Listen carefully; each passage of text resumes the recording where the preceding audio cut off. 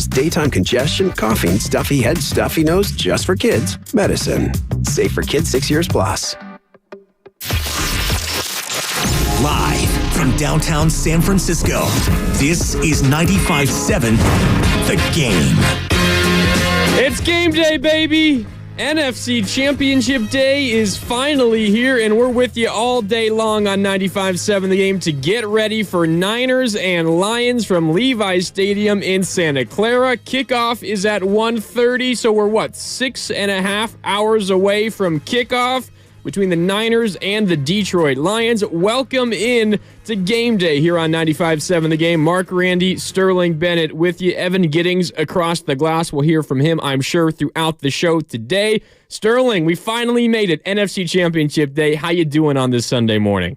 Been on the edge of my seat since last night. Didn't get any sleep. Been sitting up, shaking, quivering, wondering how is the NFC Championship game going to play out? Is it going to be San Francisco advancing? The Lions, who feel like the American darling, the national dream right now, are they going to show up to play today at Levi's Stadium? I'll tell you this, I am very, very nervous today. It feels weird saying that. So many Niner fans they're calm, they're collected. Dude, Mark, I'm on the edge of my seat, man. I am so nervous for today's game. Like, I do not want to go home. And right now, I tell you, when that game starts, when kickoff begins and Jake Moody's foot hits that ball, we're going to get real serious in the studio. You want to tell how nervous I am? I said kickoff is at 1:30, didn't I? It's at 3:30. Yeah. I'm already going crazy. I want the game to be here already, but we are with you until 1 o'clock. We're on the air from 9 until 1. Then we'll hand it off to Larry Krueger and Lorenzo Neal. They're down at the Hilton Santa Clara, or they will be momentarily, to get ready for the kickoff show. That begins at 1. They're on the air until kickoff at 3:30. I see the YouTube chat already getting on me. I'm sorry, I got the time wrong. YouTube chat powered by First NorCal Credit Union. You can join the party there. Visit youtube.com/957 The Game. The kickoff is at 3:30. The AFC Championship game kicks off at noon. We'll be on the air for the first hour of that game, and when that does come, we'll keep you updated on that one. But we're going Niners and Lions here on this game day, Sterling. It's the Niners' third consecutive trip to the NFC Championship game. Their fourth in the last 5 years under Kyle Shanahan. But this has been kind of the round of horrors for the Niners, right? Each of the last 2 seasons, the season ended in this round. 2 years ago in Los Angeles against the Rams in a heartbreaking game, one that you felt like you should have won, and then you had to go watch the Rams win it all 2 weeks later. And then last year, heartbreaking for a different reason, in Philadelphia, your quarterback gets hurt on the first drive, and the rest of the game is history. The Eagles go on to dominate, and then they lose in the Super Bowl. But now the Niners are looking for a little bit of revenge, and that's kind of been the tone and the feel around Niners facility this week. They kind of felt like they got away with one last week against the Packers. They survived and advanced despite not playing their best football. I think a ton of credit goes to Green Bay, and we'll break down that game and what went wrong for the Niners and how to avoid those kind of mistakes into this game. But it kind of feels like there's a renewed sense of urgency for the 49ers. Not that that's unique for any team in the postseason, but there does seem to be a sense of refocus, get ready for a really good team, because this is where your season has ended the last 2 years. I want them to not just think about Philadelphia last season, the Brock Purdy injury. Don't think about Jaquiski Tartt dropping an interception against the Rams. I want you to think back all the way to 2020 in February when you lost. You're up 20-10 and you blow a 10-point lead against the Chiefs. All of that pain, all of that suffering, the revenge. Go back to the Ravens Super Bowl. Go all the way back to when that began. So that's what we're doing, and we're just remembering all my worst memories, Sterling? Go back to all the pain you suffered through, all the tears you've shed. Let's just go back to the NFC Championship game loss in Seattle, Sterling. How about that? Go all the way back. How about Kyle Williams, huh? Okay.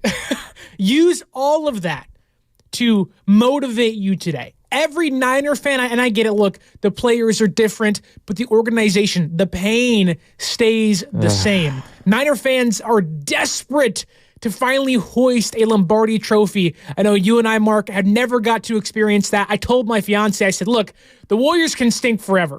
The Giants can stink forever. Let me see in our lifetimes my San Francisco 49ers hoist a Lombardi trophy just once. This is like one of the most historic franchises in the NFL. You and I are 27 years old, and we've never seen the Niners win a championship in our lifetimes. I feel like, well, I can't say that on the air, so I won't say that.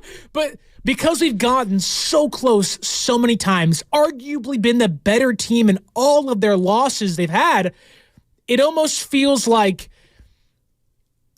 I've been to the brink myself. Like, oh, we have it. Oh, no, we don't. Like, we got this in the bag. We're going to win one. Yo, what just happened? We got Mahomes. We got Richard Sherman. For Niner fans, this, albeit it isn't the Super Bowl, this is in a way a culmination of, hey, the goal from day one this year was stated by the head coach, the quarterback, Fred Warner, to get back and win a Super Bowl.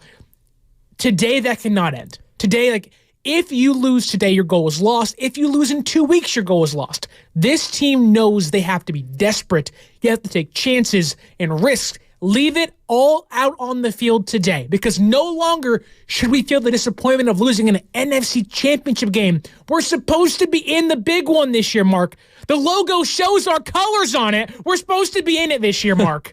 Yeah, it shows the colors of the Niners and the Ravens. Maybe that's a prediction.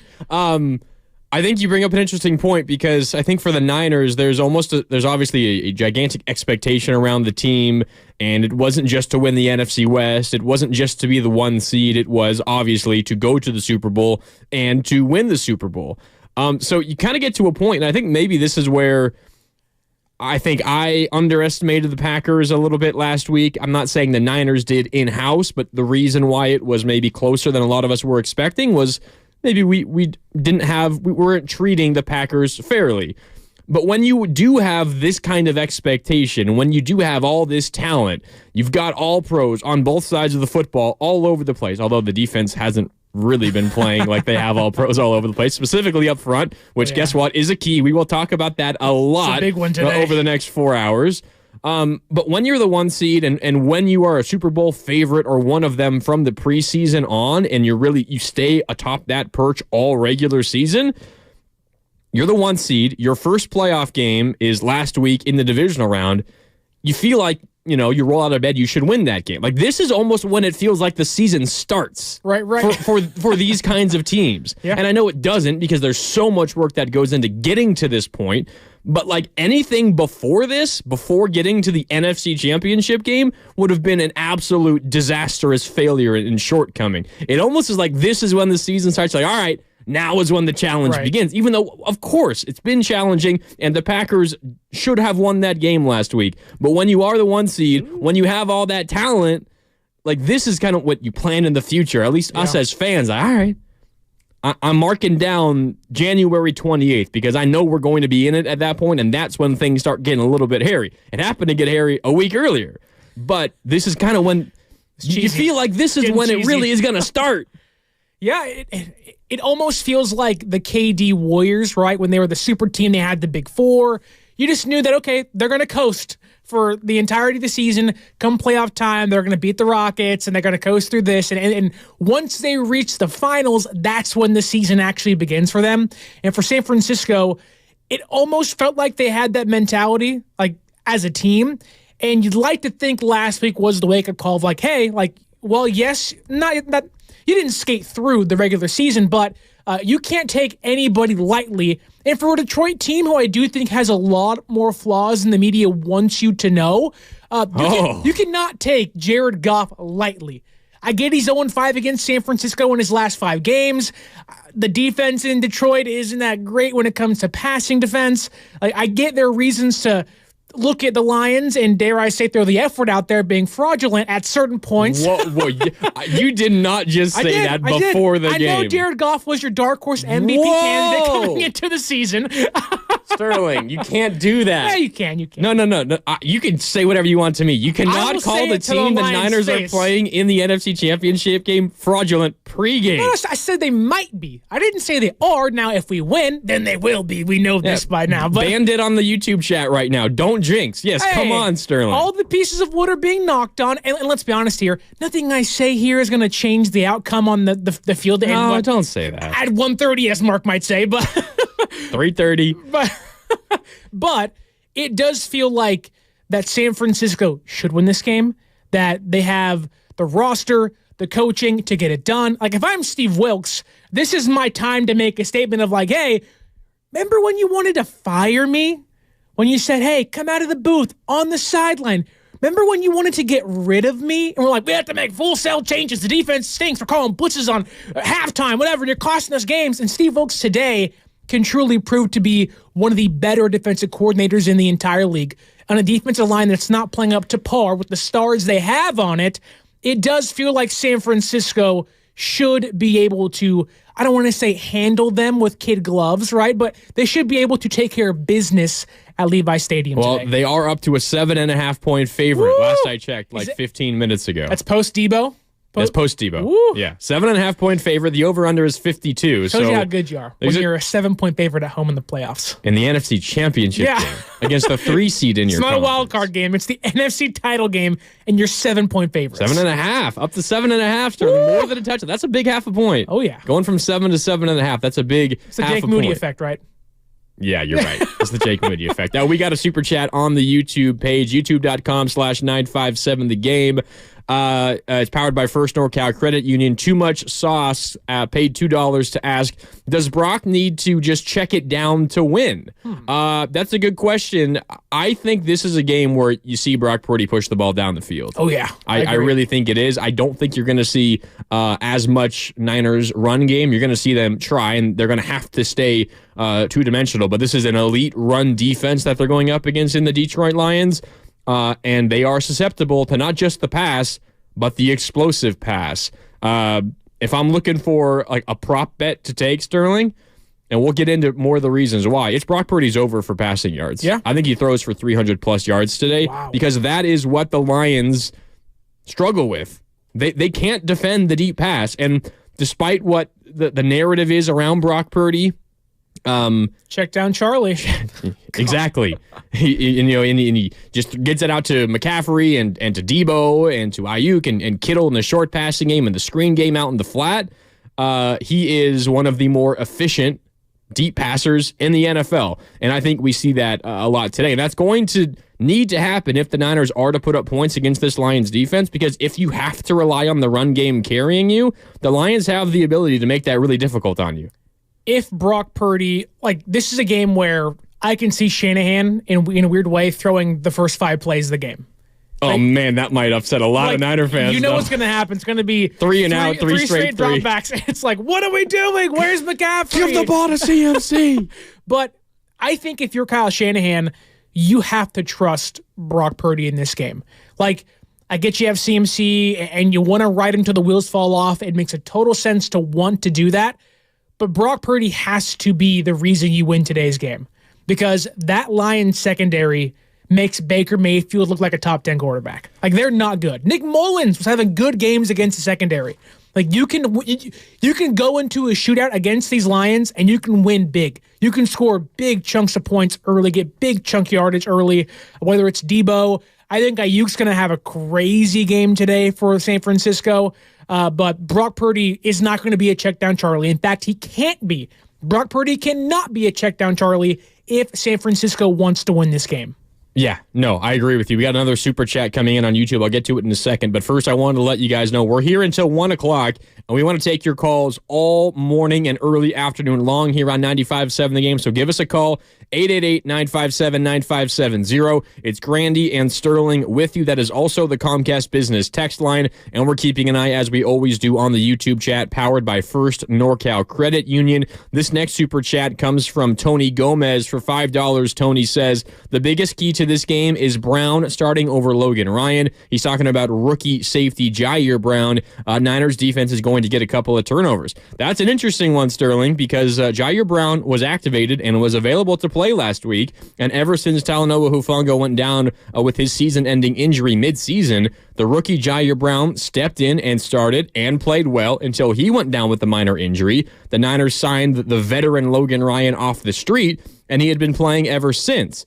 But if you've been following along to Jair Brown on Instagram, he posted a message that seems like he might be getting back in the starting lineup. So we'll keep an eye on that, but Logan Ryan was pretty bad on Saturday against the Packers. Missed a number of tackles. He was one of the many defenders that were slipping all over the place on that wet Levi Stadium field last week. If Jair Brown gets in, maybe that gives the Niners defense a little bit of a boost. And he doesn't even have to start. He just needs to play. He didn't play a single defensive snap, right? I don't think he played a snap at all. Not even a special teams snap. No. Yeah. But I think go back and watch that Packers game. Aaron Jones is like 56-yard, 53-yard run that we thought at the time was going to clinch the win for Green Bay. Oh, man. Who was the biggest missed tackle? Logan Ryan dove for Jones, took out one of his own guys. You put Jair Brown on the field. Maybe he isn't great in coverage. Maybe he gets beat over the top once. But guess what? What he's not going to do is miss tackles right in front of him. He's not going to over-pursue. He might pull a Hufanga and try to take a big shot and whiff. Okay, I'm okay with that. What I'm not okay with is you just getting beat on counter direction runs. You can't do that. And when you have Warner and you got Greenlaw out there, and you can put Jair Brown out there, you at least have yourself a play-making safety who, yeah, he's young, he's a rookie, might make mistakes, but the odds of him actually making a play in your favor are much higher than Logan Ryan, who was signed out the street a month ago.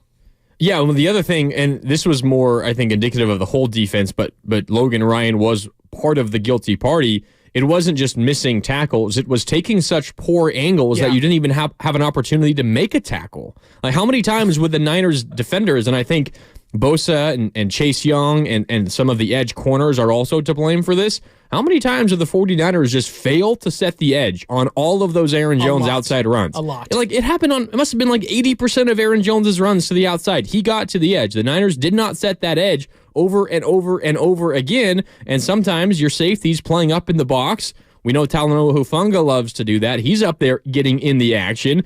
Jair Brown, not as often, but he's up there sometimes. I mean, he kind of plays like a physical safety, almost kind of like a linebacker hybrid. That is what he does.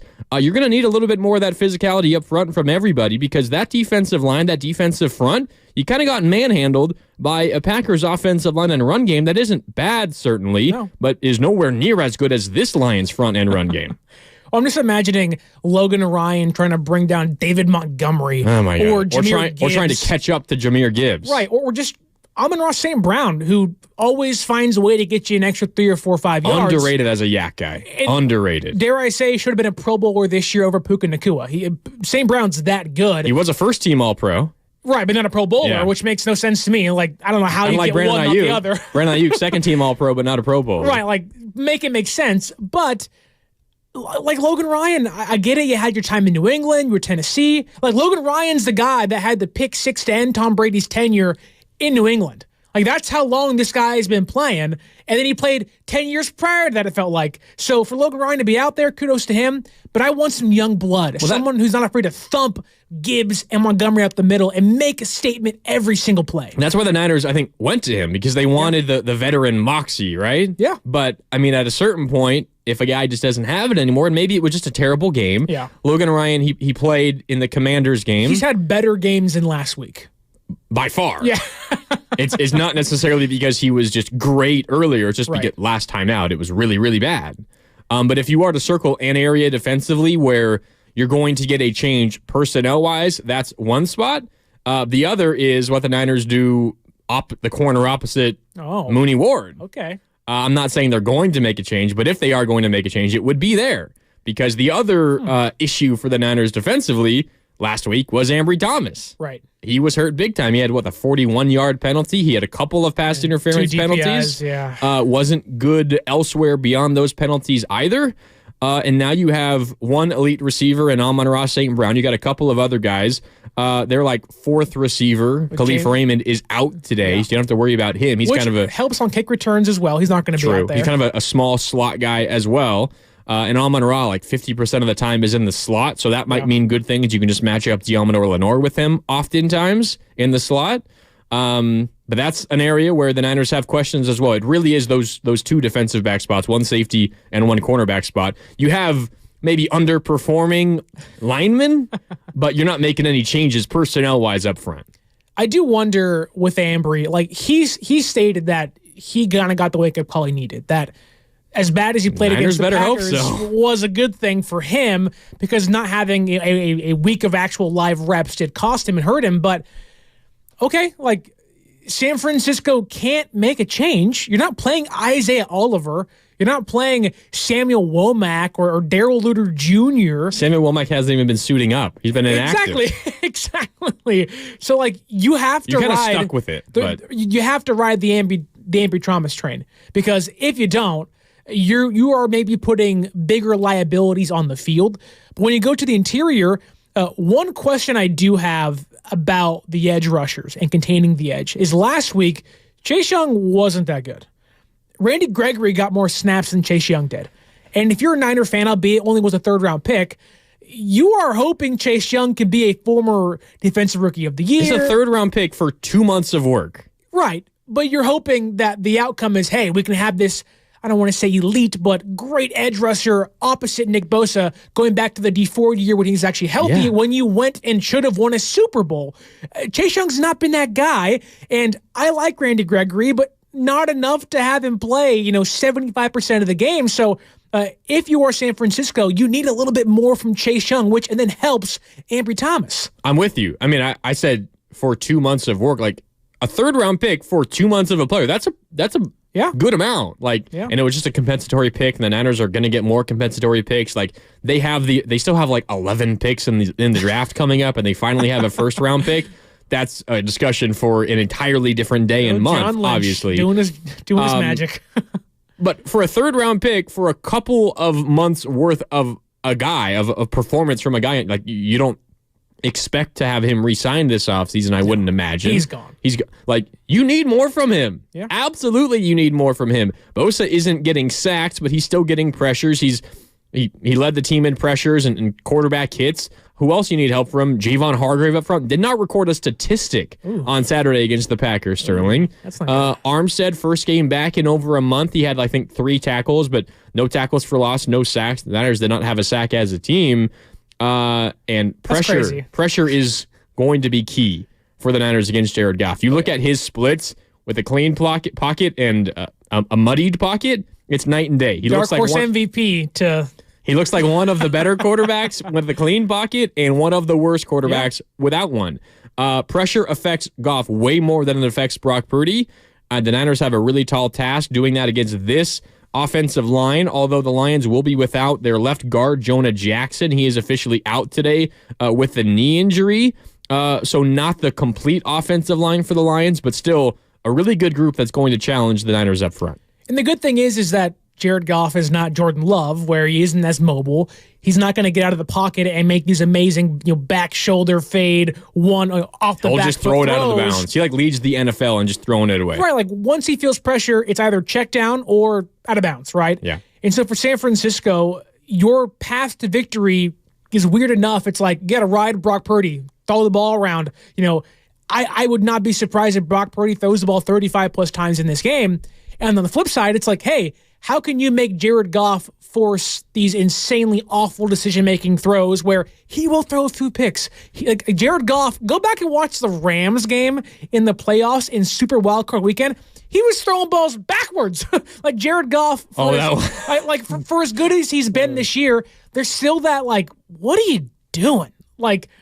I like you a lot. I get it. You've embraced Detroit. They've embraced you. But, sometimes you sit back and you're like, that Jared Goff from the Rams is still in there. And I'm not talking, almost winning a Super Bowl Jared Goff. I'm talking, what the heck's going on? You can't be our quarterback anymore, Jared Goff. The Jared Goff who throws a pick six every time he plays the Niners. That Jared Goff. Don't forget, play action bootleg, Fred Warner at halftime, bang, to the house.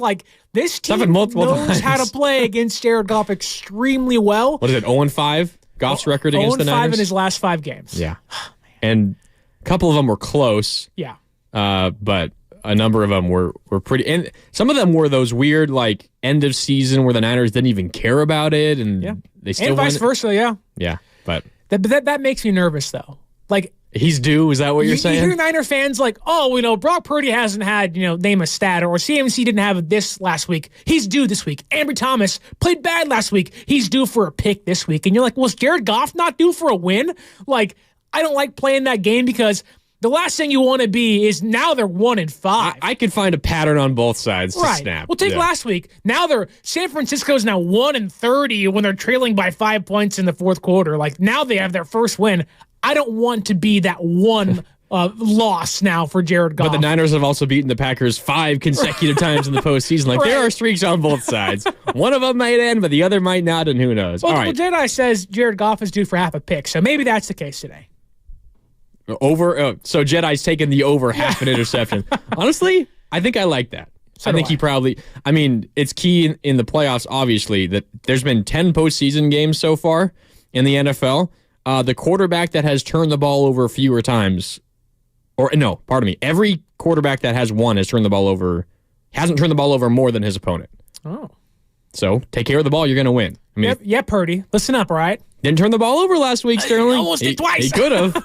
He could have. I think we'll see a much better Brock Purdy. If you are in the Bay Area right now, you can look outside. It's a lot of blue sky, at least here in downtown San Francisco. It's the same in Santa Clara. Sunny. Should be approaching 70 degrees, mid to high 60s. It should be beautiful down in Santa Clara, and that is good news for Brock Purdy and the 49ers. We got to take our first break of the show. Sorry, Jimmy, I couldn't squeeze you in. We'll get to you first thing on the other side. We're coming to you in just a little bit. We got to talk about Brock Purdy and what went wrong on Saturday against the Packers and discuss how he can make sure that does not happen again. We got a whole lot more to get into. We're just getting started. It's game day. Niners and Lions in the NFC Championship game. More coming up on the other side. It's Grandy and Sterling with you on 95.7 The Game. More coming up next. The Red and Gold hotline is up and running. Call it anytime. Hey, this is Robin from the city. Go Niners. We got this. We're going to do this.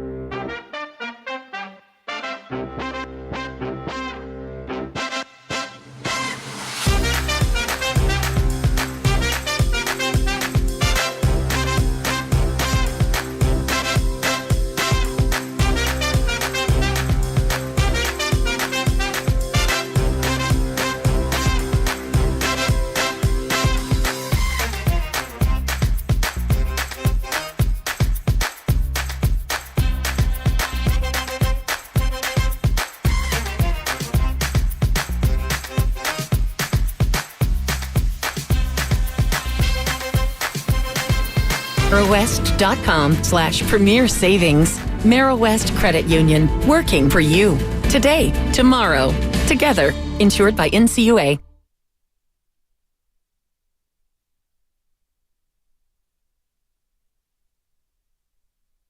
I am ready to go. Now back to 95.7 The Game.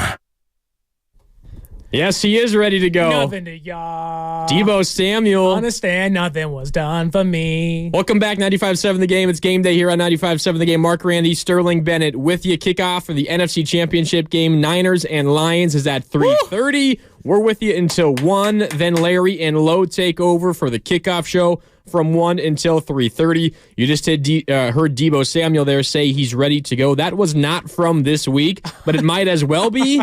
Are you surprised that he's not even on the injury report? Friday late or early afternoon came out that he's not even on the injury report anymore, and he is, as he said, ready to go today against the Lions in the NFC Championship game. I take it in two ways. One, the injury wasn't as bad as they initially thought. They were just being overly cautious. The other way is that Deebo was like, look, I'm playing no matter what, whether I'm on it or not, and they were just like, okay, don't even put him on it. Like, Deebo could play with a fractured shoulder, I think, and be like, coach, I'm fine, put me in. And you're like, okay, like, Deebo, go be a dog. Deebo on Friday did address the media after he came off the injury report, and here's what he said. You'll hear a question asking if you're like, you going to take it easy on yourself, Deebo, because, you are dealing with a little bit of a shoulder injury? And Deebo's response fired up the faithful. Here's Deebo from Friday. How do you play as physically as you do, but still trying to protect yourself? I ain't protecting nothing. I ain't protecting nothing. Man. You know who he's going at. Chauncey Gardner-Johnson. That's exactly who he's going at. He's going to make that man look like Jalen Ramsey. There's been a lot of chirping back and forth. It goes back to Gardner-Johnson's time with the Eagles. Yeah. And those guys are kind of enemies on and off the field. Why? So I don't understand the origin of the beef. Like, I get it. Your two playoff teams last year. Deebo calls Bradbury trash after the playoff game, mind you. And then he's like, I told y'all, like, look what happened. Then we see what happens this year. Gardner-Johnson leaves Philadelphia.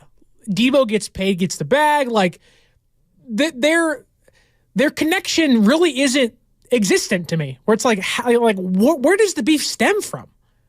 That's a good question. The origin of the beef, I don't know. Like, right now it feels like jealousy on Chauncey Gardner-Johnson's end, right? Well, we'll see if Deebo can back it up today. Like, CGJ or whatever his name is, like, he hasn't gotten the bag. He hasn't got paid on one-year deals, been constantly injured. He's a good player, mind you, but it's like he's seeing Deebo getting paid big money. He's like, well, he gets to talk trash and get paid big money. I want to be that guy. Well, the reality is you're not that guy, pal. Trust me. You're not that guy. But yeah, Deebo is back. Niners are essentially, for the most part, healthy. Looking at the Niners injury report, there's only 2 guys questionable for this game. Kalia Davis, a reserve defensive tackle, and then Oren Burks, a linebacker who has played a decent amount. He's questionable as well with the shoulder.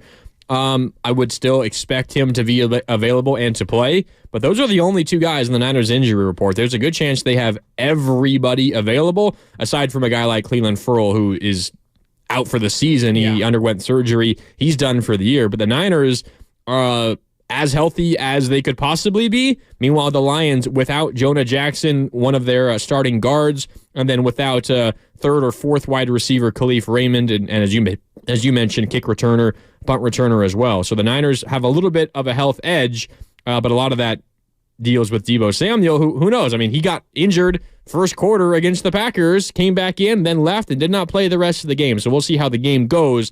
But going into this one, the Niners pretty darn healthy. When you hear a player like Deebo Samuel say, I ain't protecting nothing.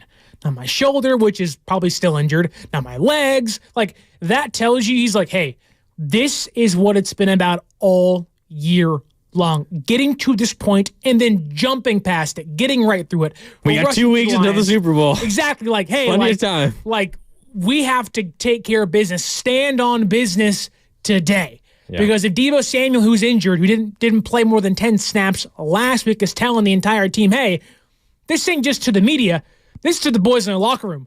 Gear up. We're going to war this Sunday against the Lions. Yep. And to hear that from a guy who they are 1-3 without this year, saying, look, like, even if I'm banged up, broken, and bruised, I'm still playing. And we're going full gear, 110% every single play. Like, if I'm Brock Purdy and I'm CMC and I'm George Kittle, if I'm Juwan Jennings, if I'm Ray McLeod, if I'm Amber Thomas, and I hear my leader, my emotional energy leader say that to me. That fires you up. Like, get the swords and shields out, boys. We're going to war. Just wait until Devo and Trent lead the caravan out of the locker room with the boombox going. Man. It's going to be a lot of fun. Playing Super Gremlin? Dude, now it's not safe for you, man. I'm sorry. It's just not safe for you anymore. All right, let's go out to the phone lines here on Game Day on 95.7 The Game. It's Grandy and Sterling with you. Give us a call, 888-957-9570. Up first is Jimmy in Maryland. Jimmy's a Niner fan in Baltimore. Jimmy, first of all, what's it like out in Baltimore today? And thanks for coming on. How you doing? So right now, Baltimore fans are loyal. They're all hyped, but I don't have time for that. They're turning into the new generation of Cowboys fans. But Whoa. yeah, it's all about the Niners now. Yeah, Ray Lewis and Jonathan Ogden in their first Super Bowls has made them delusional. If you come to Maryland, you can't tell them anything, man. They think they're the greatest thing ever. I like it, Jimmy. So you're representing in enemy country. Are you rooting for the Ravens, though, so you get Niners-Ravens in the Super Bowl? I don't know. I'd rather the Ravens win over the Chiefs because I'm tired of the whole Chiefs and I'm tired of seeing Taylor Swift every time Kelsey even gets on the field. Yeah, amen to that. But I know it'd be more sweet revenge if we go to the big game and we can beat the Ravens. You know what I mean? I got bragging rights because I actually lived in the city when the 49ers lost to the Ravens the last time. I had to drive past the Ravens Stadium after that game. That was brutal. Yeah, I feel you, Jimmy. What do you think of this Niner game today? Well, you got a prediction? How you think this one's going to go today? So obviously I'm going to predict the Niners win. That's what I want. But if I'm going to put my analyst hat on, if the 49ers can pressure Jared Goff, we should be able to up the middle. I think Hargrave and Armstead are going to eat. Chase Young needs to step up. Goff likes throwing the ball over the middle. He's going to have to deal with Greenlaw and Warner. And on offense, if we do what we do, we should take care of business. Everyone's talking about their run defense, but their secondary and their linebackers are trash. They can't cover well, and they can't tackle. And the Yak boys are going to eat. Shanahan needs to dial them up. I think Wilks is going to dial them up. And if we go and play Levi's Gets Loud, Niners are going to come up with a dominant win. Let's go! Yeah! Yes, sir, Jimmy. I like the energy, Jimmy. Yeah, woo! Lock it up. That's what we need from our callers today here on 95.7 The Game. We need the energy. We got to get ready for this NFC Championship game. The Niners season has ended at this stage each of the last two seasons. Not today, Sterling. Not today. Jimmy is right, though. The key, at least for the Niners on defense, I think what he talked about offensively is true as well. You got to put pressure on Jared Goff. We talked about it a little bit in our first segment, but you look at some of the numbers. First of all, the Niners did not sack Jordan Love last Saturday. They're due, Mark. They're due. They're due. That snapped a 35-game streak, playoff streak, where the Niners had a sack, in at least one sack, in each of their last 35 consecutive playoff games. That dated back to January 1991, which was an NFL record streak. That was 5 years prior to my birth. It was snapped. That's how long it's been. Nick Bosa hasn't sacked the quarterback in each of his last 4 playoff games. 3 games last postseason and last week. He had at least a half a sack in each of his first 6 playoff games and 1 or more in 5 of his first 6. None in his last 4. You're paying Nick Bosa $170 million. You're paying Javon Hargrave $84 million. You're paying Eric Armstead $85 million. Those guys got to step up because when you look at some of the numbers, Jared Goff in a clean pocket, 27 touchdowns, 3 interceptions. Pretty good. Jared Goff under pressure, 6 touchdowns, 9 interceptions. Garbage. 6 touchdowns, 9 interceptions under pressure. That's not sacking him. That's just making him feel sped up, getting in his throwing lanes, getting in his face, making him feel uncomfortable. Give him some twinkly toes. Obviously, you would love to sack him, and I think the Niners will not be shut out in terms of sacks today, but you don't have to sack him to make him uncomfortable and to, lead those numbers into your favor. Make him uncomfortable. Obviously, getting him to the ground is huge. And you want to get them in 2nd and 15s, in 3rd and 12, so they are forced to pass because they want to stick with this run game. Sacks are fantastic, but you don't necessarily need to get to Goff a ton and hit him to, have him turn the ball over. You just got to get in his face, make him uncomfortable, and he will give you a couple. He has done it all season and in his entire career. The Niners know that almost better than any other team in the NFL. Sacks would be great, but it's just about pressure. And the Niners, to their credit, they did get pressure on Jordan Love specifically in the second half last week. They didn't get him down, but they got pressure on him, and it led to a couple of turnovers. Steve Wilks called 2 blitzes all game last week. He's calling more today. Just 2. There's no doubt in my mind. I think he's calling at least 10. Because whether it's Lenore, whether maybe it's Jair Brown off the end, I think Dre Greenlaw might be the biggest X factor when it comes to blitzing in this game. You blitz Greenlaw, force the running back to have to play pass pro. You eliminate the entire check down route for Jared Goff. You drop Gregory back into coverage, taking away the flat. And guess what? You know what happens? Jared Goff's like, I don't know what to do with the ball. Interception, bang. And that's what happens. When you force Jared Goff to have to think longer than he wants to have to react to whether it's a blitz or some pressure or just a different look defensively, like Steve Wilks, I think today is going to have the freedom to dive in deep into that bag. We don't talk about Shanahan. Go into your bag, the 13th play, the 13-page playbook. If you're Steve Wilks, now it's time to break the glass, hit the emergency button, and get your boys home. Like Mama used to say when you were 12 years old going to the mall. Like, hey, you better get home tonight. Dinner's on the table.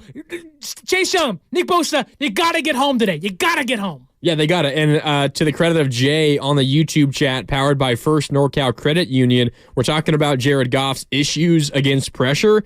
Jay says Purdy is number 1 in those categories. Not across the board, but he's really good against pressure. Pressure does not affect him nearly as much as it affects Jared Goff. For example, EPA per play in a clean pocket. EPA is just an analytic, an advanced stat. You nerd. Expected points added per play. Yeah. So it takes into account down and distance. So, like, for example, a 3-yard gain on 3rd and 1 is more valuable than a 3-yard gain on 1st and 10. Like, it takes into account the down and the distance, the situation, game, clock, score, all of that. Brock Purdy in a clean pocket has the number 1 EPA in the NFL. Jared Goff, the 7th best EPA in a clean pocket in the NFL. It's not as good, though. EPA per play under pressure, however, Brock Purdy is number 3, the 3rd best EPA per play under pressure. Jared Goff, the 28th best EPA under pressure in the NFL. So to Jay's point, that's it exactly. When you pressure Brock Purdy, it doesn't really affect him. And it's because one of his strengths and the strength of this Niners offense is getting the ball out quick. Yeah. They're really good at it. It's not the case for Jared Goff and the Lions. Although I think there are a lot of similarities between these two offenses, one offense, and it's the Niners, is so much better when under pressure, and they're under pressure quite a bit because the offensive line, specifically the pass blocking, is nowhere near as good as the Lions' pass blocking, but the Niners are much, much better at that than the Lions are, and I think that's one of the areas where this game can flip. It is if the Niners can get any sort of consistent pressure on Jared Goff, I think they win this game. If they don't get pressure on him and he's comfortable all game, the Lions have a legitimate chance. If he's uncomfortable in any kind of consistency throughout this game today, Sterling, I don't think they have a chance to win. We'll just put it in very simple terms. Jared Goff, not pressured, clean pocket, top 10 quarterback. Jared Goff, when he's pressure, turnover machine, bottom 10 quarterback. It's really that simple. You can literally turn Jared Goff into a turkey today if you can get pressure. And I like Jared Goff. All due respect to him, you can turn him into a turkey. Where he's out there, you got the potatoes and sweet potatoes, you got the corn, you got the pie. Like, you can turn Jared Goff into a Thanksgiving dinner today at Levi Stadium. Thankfully, the Lions have, right now, Jared Goff's been under pressure at the 10th highest rate in the entire NFL. So you can get to Jared Goff. And it also helps that their left guard's not playing. Frank Ragnow, their center, is also banged up, had a sprained knee and ankle. He's not feeling great. Hargrave. It's time to eat, brother. Like, if there is a time for Eric Armstead and Hargrave to do the darn thing and get your job done, it should be against the banged-up center and the backup left guard that has a 30 pass blocking grade on PFF. The backup guard? Yes. Like, one of the worst grades ever. That's Coyote Oshika, Like, the backup guard. He'll probably start at left guard. And if he does, you know what I'm doing? Is put 2 guys in the hole. It's just everyone right there. Do you remember what the Niners did Chase Young's first game? It was after the trade deadline, after the bye. The Niners were trying to snap that 3-game losing streak. It was in Jacksonville. They lined up Bosa and Chase Young on the inside, standing up on the inside. Do it. Chase Young, I think, had a sack in that game. They dominated. They were all over Trevor Lawrence in that game. I don't think they've gone back to that look since. They lined up Bosa and Chase Young, the edge rushers, the elite edge rushers, inside, standing up. They were not in the 3-point stance, not in a 4-point stance. They were standing up on the inside, on either side of the center, lining up against the guards. And it worked. And they haven't gone back to it since. Maybe you see a little bit of that. I think you need to. Like, if there's any game where it's like season's on the line, you got to come through. Like, you have to pull out. As you said, the last page of your playbook. It's like smash the glass, the alarm goes off. Here comes the emergency Break stop. Glass right? in case of emergency. It's like, yeah, please. exactly. Like, Steve Wilkes today has a chance to prove to be a top defensive coordinator in football, where your run defense ranked 26th in the entire league.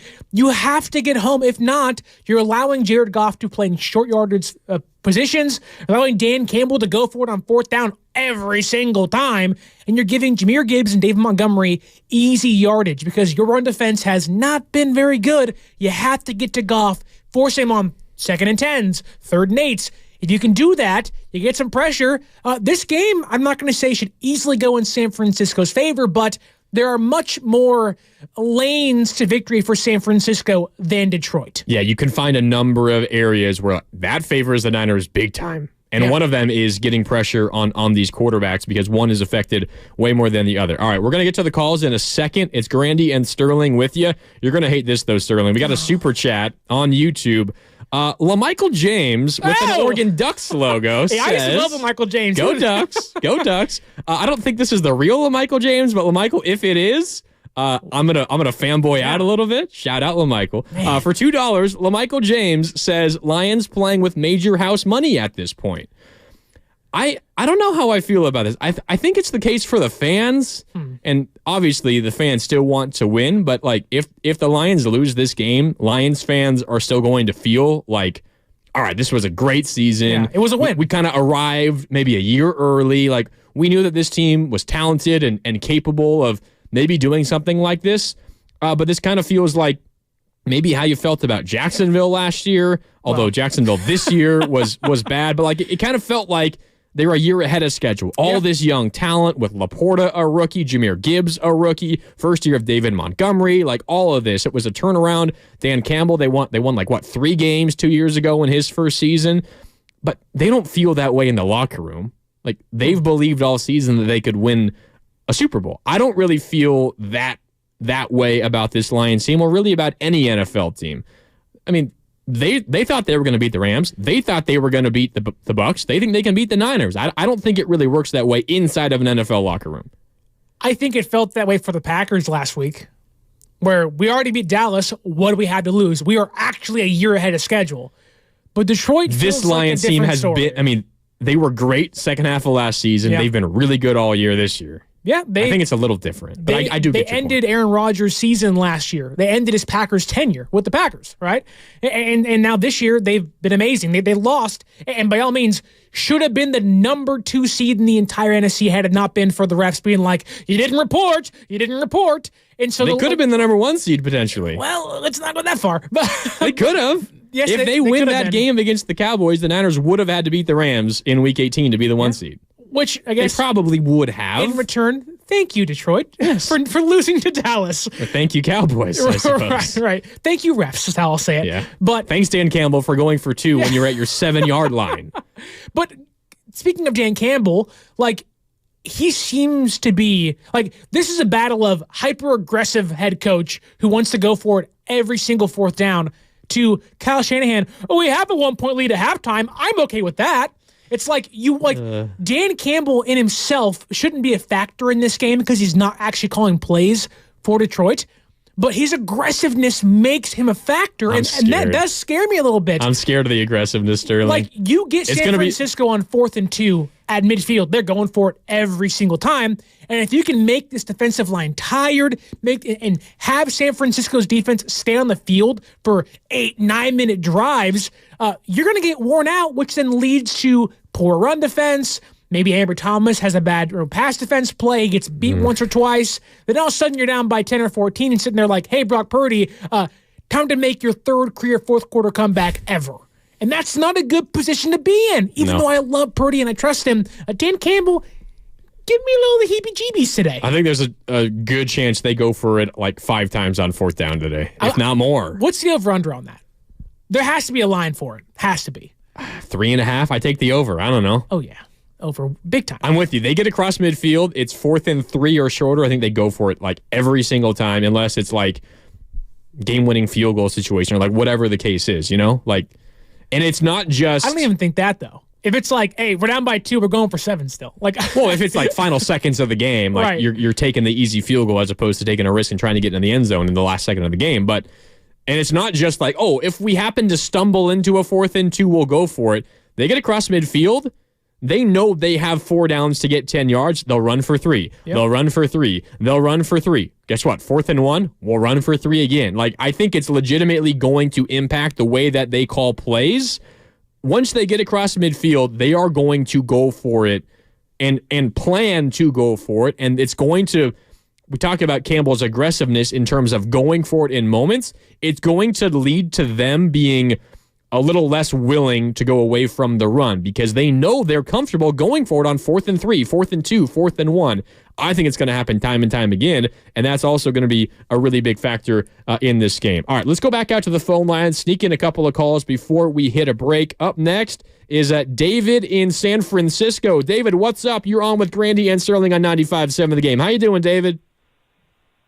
Hey, good. Ready for the game, and last week I think we squeaked by Green Bay due to the missing the field goal and the interception. Other than that, it could have been like overtime or something. But my main point is, like, if we can get to the Detroit quarterback today and pressure him, sack him, I think we'll have a great outcome. That's my comment. Yeah, David, I agree with you. I think there's a reality in which the Niners win by double digits. They win by 2 scores. Oh, yeah. And the way that happens is the D-line dominates. It always starts in the trenches, right? Like, yeah. San Francisco builds their team that way, whether it was McGlinchey or Bosa or going acquiring D Ford, now Chase Young, and so many other players. Their entire mantra is trenches out. Today, your trenches have to come through for you, or you're going to be out of the playoffs. Yeah, we're talking about some of the issues defensively. Safety spot and the corner spot. Yeah. Like the D-line, it's time for the D-line to step up. And if they do, I don't think the Lions have a chance. Now, there are ways the Niners win this game if the D-line does not dominate because they are 7.5-point favorites. And as you were talking about earlier, there's a number of avenues where the Niners can find a path to victory in this game. But one of the easier ones to see is the D-line plays like they have all pros all over the place. Yeah. And they do.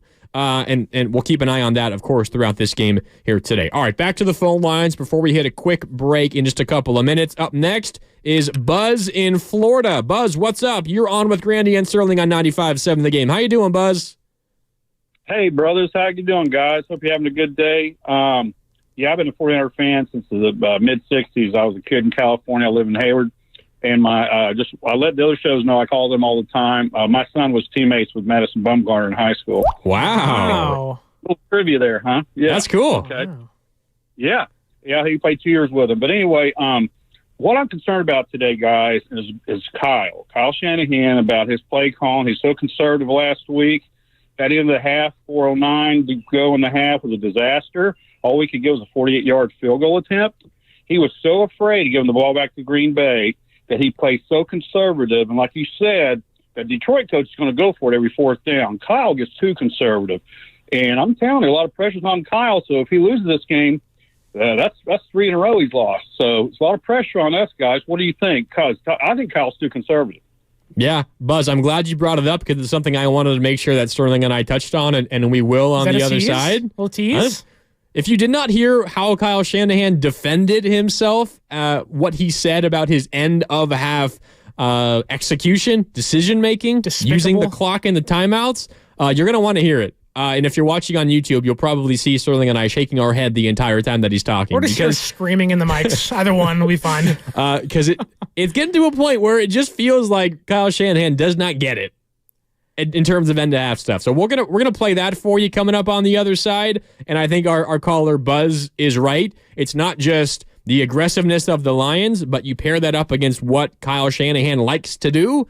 They're on opposite ends of the spectrum. They're on opposite extremes.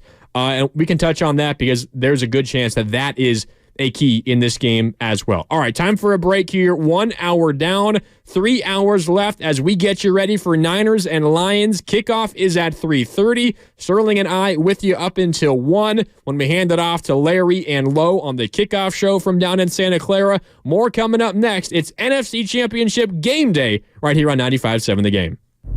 The Red and Gold hotline is up and running. Call it anytime. I wasn't able to sleep last night, not going to be able to sleep tonight, not going to be able to sleep tomorrow night. Let me tell you what I'm rocking on Sunday for the game, too. P. Willis, baby.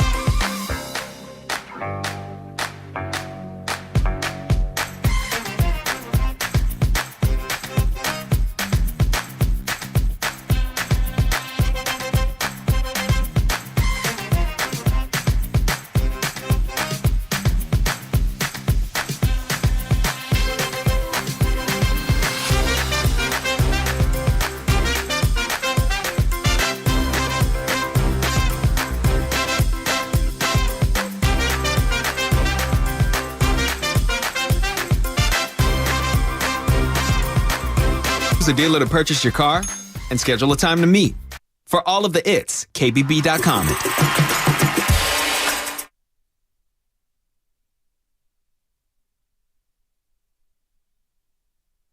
Come on, Dees. Dees nuts. Please explain. Now back to 95.7 The Game. That's the great Dan Campbell, of course.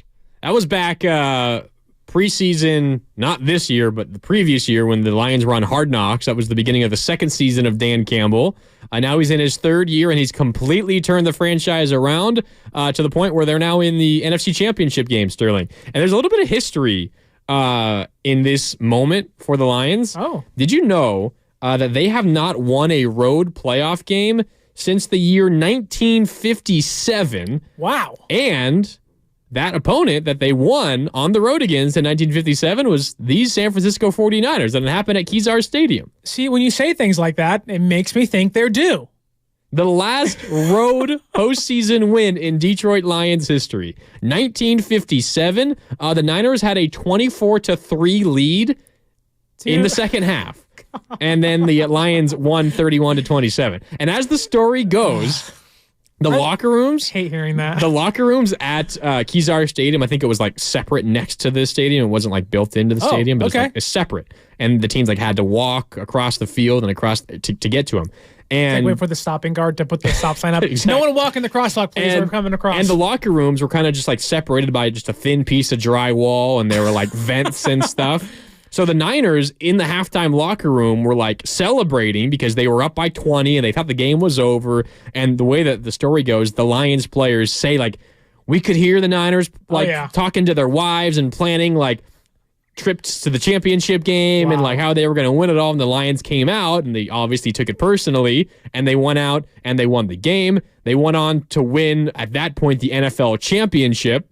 Not the Super Bowl. That is pre-Super Bowl back in 1957. Pre-merger. And that is still the last postseason road win for the Lions, and it's their only NFL or Super Bowl championship up to this point. Now, if you're looking for a little bit of positive energy and mojo, Sterling, there is one other Niners-Lions postseason game, and it happened in 1983 in the divisional round. That was a Niners win, 24-23 at Candlestick.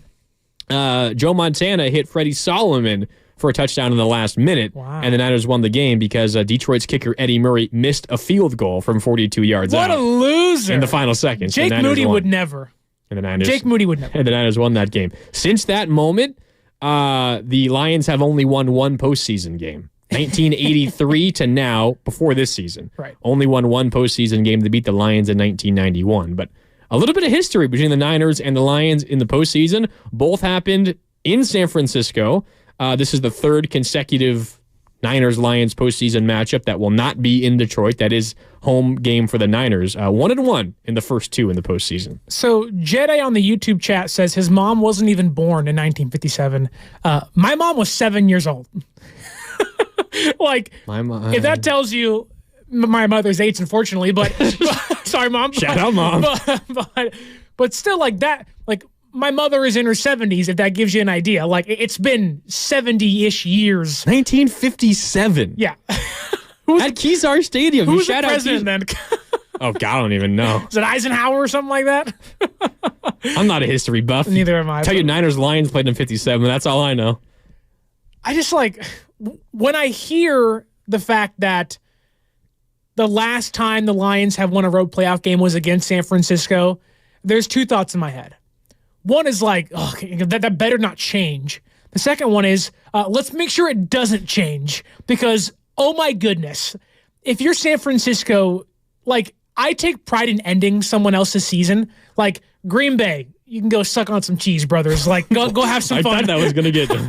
Whoa. Like, good night, right? In previous years, goodbye to the Dallas Cowboys. Like, I feel great when I end somebody else's season.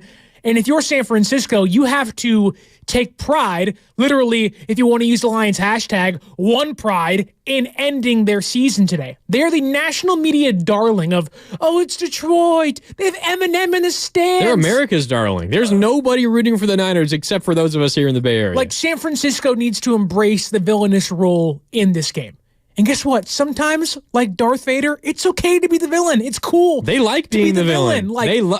Remember how they walked into the Link in Philadelphia? Yes. What was that, week 13, dressed in all black? It wasn't pre-planned, but everyone walked in all black because they were attending the Eagles' funeral? Yes. That's how when the team is at the best, when they feel that kind of way, and I think they feel that way today. If you're coming in like it's a funeral at the Link, I want you to come in like a lion tamer, just whoosh, whoosh, whoosh. Get the chair out, like, get away from me, and put that sucker in the cage and send them packing back to Detroit. Like, now's the time to, if you want to go to a funeral in Philadelphia, I need you to become a lion tamers in San Francisco today, in Santa Clara at Levi Stadium today. Like, let's go out there and end America's team in 2024. End the media darling, end Jared Goff's season. I like the Lions, all due respect, but for this week alone, I hate you. I hate you entirely. You are in our way. Yeah, you're the enemy of a Super Bowl championship. Like, I do not want you standing in the way, and if you are in my way, I'm going to run through you, I'm going to declaw you, and I'm going to tame you and send you all the way back to Detroit with your tail tucked between your legs. Yeah, shout out to Jetty on the YouTube chat, once again, powered by First NorCal Credit Union. In reference to the 1957 Niners playoff loss to the Lions, someone's great-grandfather was mad that day. Time to make it right. Yes. We're fighting for those Niner fans of the 1957s, right? Man. My dad wasn't even born yet. He was 3 years away from birth. It's crazy. It's crazy. That's how long this Lions franchise has gone without a road postseason win. Like, it's mind-blowing. Good. Keep it that way. But they've done a number of firsts already this year. Well, let's not make it another one. I'm with you. You can beat the Rams, whatever. McVay, ooh. Beat Baker Mayfield. Congratulations. Beat Baker Mayfield. So did we 7 weeks ago. And you almost lost. It was a one-score game. The Rams game was 24-23. You beat him by 1. You beat Baker by 7 or 8, whatever it was, by 1 score.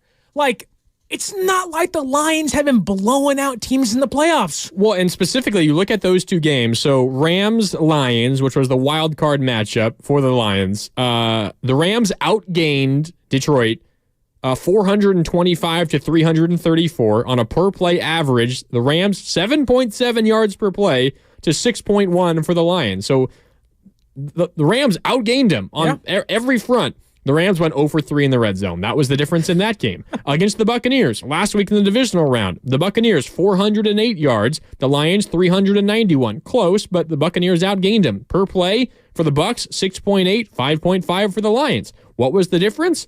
2 turnovers and a missed field goal for the Buccaneers. Like, that was how the Lions won these 2 games, and credit them for winning. And you've got the crazy emotions of a home playoff game inside of Ford Field for the first time. Ford Field hosting a playoff game, and they got 2 of them, and they're both wins. Like, those were not easy wins, and they earned them, and they deserve credit for them.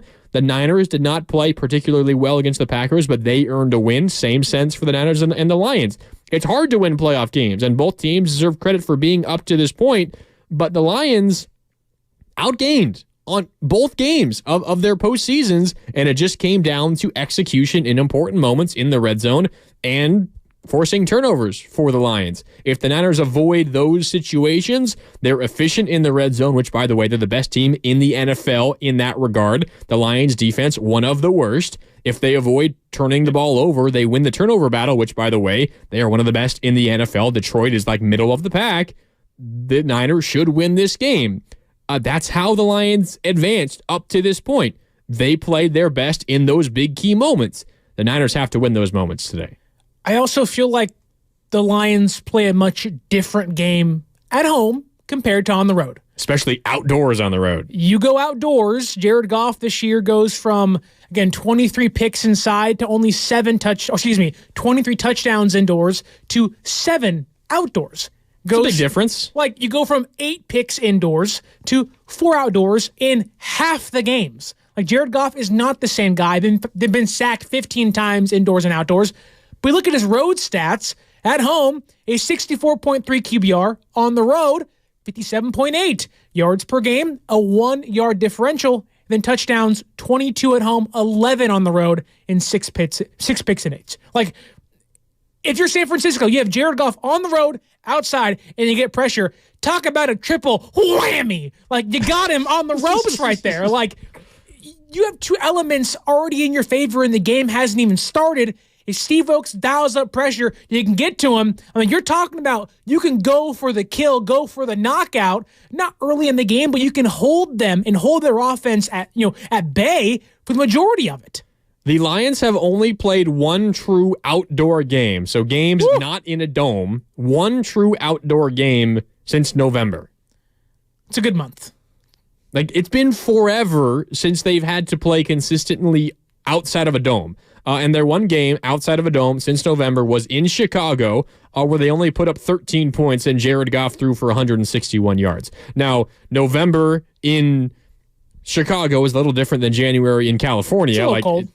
It's still going to be cold there, and it's going to be really nice, nearly 70 degrees and sunny, light winds down in Santa Clara. Like, it's going to be nice. But there is something to be said. I mean, you laid out all the numbers. It's not just in a dome versus outside of a dome. It's home versus road. As simple as that. Detroit, when they get on that home track, the fast track of Ford Field, they are one of, if not the best offense in the NFL. Away from the friendly confines of Ford Field, they're not nearly as good. They're still an effective offense, and it's not as simple as, they're great at home and bad on the road. There's just a really, really clear difference. Jared Goff passer rating indoors, number 5 in the NFL, outdoors, number 21. Woo! You're outdoors today, and you're not in the elements. Like, again, but being outside, it impacts this Lions team. And the Niners, maybe you can make the case that playing in the rain is not a good thing for the Niners, but they're fine playing outdoors as long as it's not raining, and it's not going to rain today.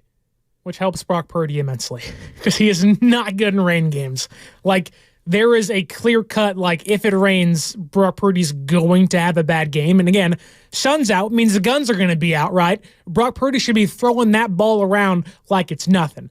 Like, this is a game where Brandon Ayuk should have an amazing game. And look, getting Deebo Samuel back isn't just for energy's sake. It's not just to have your emotional leader on the field. When you get Deebo Samuel back on the field and you can run these 3 receiver sets, you force the Lions to play with 5 defensive backs and play nickel formation. Kind of like what San Francisco runs 75% of the time. You have Mooney Ward and Ambry Thomas and Lenore. When you force the Lions to play nickel like San Francisco likes to play, you are putting them in their worst set of defensive formations. You get Deebo Samuel back, emotional leader. He's going to be thumping people, going to try to run through Chauncey Gardner-Johnson, but also he's going to put your offense in a position to pass the football effectively over and over and over again, because the Lions rank 26th per EPA while playing nickel. You have a path to victory again. Every stat nearly lends to San Francisco winning this game and hoisting an NFC title against the Lions. And honestly, I'm a petty king like Stephen Curry is.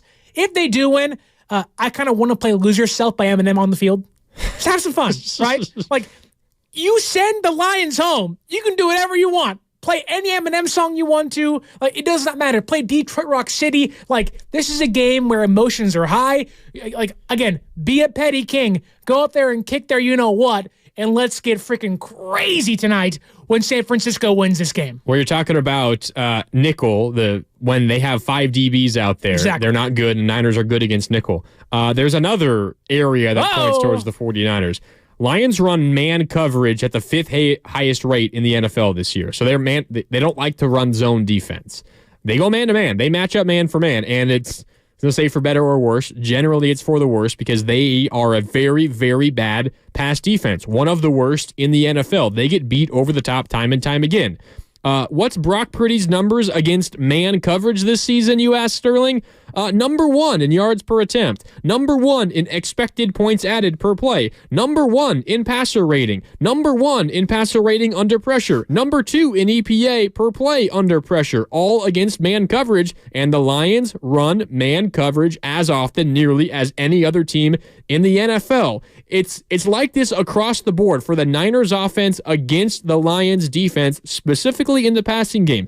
Every way you break it down, you're talking about nickel. I'm talking about man coverage. Everything the Lions like to do to defend the pass, the Niners love it when their opponents do that. And to your point, I think it's a big day for Brock Purdy through the air. I think it's a big day for Brandon Ayuk through the air. Look at what opposing wide receiver ones have done against this defense over the last 5 weeks. The last 5 games that the Lions have played. Last week, Mike Evans, 8 catches, 147 yards, and a touchdown.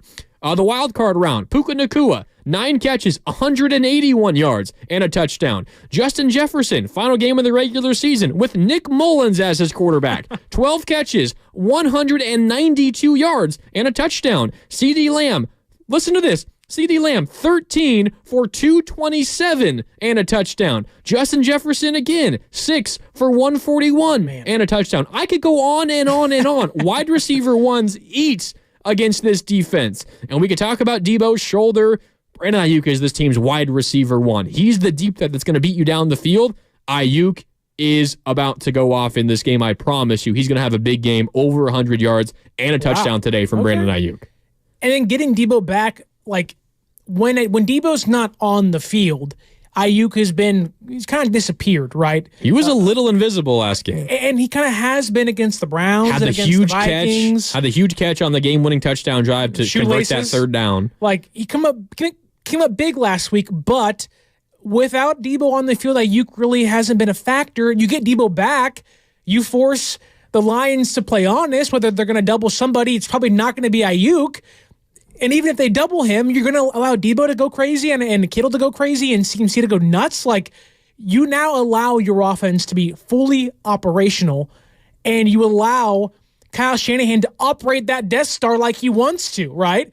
Like, you get Ayuk in space. We've seen him beat the best cornerbacks in football by 2 or 3 yards.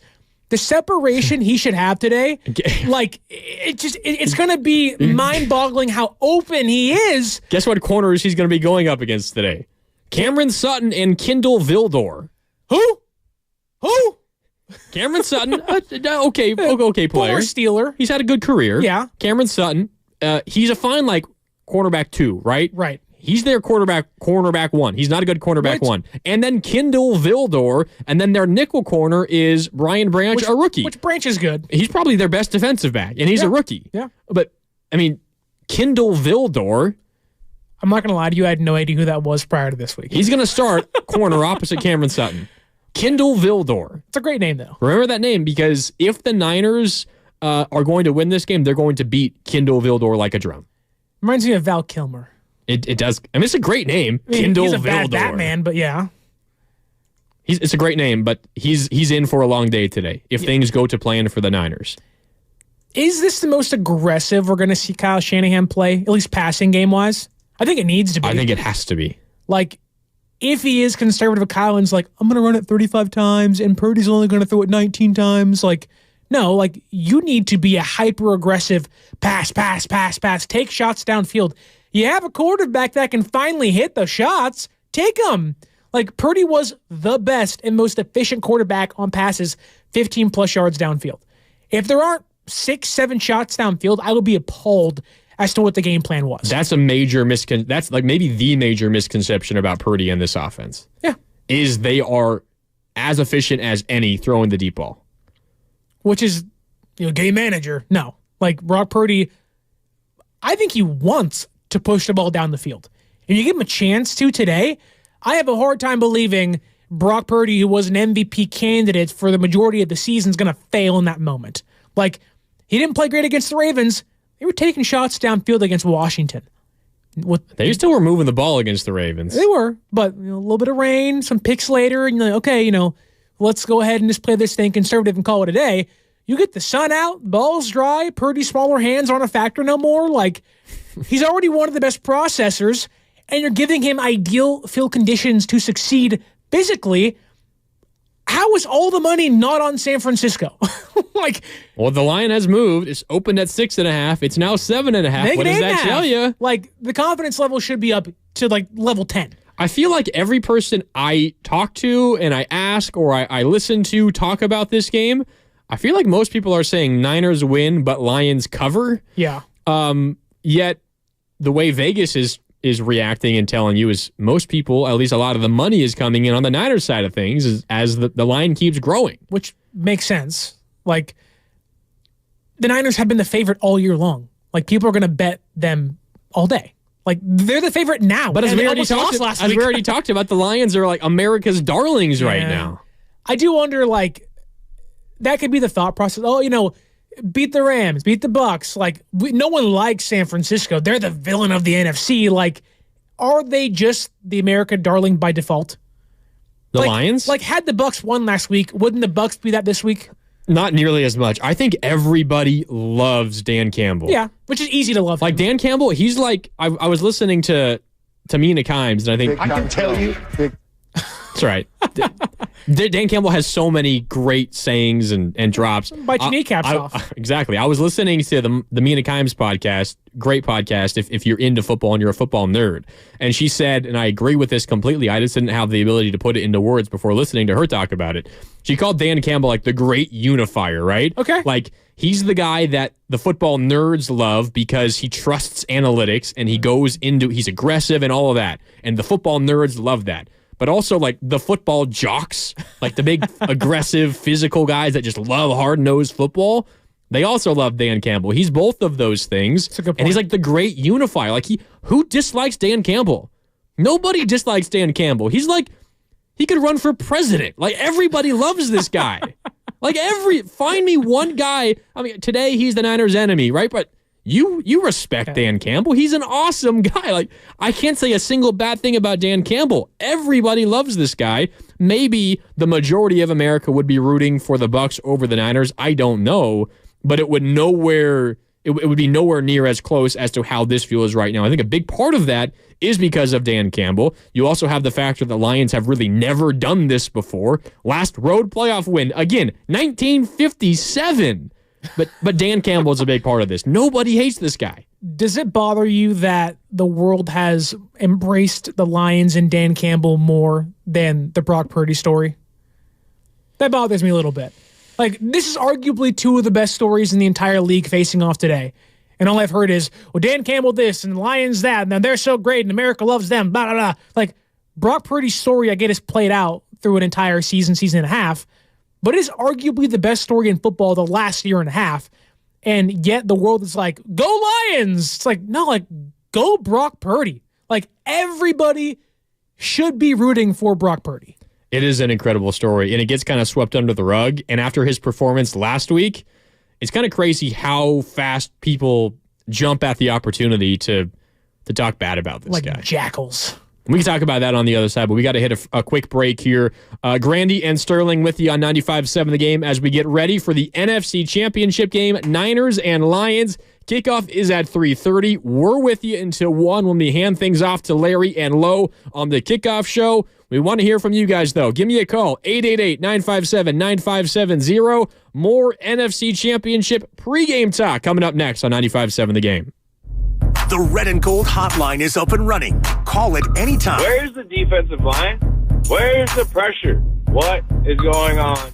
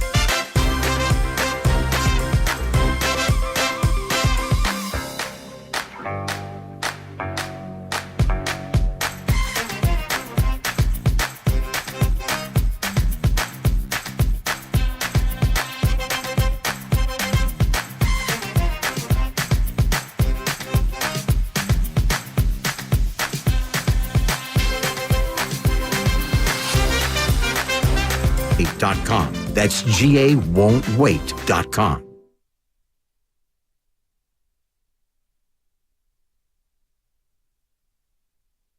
I can tell you, as the unofficial president of the Game Managers Club, he's not allowed in. Now back to 95.7 The Game. You know what this is? I know who that was. No, this is just Kurt Angle's theme song, brother.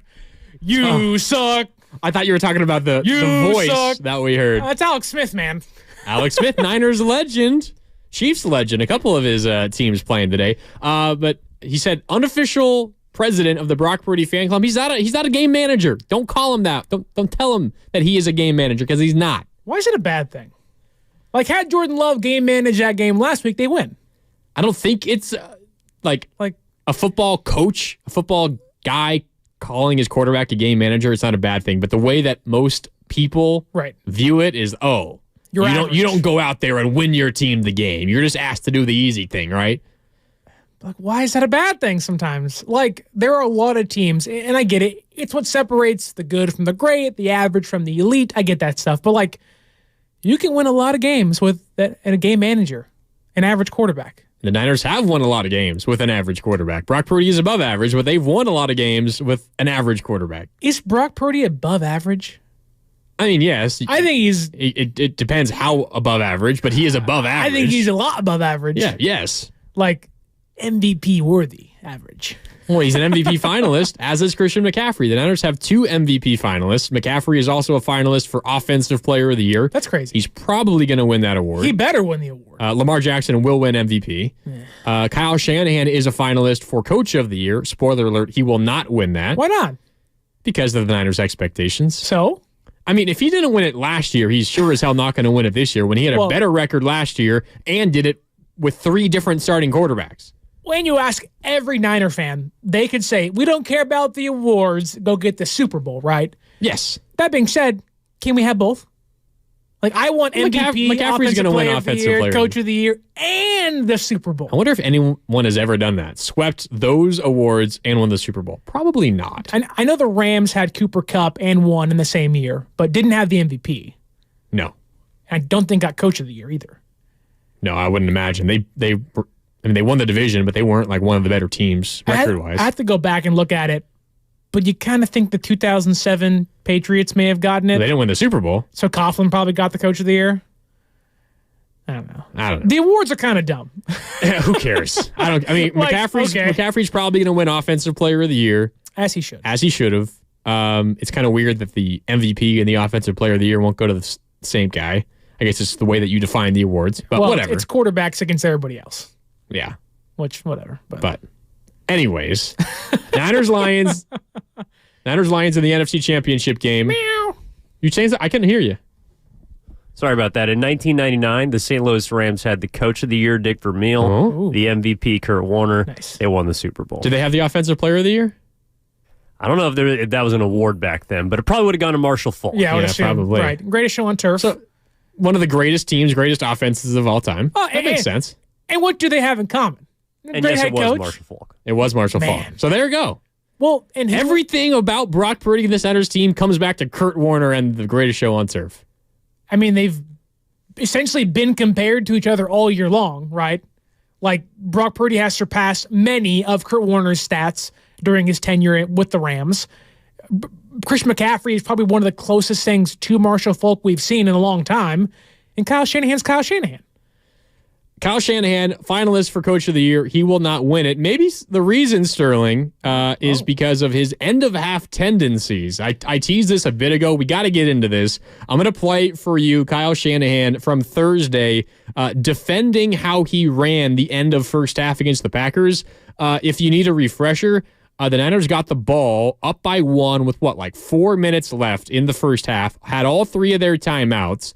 And were extremely not aggressive in terms of getting up and down the field. Play calling was relatively conservative. Had plenty of time to score. They killed 40 seconds and took a timeout after killing all 40 seconds.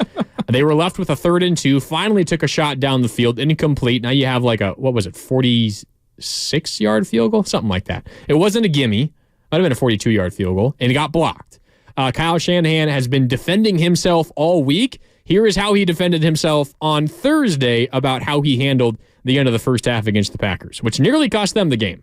When you're thinking about that, it's not times, it's downs. And so the plays would have been the same. On the second down before that, we tried to get an explosive. And then you check it down. And then it goes to 3rd and 2. And then now if we would have not saved any time, it would have been 3rd and 2 in the same situation with about, I can't remember exactly, but I want to guess 40 seconds. And now everything's down to that 3rd and 2. Now, if you don't get that 3rd and 2, now the other team has the ball back with 40 seconds and 3 timeouts. And now it's a totally different game. At that time, we're up 7-6. Worst case scenario, I feel we're going into halftime up 7-6. I'd like it to be second worst case scenario, 10-6. No one will make the field goal. We're starting with the ball in the 3rd quarter so we could have a chance to lap them. I still believe if we get the right look, which we almost did. The mic was just a little bit too deep. Now we're inside the 10, and we have 2 shots at the end zone where you have a chance to go up 14-6, get the ball first in the 3rd quarter, and now you're up 21-6, and the game has completely been changed for that reason. Now, we didn't get that. They didn't give us the big shot, so now we came to a 3rd and 2. Well, at least that whole half wasn't on the line on the 3rd and 2. We knew exactly what we had. We still went for it, but we didn't get it, and now we can kick our field goal, and they're never going to touch the ball again. So those are the stats. It took me a while to believe it, just like all you guys, obviously. But there's too much history with it. There's too much time, and I believe that really helps us have a good record. Oh, man. I want to throw up. That sounds like, and he can talk all he wants about, I just don't want to give the Packers the ball back. Like, okay, yes, of course, you don't want the Packers to have the ball back. You don't want to go into halftime trailing. Absolute worst case scenario is, yes, you're up by 1 going into half. I agree with you, Kyle Shanahan. But you got to try harder to go up by 8 points. You talk so much about how you love to score to close the first half and score to open the 3rd quarter. Actually try to score. You were not trying to score. You were playing to not let the Packers get the ball back. If you're doing that, you might as well take knees and just kill the whole clock. My God, that can't happen again today, Sterling. It can't, because Dan Campbell is going to go for it on 4th down like 7 times today. And if you don't get stops on 4th down today, guess what? The Lions might win this game because Kyle Shanahan is not going to steal possessions back himself. That cannot happen today. It cannot. Is there a mindset of don't react to what Dan Campbell does? Just because he goes for it on 4th downs, just play your game. It got you this far. Like, I could see, I'm not saying do that. I could just see Kyle Shanahan sit back and say, you know what? Like, I don't need to be Dan Campbell. He can go for it on every single 4th down of the game. Let him. I'll trust my defense to pull us through.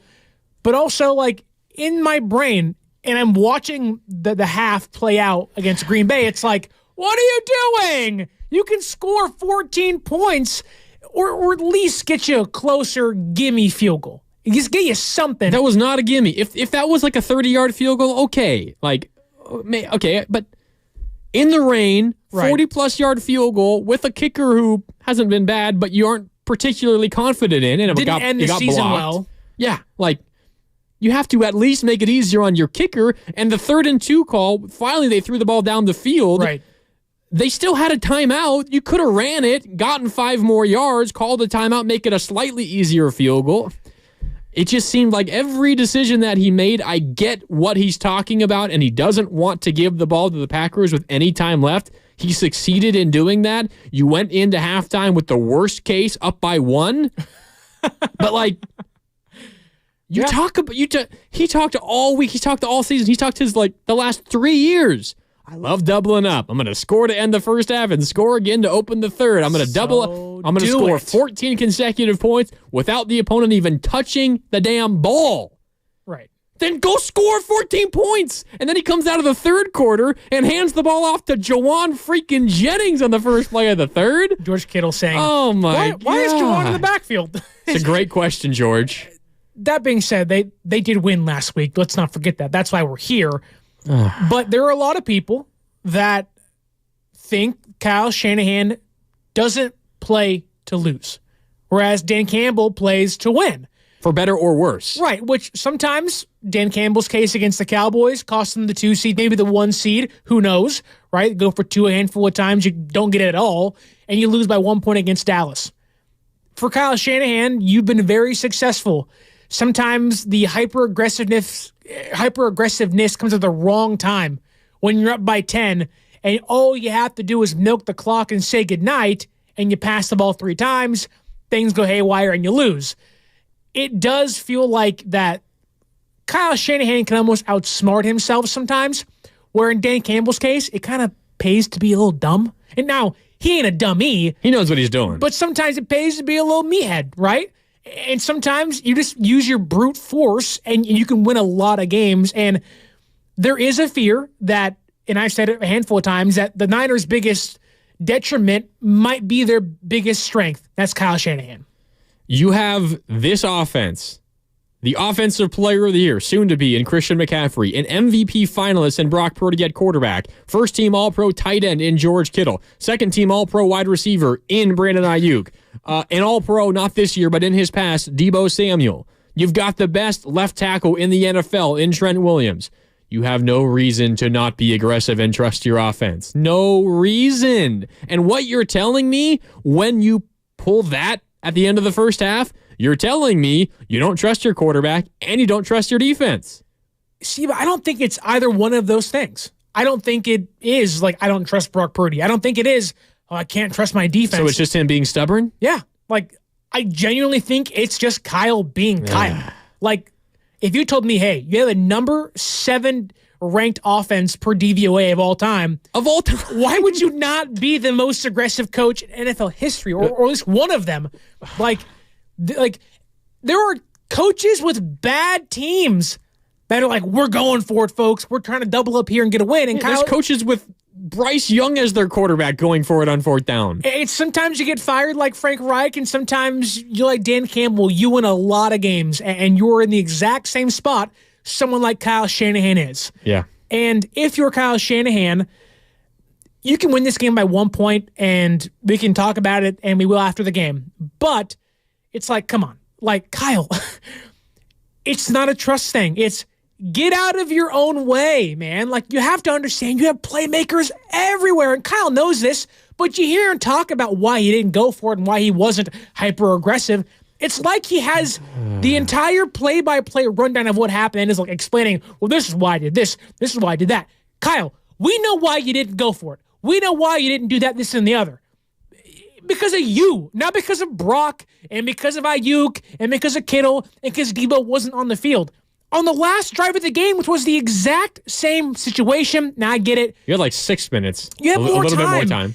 And I get it, you have to score there so you can be a little more aggressive. The crazy thing is, 6 minutes, you could have went a little quicker and maybe gotten yourself an extra possession. Right, which, like, that's pulling teeth at that point. Yeah. But it's like, Kyle, you would not even have to be in that situation had you scored some points. Yep. And I think for every Niner fan, especially in the Kyle Shanahan era, like, this ain't Bill Walsh, right, where you know Montana's got this in the bag. It's a guaranteed fourth quarter comeback. We've been here over and over and over again, seeing this team on the brink of going to the next step or being called a champion, a Super Bowl champion, and something, mainly Kyle Shanahan, gets in the way. For all the good he does, it's like, Kyle, you don't have to be up by 10. You can be up by 20, by 17. You don't have to be trailing by 1. You can be up by 6. You can put yourselves in better positions to end games, meaning the game's not going to be on the line with 2 minutes left, and then you lose a heartbreaker. Yeah, and the reality in which, like, the parallel universe where the Lions win this game,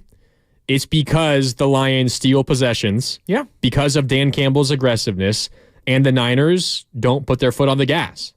And they do a little bit more of what they did at the end of the first half against Green Bay. Like, that's a path to victory for the Lions. They go like 4 for 5 on 4th downs today, and they turn them into touchdowns. The Niners, they don't go for it on 4th. They kick a field goal on 4th and short, like, or you're not aggressive enough at the end of a half. Like, that's a path to victory for the Lions. There's not a ton of path to victories for the Lions. We spent so much time the first hour and a half of the show today talking about all the ways in which the Niners can win this game.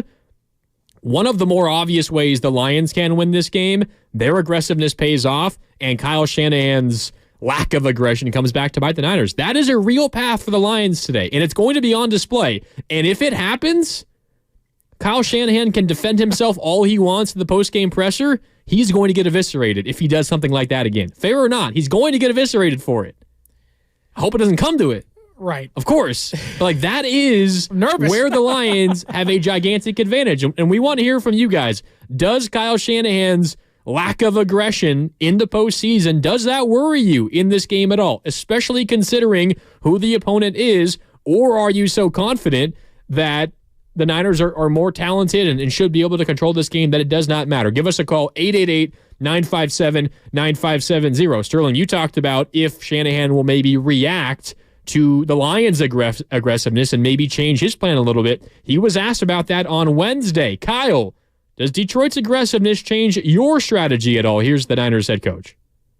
Not much. It's you're aware of it, so you understand it. You prepare for it. You know they might, when it's third down, they might have 2 tries, a lot more than other teams do, percentage-wise. You know, they're willing to go for fake punts and all that stuff. I mean, those guys are trying to steal possessions as much as they can.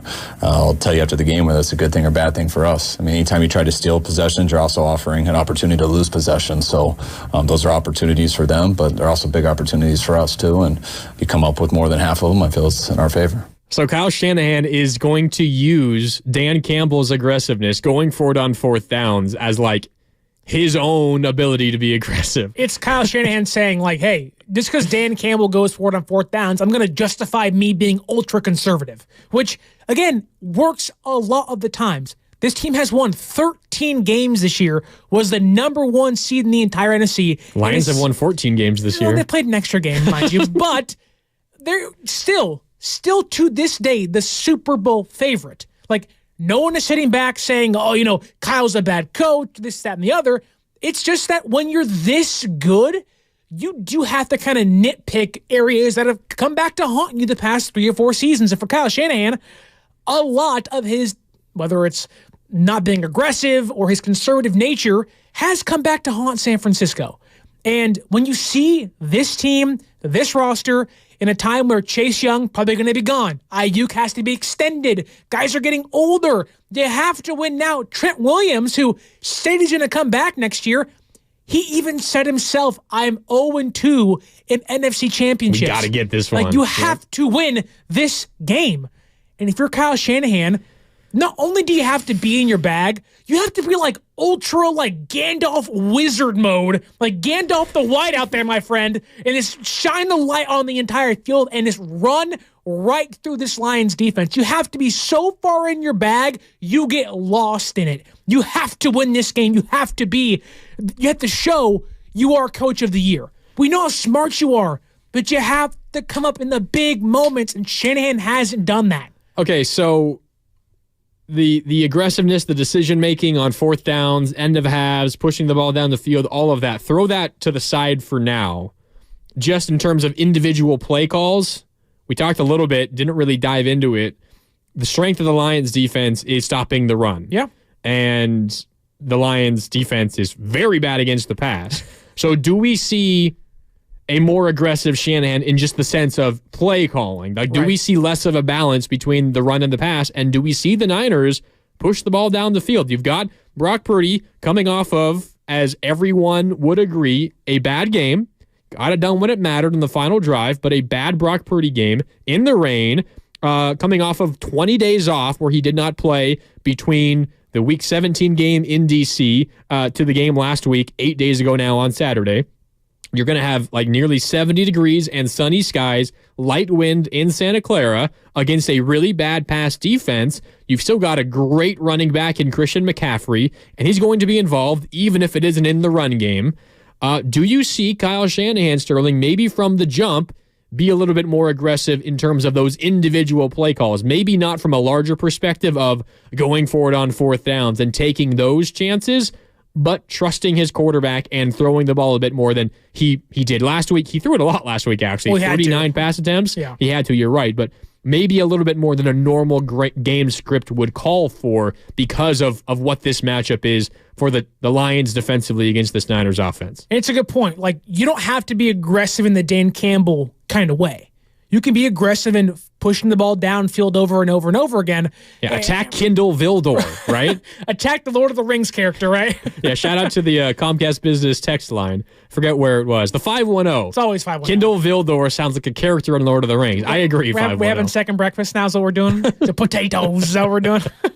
But I also want to say this because while you can be hyper-aggressive, and look, it's almost like you want Kyle to be so aggressive, but you can't forget the fact that Christian McCaffrey has to run the ball at least 18 times.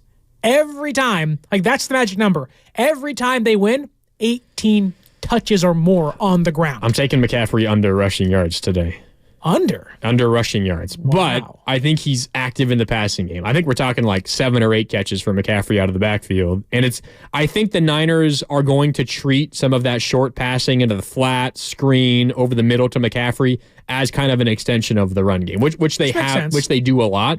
But I think you'll see the Niners a little less often than normal just run it up the gut because that is the strength of the Lions defense. Yeah. So if I'm talking about McCaffrey's rush yards, I think he goes under, but he's going to be involved, and maybe his total yards are near where Vegas has him set. Right. I don't know exactly where it would be, but in terms of rushing yards, I think McCaffrey goes under, but it's because the Niners are taking advantage of the weakness of Detroit's defense elsewhere. Does it kind of draw you back, talking about being aggressive with Kyle Shanahan and he needs to do this, that, and the other pass-heavy offense today and push the ball downfield. The Lions, though, in the playoffs have not been the Lions of the regular season when it comes against the run. 144 rushing yards given up in 29 carries, almost 5 yards a pop. So their biggest strength on defense really has not been... The Bucs are not a good running team. And Rashad White was having a day. Yeah. Again, the Lions have a really good run defense, the best in the entire league in the regular season. But when you see they've given up nearly 5 yards a carry, does it also kind of say, hey, maybe Kyle doesn't need to be so aggressive through the air. Maybe he can ground and pound his way to a win, knowing Detroit's given up almost 5 yards a carry, and you have the best running back in the entire league on your side. I think the running for Tampa Bay against Detroit last week was a little bit misleading because Detroit is one of the matchups Tampa is one of the matchups for Detroit specifically, where Tampa loves to throw the ball. They hate to run it. Detroit loves when opponents run it, and they hate when opponents throw it. So I think Detroit going into that game was like, all right, we're going to let you run a little bit just to encourage you to stop throwing, right? And Mike Evans still got his. He had 8 for 147 and a touchdown. Wide receiver 1 still eat against this defense, even when that was the plan defensively for the Lions. But the Lions went into that game knowing that they wanted Tampa to run the ball because they were deathly afraid of Mike Evans and Chris Godwin and company and all of those guys. You can't do that against the Niners because they are as good on the ground as they are through the air. They are truly a balanced offense, and I think the Lions have to play a little bit more straight up against this Niners offense. Otherwise, you leave, an empty box. You stack the box. The Niners will be willing to throw. You drop some more back in coverage. The Niners will run on you. That's what the Niners can do. So I think the running was a little bit misleading last week. I think the Lions will get back to limiting the run game today, but we'll see. If the Niners can consistently run the ball, I don't know how the Lions can win this game because that is the strength of this defense. If the Niners do that, they're going to have a fantastic chance. All right, 11 o'clock here on 95.7 The Game. Sterling and I are with you for 2 more hours up until 1, and then the kickoff show with Larry Krueger and Lo Neal takes over all the way up until kickoff at 5:30 to answer your question on the Comcast Business text line 510. Sterling and I until 1, and then Larry and Lowe until 3:30. But yes, 95.7 The Game is live and local until kickoff today ahead of the NFC Championship game. More coming up on the other side. Niners and Lions. It ticks closer right here on 95.7 The Game. You like that? You like that?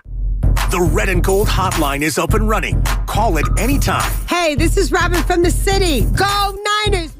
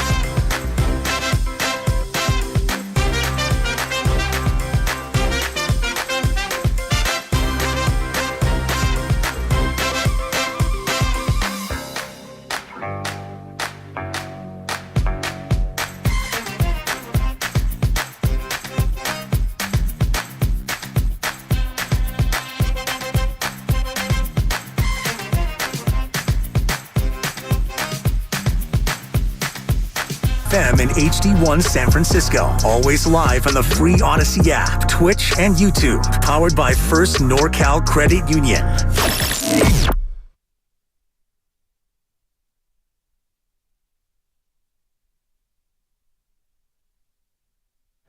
What? I can honestly say I'm sort of built for this. Now back to 95.7 The Game.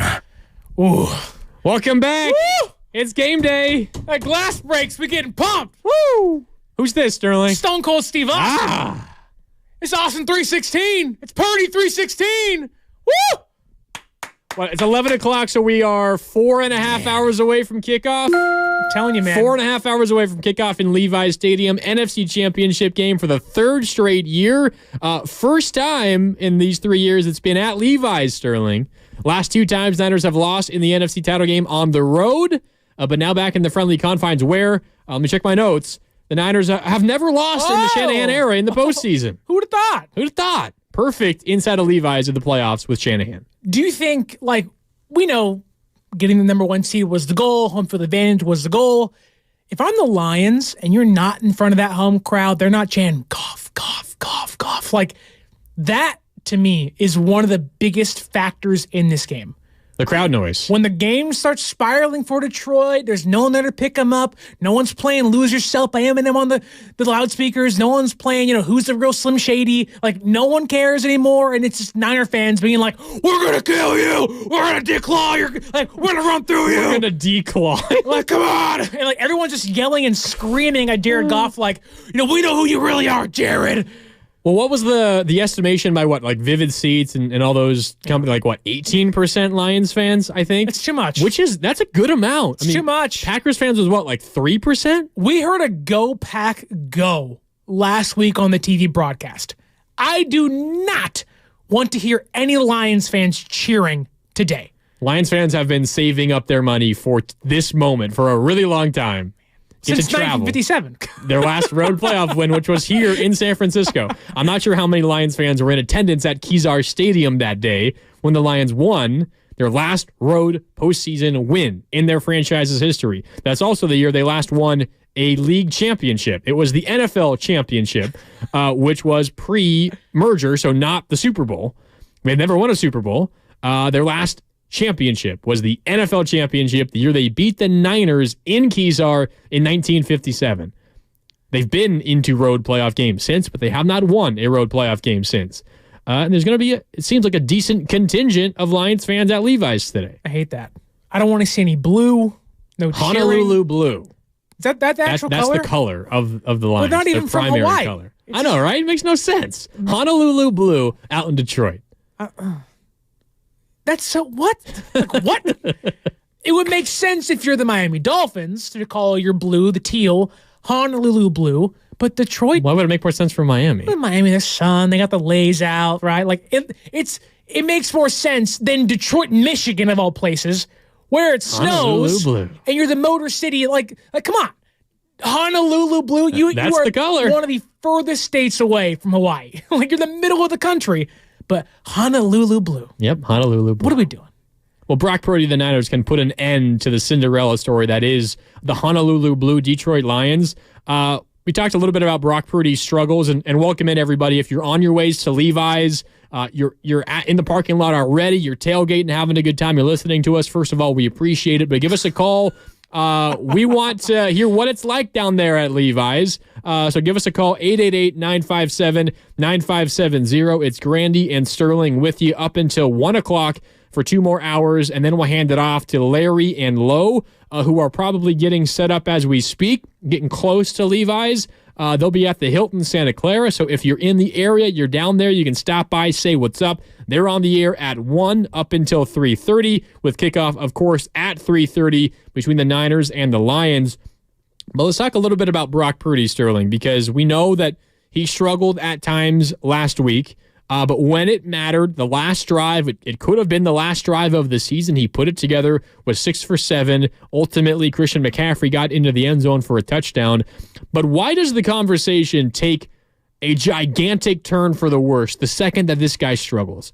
He is a second-year quarterback, picked with the last pick in the draft, and already has 3 postseason victories. With the win today, Sterling, he would be just the 4th quarterback in NFL history to earn 4 postseason wins in the first 2 years of a player's career. Wow. It's not the best company, kind of oddly enough. Ben Roethlisberger, 5 playoff wins in his first 2 years. Russell Wilson and Mark Sanchez, both 4 playoff wins in their first 2 years. Purdy currently sitting on 3. But this is the guy who has done something in his first 2 years, and we're not finished with his second year, that only 3 other guys, he has a chance if he wins today, that only 3 other guys in league history have ever done.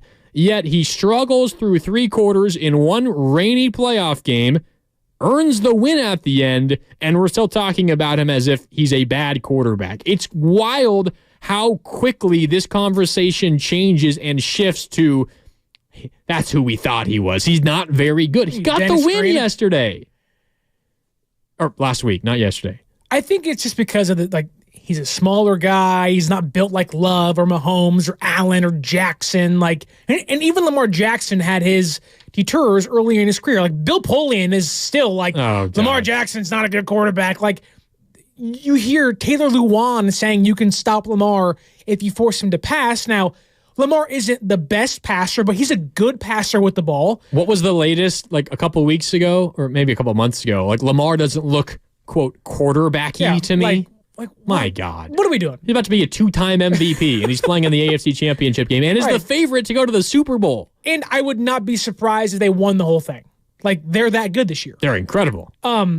That being said, for Purdy, in a way, I'll probably very different reasons behind stating doesn't look quarterbacky enough. Brock Purdy, to some, doesn't look quarterbacky enough because he's a smaller guy, smaller hands, 7th-round pick, last pick in the draft. Where in reality, Cam Newton's great at, if Brock Purdy was a linebacker, nobody'd care. Defensive end, nobody'd care. There are plenty of other positions, undrafted guy, Matt Breida, Raheem Mostert. No one, they are applauding them for being undrafted, for how good they've been. Juwan Jennings, 7th-round pick. Exactly. 3rd and Juwan. The whole league's he's a dog. But he's blocking guys into the Gatorade stand, and we love that guy. And it's but you put quarterback next to someone's name. I get it. 7th-round picks, this isn't supposed to happen. But the reality of it is his play shows you and proves that even if it's not supposed to happen, it is happening. Brock Purdy, albeit wasn't great last week, I think the odds of a bounce back are extremely high with the sun being out, with the offense being at full capacity, and I do think you look at that last drive of the game after a lot of time off, 20 days off in between games for him, you can maybe count some of that towards being rusty. If the final drive is what we're going to take away from that Packers game, he can carry that thing over. This is going to be a long day for Detroit, a very long day for their passing defense. How confident are you in Brock Purdy today? Let's say 8 out of 10. Pretty confident. There's always that one part where you're you never know here. But my confidence in Brock Purdy is that of Kyle Juszczyk's. We have a lot of confidence in our passing offense. And everyone in the Niners locker room, and of course they're not going to say anything else publicly, but it feels genuine and it feels like the truth and it feels like there's a lot of emotion behind it. Eric Armstead was on earlier this week on Willard and Dibs, and the guys asked him, you don't get this Brock Purdy hate, right? It makes no sense. And here's what Armstead had to say about that. He simply does not understand this discourse around Brock Purdy. Yeah, I don't get it. I don't understand it. It's kind of weird to me, the hate that he gets. I don't really understand where it comes from. Being around him, another top player and the person that he is, and he's everything that we need him to be. And we wouldn't be able to do anything without him. And a lot of the success and where we are as a team is because of him. And we love having him as our quarterback. That's Eric Armstead from earlier this week here on 95.7 The Game. You're referencing what Kyle Juszczyk said.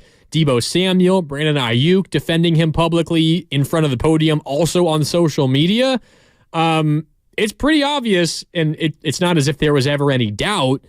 This team knows that Brock Purdy is the guy that can lead them to a Super Bowl, but nationally, the conversation is just so off. After one game in which he struggled but still earned the win, and now we think that he isn't the guy that can win the Niners a Super Bowl. It's pretty wild to me how up and down and reactionary the conversation is to this guy who's still just in his 2nd year in the league. His first full season as the starter, all he's done is go to consecutive NFC Championship games, and in playoff games that he started and finished, he's undefeated. He's 3-0. The only loss in a game that he started in the postseason is when he got hurt on the team's first drive. This guy has not lost when he's played a full postseason game, and he sure as hell does not want to start that today.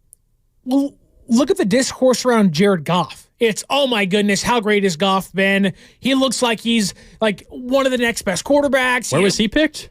Number 1 overall. 1 overall? Yeah. It's like, that's the reason why. Shout out Cal. And shout out Marin Catholic. Bears. I played Marin Catholic in baseball. We have bitter beef. Like, disrespectful beef. There you go. Did you lose? We did. Yeah. No, they're like really good at everything. It was a walk-off bunt. Oh. I was like, you know what? We're going to throw hands. And ever since that day, you've hated Jared Goff. Yeah. I'm like, oh, Goff, I hate that guy. He just makes me so angry. Because of my high school baseball loss off a bunt. But yeah, it's number 1 overall pick against last pick in the NFL draft. Not the same draft, obviously. The stats almost all favor Brock Purdy. The play of the last 2 years have favored Brock Purdy. Again, Goff is good. No one's saying Goff ain't good. But dare I say, Purdy has been phenomenal this season. And the disrespect that he gets, okay, you don't play great against the Ravens, fine. Bounce back against the Commanders, did that. Don't play great against the Packers, you won that game, you bounced back in the last drive when it matters. And it's not like they're playing the Ravens today. It's not like they're playing a stout passing defense. They're playing the Lions, who their passing defense stinks. They're not good. He's going to cook Cameron Sutton and Vildor. And Brian Branch, not the same thing, but he's going to have success on the outside. Throwing outside of the numbers in this game, Anzalone on the linebacker, Jack Campbell, you get those guys on crossing routes, they're like, I don't know which way everyone's going. They get discombobulated, and it's like, you can cook these fools, man. You can go out there, you can beat these Lions. I believe Brock Purdy's going to get this thing done today. Brian Branch is the Lions' best defensive back. He's their nickel back. They play nickel a lot, but he's not going to be out there for every single snap. And he's a rookie playing in the NFC Championship game, and he's their best defensive, at least in my opinion. Which he might show off. He's a good player. He had a pick six in his first NFL game. Remember they beat the Chiefs in the first game of the regular season? Yeah. That Thursday night game in Kansas City. Upset the Chiefs on the road. Brian Branch had a pick six in that game. The other thing about this Lions team is they get so much from their rookies. Yeah. Jahmyr Gibbs and Sam Laporta, like they're setting NFL records for like most yards by rookies and touchdowns by rookies. Like they're a very young team. Which is why you feel like they're kind of a year ahead of schedule, right? Yes. And part of me feels like they're kind of like a 49er, at least offensively, and there are some similarities on the defensive side of the ball, but the Lions are kind of like the 49ers mini-me, like in offensively. A way, yeah. They do it with a running back by committee. They have two really good running backs, and David Montgomery and Jahmyr Gibbs. Really and they're kind of like thunder and lightning, right? Like Gibbs, one of the fastest guys in the NFL. Keep an eye on Fred Warner and Drake Greenlaw trying to catch up with Jahmyr Gibbs because most linebackers cannot. The Niners linebackers are built a little bit different, but Jahmyr Gibbs is also built a lot different. Yeah. But between those two guys, you kind of get like Christian McCaffrey's production. Yeah, what is it, 1,900 yards on the ground plus? You got, 23 touchdowns? It's almost literally Christian McCaffrey. Yeah. If you look just as a team, the Niners average about 140 rushing yards per game. The Lions, 136. They're right there. The Niners, 27 rushing touchdowns this season. The Lions, 27 rushing touchdowns this season. What do they also both do? They use the run game to set up the pass. A ton of play action, and they're two of the best teams in the NFL off of play action. But they do more than that. They're also two of the elite passing offenses in the game. The Niners pass for about 258 yards per game, 33 touchdowns. The Lions, 259 passing yards per game, 30 touchdowns. They each have an all-pro wide receiver, Amon-Ra St. Brown, first-team all-pro. Brandon Ayuk, second-team all-pro. They both have great tight ends. George Kittle, first in the NFL, tight ends receiving yards. Sam Laporta, the rookie, by the way, both out of Iowa, fifth in the NFL, tight end receiving yards. They're built the same way, and that's even before mentioning the quarterbacks. And while we spent a lot of time talking about how Purdy has had a much better year than Jared Goff, you can kind of describe these guys a lot of the same way. At least that is how the national conversation is, right? Like the conversation around Purdy is, well, you get him in the right scheme with talent around him. He's really good, and he can make you hurt that way. Kyle Shanahan was asked about Jared Goff earlier this week on Wednesday. Here's how Kyle Shanahan described the Lions quarterback. I think he's showing some of the stuff that he did in LA. I mean, you go with Jared, I mean, he built for a number of years, especially, I think 17, 18, really 18. I mean, he played at MVP type level. When they give him a good scheme, when he's got good people around him, Jared's going to always find the spot. He's as accurate as any quarterback I've seen. He can play at a very top level. If you sit and make things easy for him, he will gas you. I've seen it over and over, whether it's with the Rams, whether it's with Detroit, and that's why you challenge it. You better be on your stuff or he can embarrass you fast. Like, doesn't that cut of Kyle Shanahan talking about Jared Goff sound like a lot of people talking about Brock Purdy? No. No, it doesn't? No. There's so much more disrespect towards Brock, to me. But it's you get him in the right scheme, you get the right guys around him. He's as accurate as any quarterback. Right. If you make it easy on him, he will hurt you. Like, there is a lot of kind of under the table disrespect there. Like, he's not good enough to do it by himself. Okay, yeah. Which is kind of how the national conversation is. And we can differ, we can disagree based on what the national media thinks about Brock and how we as Niner fans who watch this team week in and week out and rewatch the games over and over, like, we can disagree with that national sense. But still, I feel like there is a similarity in how these two quarterbacks are viewed on a national scale. And that's just one of many similarities that these offenses have. They both have all-pro tackles. Trent Williams, first-team All-Pro left tackle. Penei Sewell, first-team All-Pro right tackle. Like, these offenses are built in the same way. The Lions are just younger. They're the Niners' mini-me offensively. And that's why if you're San Francisco, you have to impose your will. You have to get to Jared Goff. Kyle Shanahan said if you let everything be right for him, well, he'll pick you apart. Let's not let that happen. Let's get to him. Let's get after him. And if you're San Francisco, like, this game is really as simple as go out there and lay some freaking wood. Go out there and knock some guys around. Like, Detroit's a tough team. They have the blue-collar mentality that, we're not supposed to be here, but we are, and we're going to make some noise. They embrace the head coach. They embrace the quarterback. Jared Goff, a couple years ago, was seen as kind of an afterthought of, you lost against the Patriots in the Super Bowl. We're going to go get Matthew Stafford instead. And Stafford gets it done, beats San Francisco in the NFC title game, and you win a Super Bowl. But Jared Goff was kind of seen as a throwaway in that deal. We'll take the picks, and we'll take Jared Goff's contract too, right? Jared Goff has raised the level of play in Detroit by a lot. Like, they've embraced him a lot. He's embraced the city as kind of the comeback king, right? But if you're San Francisco, you have to end the comeback.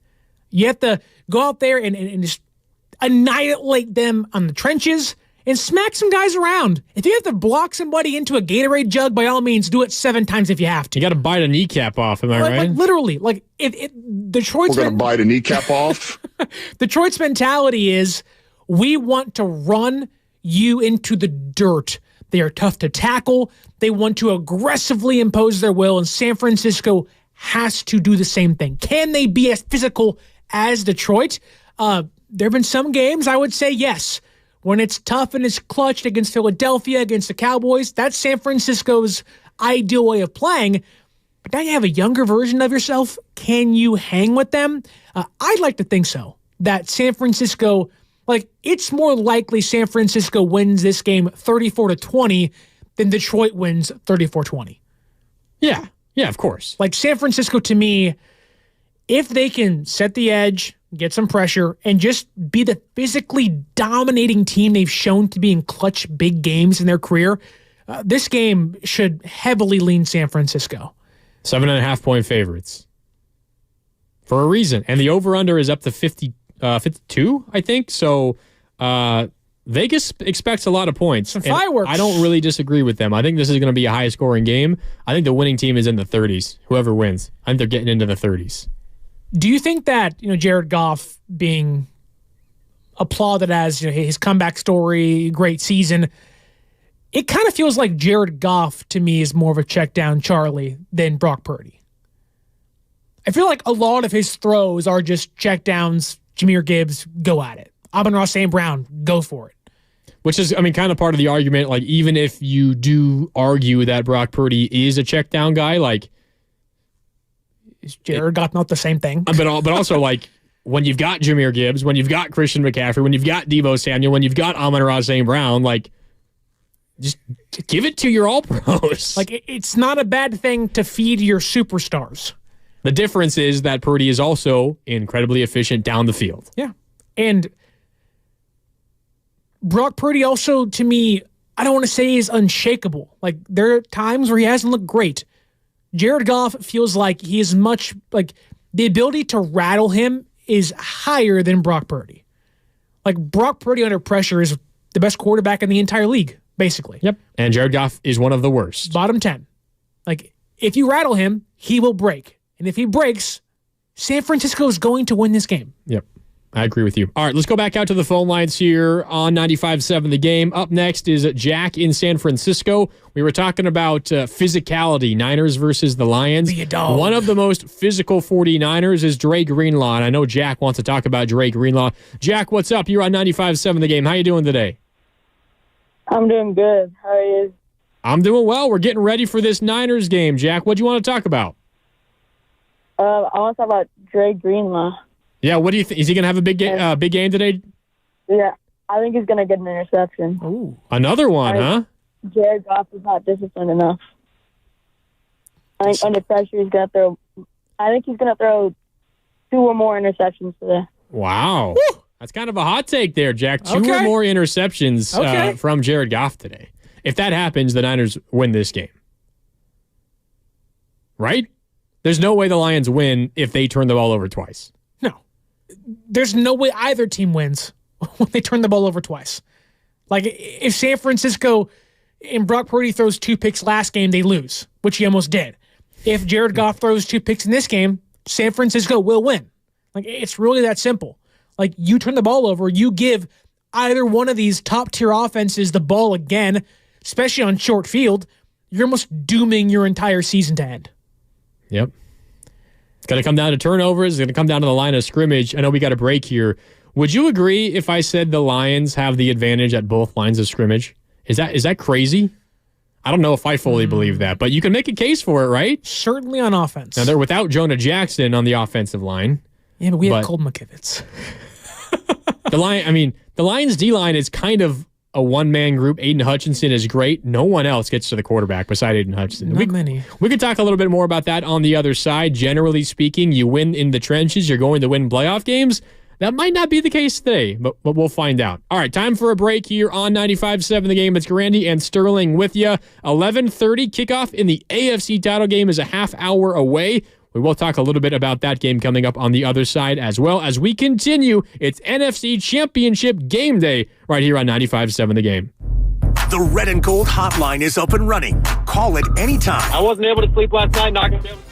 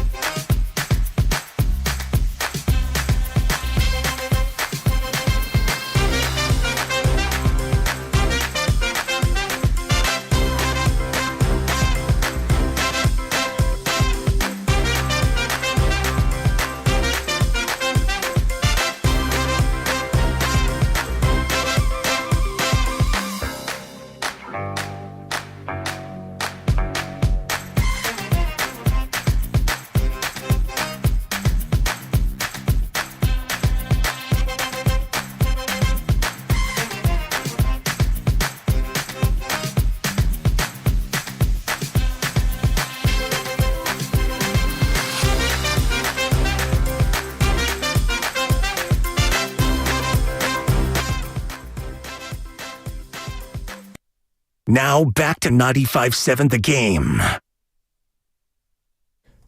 Welcome back. It's game day. 4 hours from kickoff from down in Levi's Stadium. It's Grandy and Sterling with you on 95.7 The Game as we continue to get ready for Niners and Lions. The Niners in the NFC Championship game for the third straight year, for the fourth time in the last 5 seasons. Thanks for tuning in here on 95.7 The Game. We want to hear from you guys, so give us a call, 888-957-9570. That's also the Comcast Business text line, and we're keeping an eye on the YouTube chat powered by First NorCal Credit Union. Shout out to Jimbo, D-Lou, Sammy, Dennis, WG, Mighty Meme. I see all of you guys. Before Time. Steve Wilds. I see all of you. Keep them coming on the YouTube chat, again, powered by First NorCal Credit Union. Sterling, do you remember in the Super Bowl, February 2020, obviously the result was bad. I remember the game. I remember being how disappointed I was. George Kittle sitting on the sideline as the game ends. Oh, yeah. And he's sitting there. He's mic'd up because it's a Super Bowl and you've got mics everywhere. And you can hear him kind of muttering to himself and promising to himself, I will be back here. I will return to this stage. I'm going to get back here. The Niners have lost in the NFC Championship game each of the last 2 seasons. They have not gotten back there yet. Is today the day that changes and George Kittle and this Niner team gets back to the grandest stage in all of sports? Yes. This is the season. This is the year. 2024 is going to be the year the San Francisco 49ers finally win their 6th Super Bowl. Oh, you locking that up? It was my pick before the year started. They've given me no reason to change it at this point. The San Francisco 49ers will be either the Ravens or the Chiefs and win a Super Bowl this year. The Lions, the Detroit, whatever. San Francisco is the better team on the field today, and they will be the better team on the field in 2 weeks in Las Vegas. I believe that in my heart to the very end. This team is too good to not win. And if they don't win, this is going to be one of the biggest fumbled bags ever. One of the biggest letdowns. And for the Lions or Chiefs and Ravens, one of the bigger upsets ever. Well, it's interesting you said that because Rob Parker, who I know everybody here in the Bay Area loves. Used to work with him, yeah. Yeah. One of the preeminent Steph Curry haters, right? Called him the GOAT, the greatest mirage of all time, right? I know he's not the most popular guy in this city, in this town. He was on with Willard and Dibbs on Friday. Here's what he had to say about the Niners as big-time favorites against the Lions.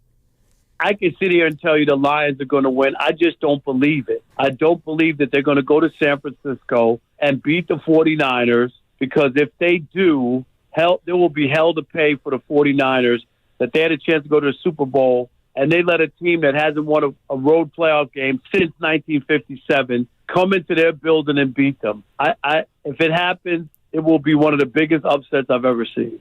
One of the biggest upsets he's ever seen. 7.5-point favorites. One of the biggest upsets ever? How can it not be? I mean, 7. It's a number 7th ranked offense ever with all pros everywhere. The Lions are pretty darn good. They're not all pros everywhere good. They're a good team. No one's disrespecting Detroit. San Francisco is loaded everywhere outside of right tackle. That's the only place you're like, oh my goodness. You know who lines up on the right side of the offensive line? Let me guess. Aiden Hutchinson. We're talking about how the Lions are kind of like a Niners mini-me. Yeah. The comparison continues on the other side of the football. You've got a young, elite pass rusher out of the Big Ten in Aiden Hutchinson, right? He's the Nick Bosa of that Lions defense. He is great. He's incredible. And he lines up 90% of the time on the right side of the offensive line as an edge rusher. That means he's going up against the Niners' weak link on the offensive line in Colton McKivitz.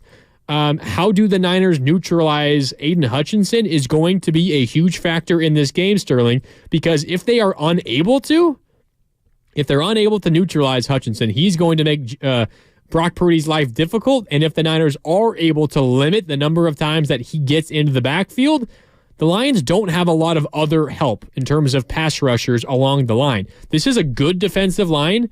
They're not great in terms of sacks and getting to the quarterback. They're really good run defense.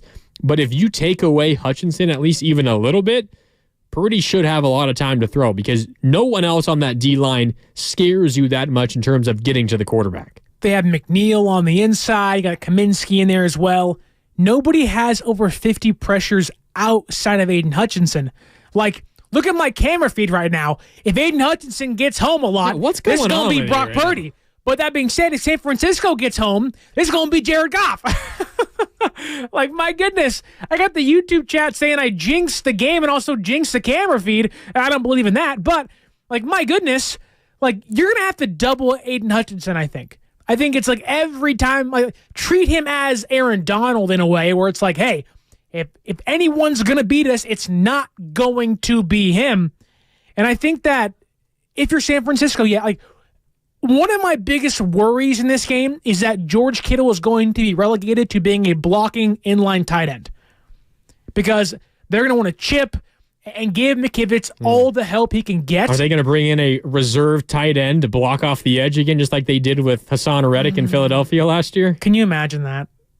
Could you imagine not the exact same outcome? Knocking on wood. But could you imagine the fact that back-to-back NFC Championship games, a backup tight end? You don't even get to say that. Like, we're not putting it out there. Like, come on. Josh Johnson, the Ravens' third quarterback, is inactive today in the AFC Championship game, which kicks off in 20 minutes. So very unlikely that we see Josh Johnson consecutive seasons in the championship round. At least we got that going for us. Oh, I can't wait to not see him play.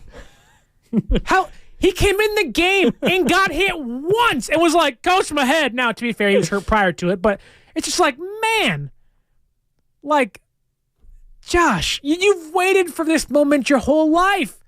The Niner Josh Johnson ties go back to Harbaugh even prior to that, but my goodness, let's hope like that was, well, I'll just say this.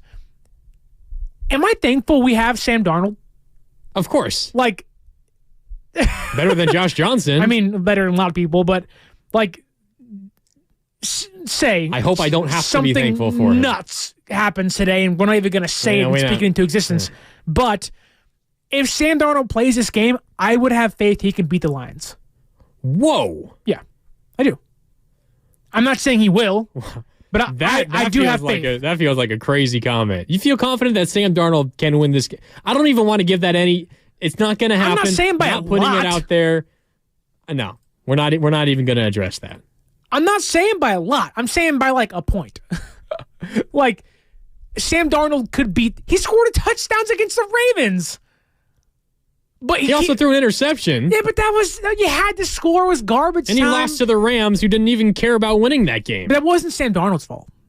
Whose fault was it? Chris Conley dropped the pass. Jake Moody missed 2 kicks. It was not a Sam Darnold's fault. How do the Niners limit this Lions offense? Because we spend a lot of time talking about just the D-line getting pressure and getting to Goff. That will make it a whole lot easier. But the Lions, ideally, they want to get to a point where you don't need Jared Goff to do a ton, right? Because you have the incredible duo of David Montgomery and Jahmyr Gibbs. They're the first set of teammates with at least 1,000 scrimmage yards and 10 or more rushing touchdowns in a single season. In NFL history, the first set of teammates with 100 or 1,000 or more rushing yards or scrimmage yards and 10 or more rushing touchdowns in a single season. Montgomery, the 9th most rushing yards this season, 3rd most rushing yards per game, tied for the 6th most 100-plus yard rushing games. You have that, and then you factor in what they do in the passing game. And another reason why this Lions offense reminds me so much of the Niners offense, the 49ers, with Christian McCaffrey, Brandon Ayuk, Deebo Samuel, and George Kittle, they all have over 1,000 yards from scrimmage this season. The 6th time in NFL history 4 different players have had 1,000 or more yards from scrimmage in a single season on the same team. The 4th time it's happened along with a 4,000-yard passer, and the first time it's happened with 1 running back, 2 wide receivers, and 1 tight end. The Lions have a similar statistic. David Montgomery, Jahmyr Gibbs, Amon-Ra St. Brown, and Sam Laporta, the rookie tight end, all have over 850 yards from scrimmage. They are the 8th trio in NFL history to have 850 yards from scrimmage and 10 or more touchdowns in a single season. It's pretty good. Like, they got the yards and they've got the scores. Those 4 players on both sides of the football are like the best 4 group like offensive weapons in the NFL, Niners and Lions. Like, this is not just a great run offense for the Lions. When I say they're the mini-me of the Niners offensively, I mean it. They can beat you in both ways. If you're going to limit David Montgomery, if you're going to try to slow down Jahmyr Gibbs, guess what? Amon-Ra is going to burn you for 150. Sam Laporta can easily get a 40-yard touchdown down the field, much like George Kittle can. This is an incredibly difficult Lions offense to try to plan for and to try to stop, and the Niners, they have their hands full. They had their hands full last week against the Packers. They got stops when they needed it in the red zone, a couple of turnovers in the second half, but this Lions offense is a whole different beast because it's kind of like the Niners in the sense where if you try to limit something, you're giving up something else elsewhere. And it's not like you can mirror Amon-Ra St. Brown with Mooney Ward. Like, he can't travel with him all the time because Amon-Ra plays nickel or plays slot 50% of the time. Like, you're going to have Lenore, and maybe if you get unlucky, Ambry Thomas lined up across from Amon-Ra St. Brown, which is a nightmare if you are San Francisco. I also will say this, though. When it comes to Sam Laporta, San Francisco has the best 2 coverage linebackers in the NFL that can eliminate the entire middle of the field. Which is where the Lions love to work as well. Exactly. So you're going to force Jared Goff to likely have to pass to the outside, which if you can get a little pressure on him, you can force him to pass outside. My bet is San Francisco at least has 1 takeaway in this game, but it doesn't account for what Jahmyr Gibbs and Montgomery can do on the ground. The Niners' run defense is bottom 10 in the NFL. They're just not good. Eric Armstead was supposed to fix that, and maybe after the week off, now they're back together again, and Armstead kind of got his feet back under him against the Packers. Maybe they're improved this week. I would like to think, by all intents and purposes, that the Niners' run defense will not give up a 53-yard near touchdown in this game, and it's not even about taking away somebody. It's about limiting them, right? If you can limit Laporta, limit Amon-Ra St. Brown, it really all comes down to Jared Goff, though. Like, if you can get pressure on Goff, nothing else really matters. Like, in a weird way, you pressure Jared Goff, force him to make mistakes, who cares what Laporta does? Who cares what Amon-Ra St. Brown does? Like, it doesn't matter. If you get to Goff, this game is yours. It is really that simple. It is. So I think so much of this game is going to come down to Steve Wilks timing his blitzes correctly. He only blitzed a couple of times on Saturday against the Packers, and I think he's going to need to do it more, and he's going to need to time it right against this Lions defense. I think one of the other main questions, I mean, obviously we talk so much about getting pressure. If the Niners just stop the run game, they're going to win this game. Now, that's very difficult to do. It's probably not going to happen. So much easier just to say that. But if the Niners limit the run game, they will win. I think one of the bigger chess pieces in this game, and what I'll be keeping my eye on, especially early, it's something you mentioned early on, how do the Niners try to go about defending Amon-Ra St. Brown? Yeah. Because he is what he's what makes their passing offense go. And as you said, he's in the slot about 50% of the time. So 50% of the time in the slot, 50% of the time on the outside. I think the Niners, while he's going to get his no matter where he lines up because he's a first-team All-Pro, one of the best receivers in the NFL in his 3rd year in the league out of USC, he's incredible. He's really, really, really good. I think the Niners want him in the slot because that allows them easily to just match up Diamador Lenore on him, and the Niners certainly feel more comfortable about Diamador Lenore against him as opposed to someone like Ambry Thomas.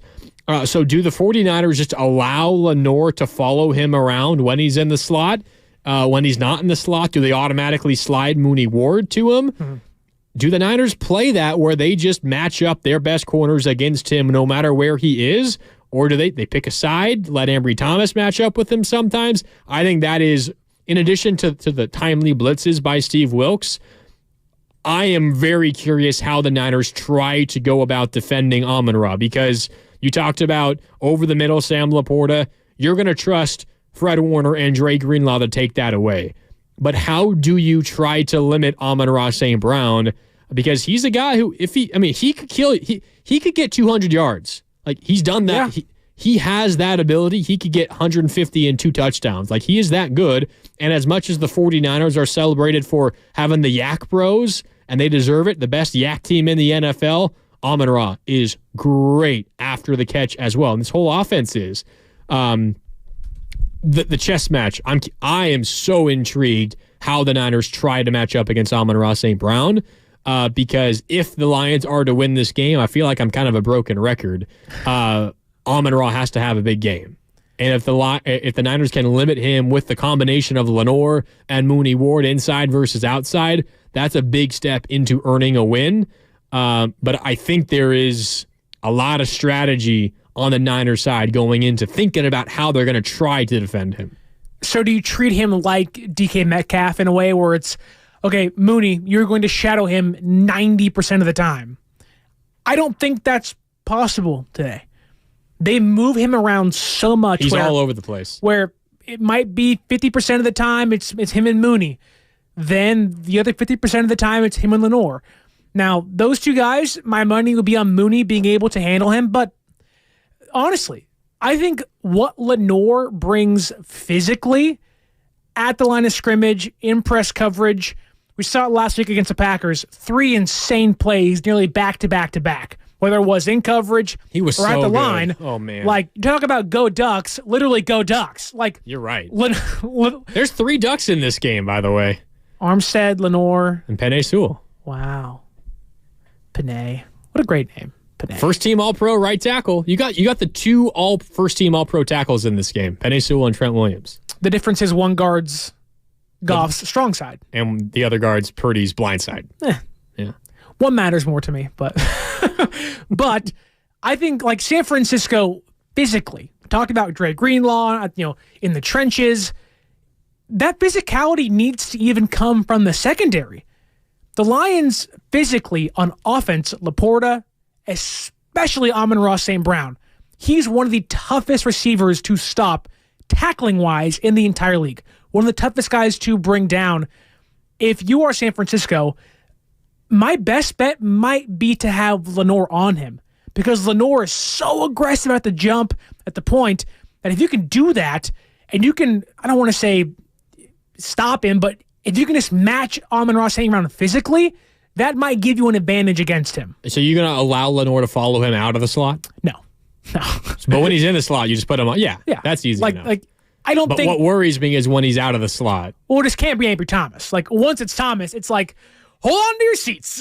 Cool your jets, because, oh my goodness. Like, I need safety help, please. But that's the thing. So, go back to Jair Brown, which was one of our first super chats of the day on the YouTube chat. Is Jair Brown going to play? Logan Ryan was bad against the Packers. I think he's going to play. I would put Jair Brown at strong safety, put Gibson at free safety, and give Thomas safety help over the top almost all game long. That is one way where you can give the Lions a look they haven't seen before, or at least in the last month or so. Jair Brown hasn't played in 4 weeks. You're going to give them a new look to see. And if they haven't seen it before, maybe Goff hesitates once or twice, then bang, gets sacked, or turns into a fumble or a pick. Yeah. Really quickly, we do have to get some picks in for the AFC Championship game, because that game is kicking off in less than 10 minutes. But first, I'm watching ESPN right now, and their pregame crew is going through picks for the Niners-Lions game. Larry Fitzgerald, Rex Ryan, Randy Moss, Alex Smith, and Teddy Bruschi. Whoa! Larry Fitzgerald, Randy Moss, and Alex Smith picked the Niners. Rex Ryan and Teddy Bruschi picked the Lions. Even CBS Sports was leaning heavily Lions. Why? I get it. You Biggest like them. upset ever. Why? San Francisco is the better team. It's not going to be easy. No one's saying it's going to be easy, but all the stats, or the majority of them, point to San Francisco having the edge, the advantage. They have the better quarterback. They have an equal rushing attack like the Lions do. Their secondary's better. So they got the better offensive and defensive lines? They should have the better defensive line. They should. They're, at least money-wise. Money-wise, they got the best D-line in football. Where it's allocated, they should have that. But I also think they have the better head coach. We can come down Kyle Shanahan's road and not being aggressive, and he's made so many mistakes. He has. When the tough gets going, maybe I wouldn't always pick Kyle, but in this game, I'm picking Kyle Shanahan over Dan Campbell. All right, yeah, I think I'm with you. We'll give out our official Niners-Lions picks right before we get off the air at 1 o'clock. But again, we are a little more than 5 minutes away from kickoff in Baltimore between the Lions and the Chiefs the Ravens and the Chiefs in the AFC Championship game. First of all, Sterling, as a Niner fan, I hate being the first game of Championship Sunday. Yeah. Because it almost feels wrong to have a rooting interest in the game when you're not even sure if you're going to win your game. Right. But just assume the Niners are in the Super Bowl. Who do you want to face? As a Niner fan, Sterling, who are you rooting for in today's game? Ravens and Chiefs. Ravens at home, favored by 4.5 points. I do not want to see Patrick Mahomes win. I'm so tired of seeing Travis Kelce and Taylor Swift and Brittany Mahomes, and once in a while they'll cut the Jackson Mahomes, and you're just like, I'm so over it. Like when they beat the Bills last week, I tweeted out saying I'd rather have Tom Brady come back and win the next 50 Super Bowls than watch Mahomes win one more playoff game. Like I'm so done with him. That being said, you're rooting for the Chiefs. I do think San Francisco, if they win, which they should, I think they have the better odds of beating Mahomes and the refs than the Ravens alone. Mahomes and the refs. Hey, man. Hey, it's just the truth. God, I think I'm kind of with you. It feels like sacrilegious to want to face Patrick Mahomes. I feel gross right now. The Ravens are the more complete team on offense and defense. Yeah, and they're very, Mahomes, very scary. So I think I'm with you. However, game picks before we do take a quick break. I think the Ravens win, but the Chiefs cover. The line is 4.5. So I'm picking the Ravens by like a field goal in this game today. A Tucker field goal? A Justin Tucker 62-yard banger. Dude, if we get Tucker versus Moody again, wow. The Legatron Bowl. What about you? Who wins the AFC title game kicking off in about 5 minutes?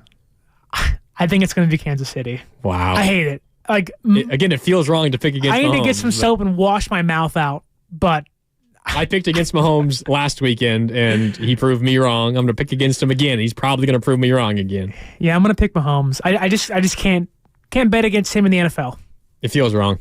He's finally won a road playoff game, Sterling. Now he's going for number 2. Well, let's make sure the Lions aren't the same way and have their first road playoff win today. Since 1957, the last time the Lions won a road playoff game, which was here in San Francisco at Kezar Stadium. All right, time for a break. The AFC title game is about to kick off. What does that mean? Niners-Lions is 3.5 hours away. Let's get fired up, faithful. 3.5 more hours. Niners-Lions from Levi's at 3:30. Grandy and Sterling continue on the other side right here on 95.7 The Game. The Red and Gold hotline is up and running. Call it anytime. Where's the defensive line? Where's the pressure? What is going on with the defensive line pressure? Get excited.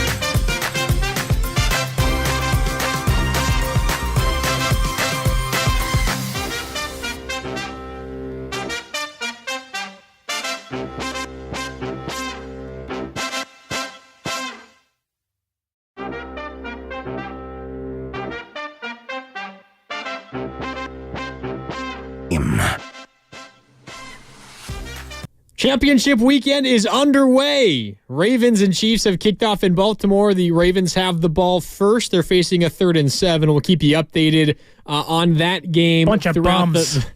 the next hour here on 95.7 The Game. It's Grandy and Sterling with you. We're with you up until 1 o'clock when we will then hand it off to Larry Krueger and O'Neill on the kickoff show. That's an hour away. Those guys have you until 3:30 here on 95.7 The Game, which of course is when kickoff is here on 95.7 here in the NFC Championship game. And then Sterling and I will come back for post game.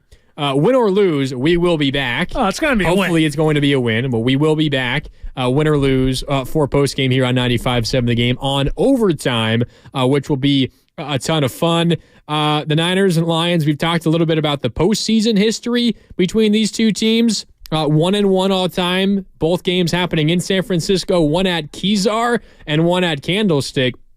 1-1 all time in the postseason. However, Sterling, if you're looking for a little bit of confidence, the Niners have dominated the matchup with the Lions historically. A part of that is because the Lions, as we've talked about, have sucked for like 30 years. Have sucked for a very long time. The Niners have won each of the last 2 matchups. They've won 11 of the last 12 and 16 of the last 18. That dates all the way back to the 1988 season.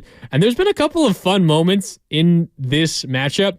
You think back to, let's see, what year was it? The 2011 season. It was the first year of Jim Harbaugh. It was the Harbaugh-Jim Schwartz Bowl early. Oh, the handshake. Both teams were like, both teams were like 5-0 or 4-0 and 5-0. They were both like the darlings of the early season of the NFL because they kind of came out of nowhere.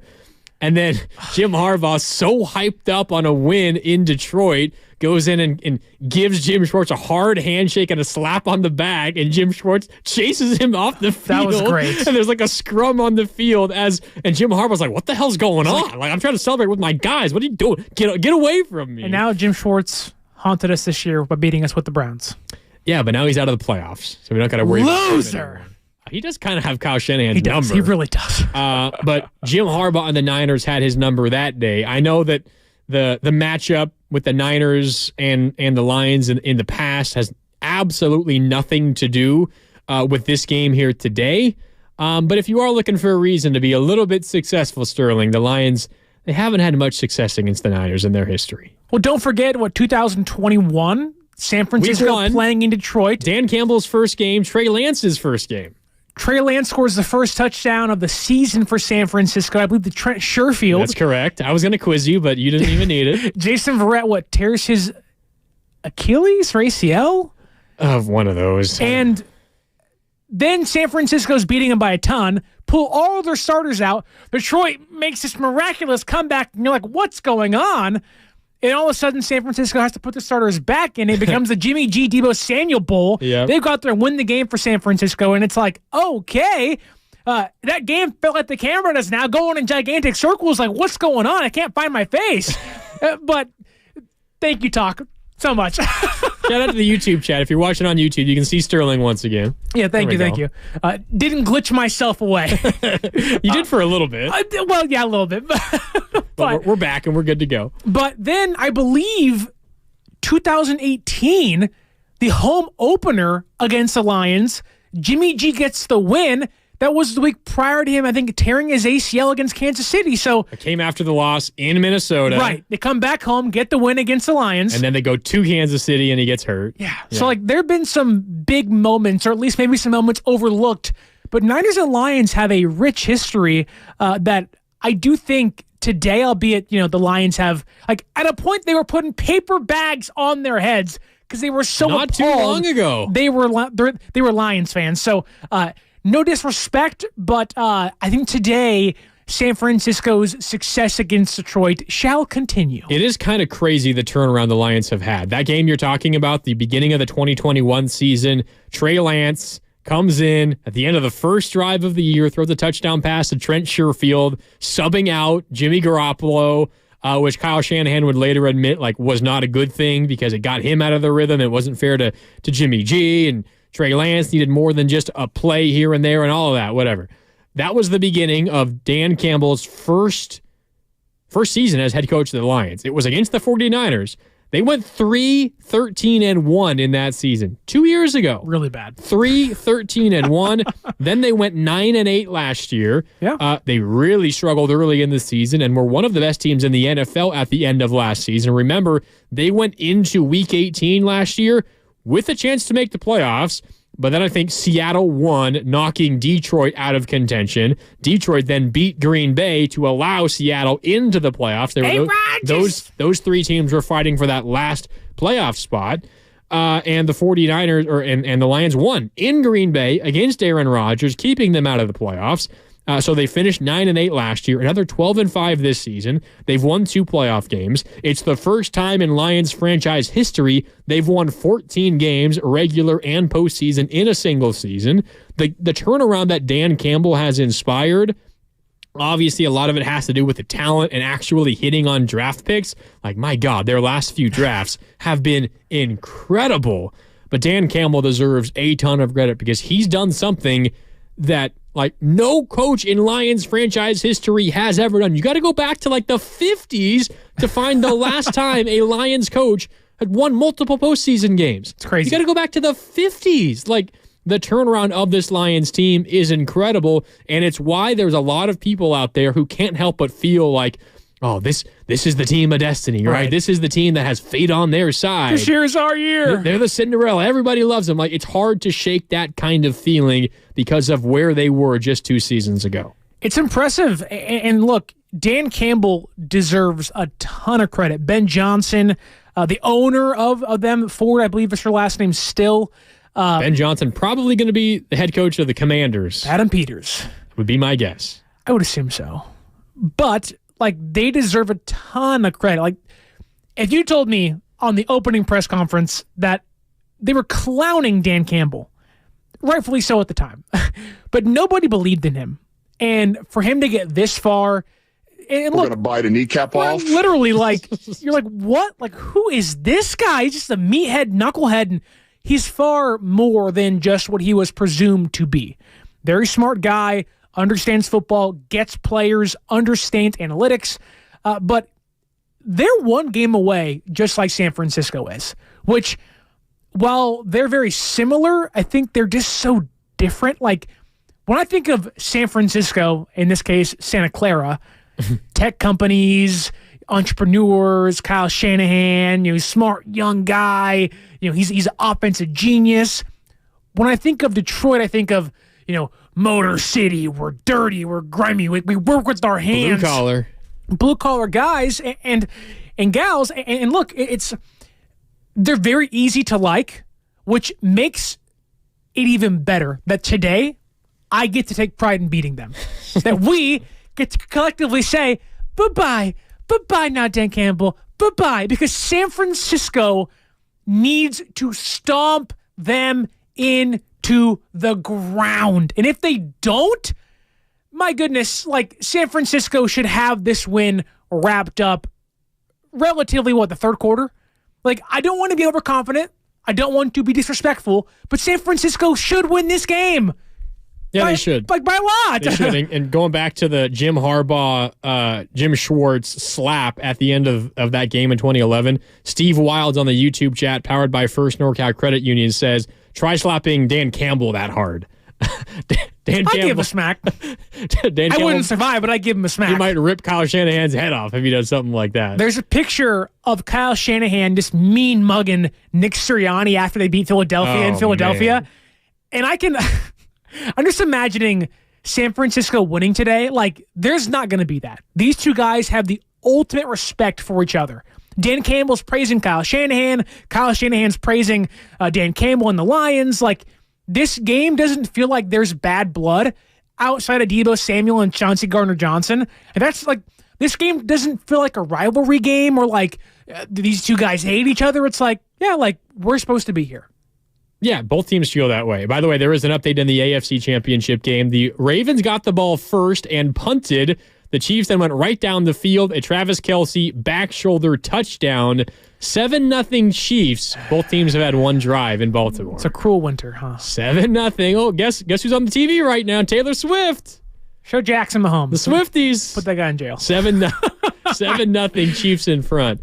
Patrick Mahomes is inevitable. Are they getting hot at the wrong time? The right time. Well, for them, but for the wrong time, whoever's playing them. Like they just limped through the whole regular season, and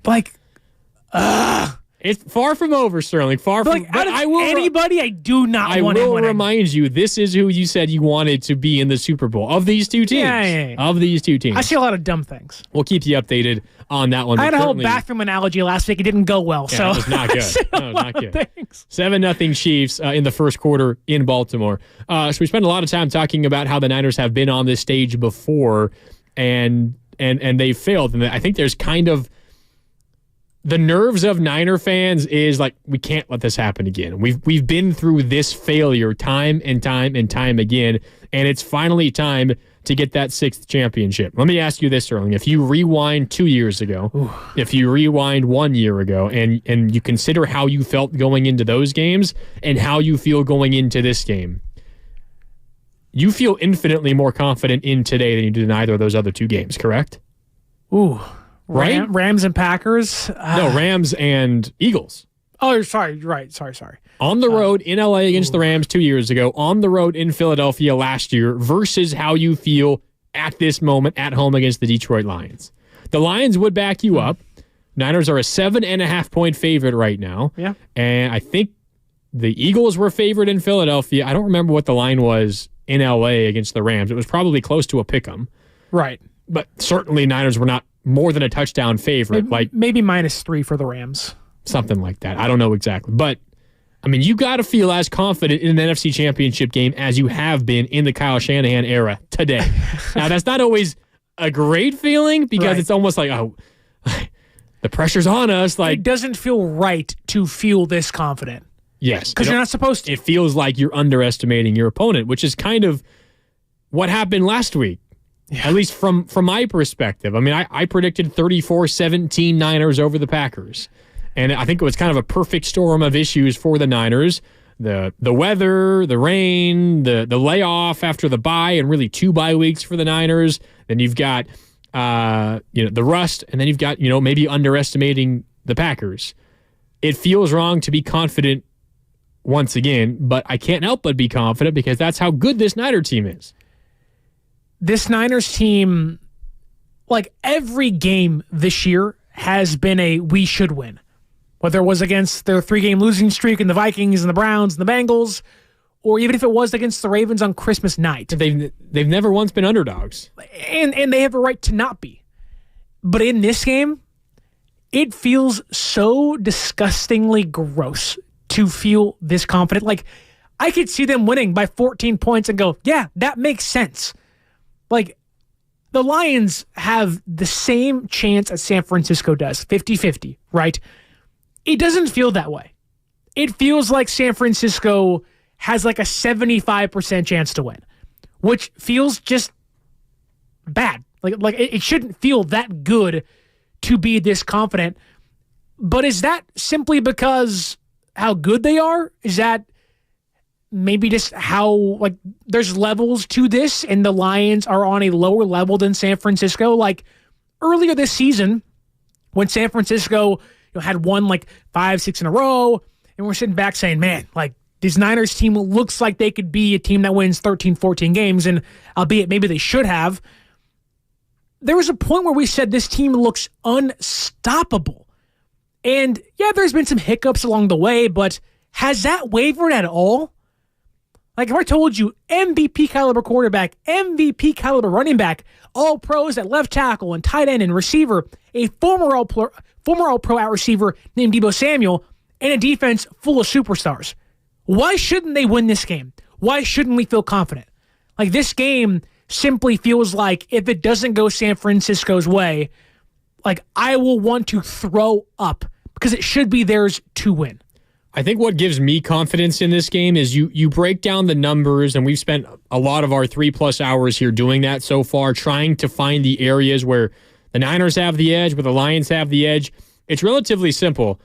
Where the Lions are at their best, Sterling, the Niners match them or are better than them in those same categories. The Lions are by no means a bad football team. I'm not saying that at all. I think if you've listened to me all day long, you know that I respect the hell out of this Lions team. But you just look at some of the numbers. Total net yards this season. So we're looking at the offense here. The Lions are great offensively, but net yards this season, the Lions, the third most net yards in the NFL. Guess what? The Niners, the second most net yards in the NFL. Yards per play this season in the NFL. The Lions, the third most yards per play. The Niners, the most yards per play. You look at the most rushing yards in the NFL this season. The Lions, guess what? The fifth most rushing yards in the NFL this season. The Niners, the third most rushing yards in the NFL this season. What about most rushing touchdowns? The Niners and the Lions both have 27, tied for the most in the NFL. How about most rushing yards per rushing attempt? The Lions, the fifth highest yards per rush average. The Niners, the fourth most highest yards per rush average. Red zone touchdown efficiency. The Lions, the third best efficiency in the red zone. The Niners, the best efficiency in the red zone. I have like 20 more of these stats I could go to where you have a great Lions offense. Top 5 in the NFL at all of these statistics. Guess what? The Niners are top 3 in all of them. Like, where the Lions are great, the Niners are great and a little bit better. It's nothing against the Lions. It's just the fact of the matter is, where the Lions are great, the Niners are just a little bit better at almost every single category. Is it the expectation? So, like, San Francisco's proven it all year long as to why they should be favorites, why we should have full confidence in them. But is it because the expectation is you winning a Super Bowl? Like, you're supposed to win this game. Like, last week's game was going to be a win. We knew it was going to be a win.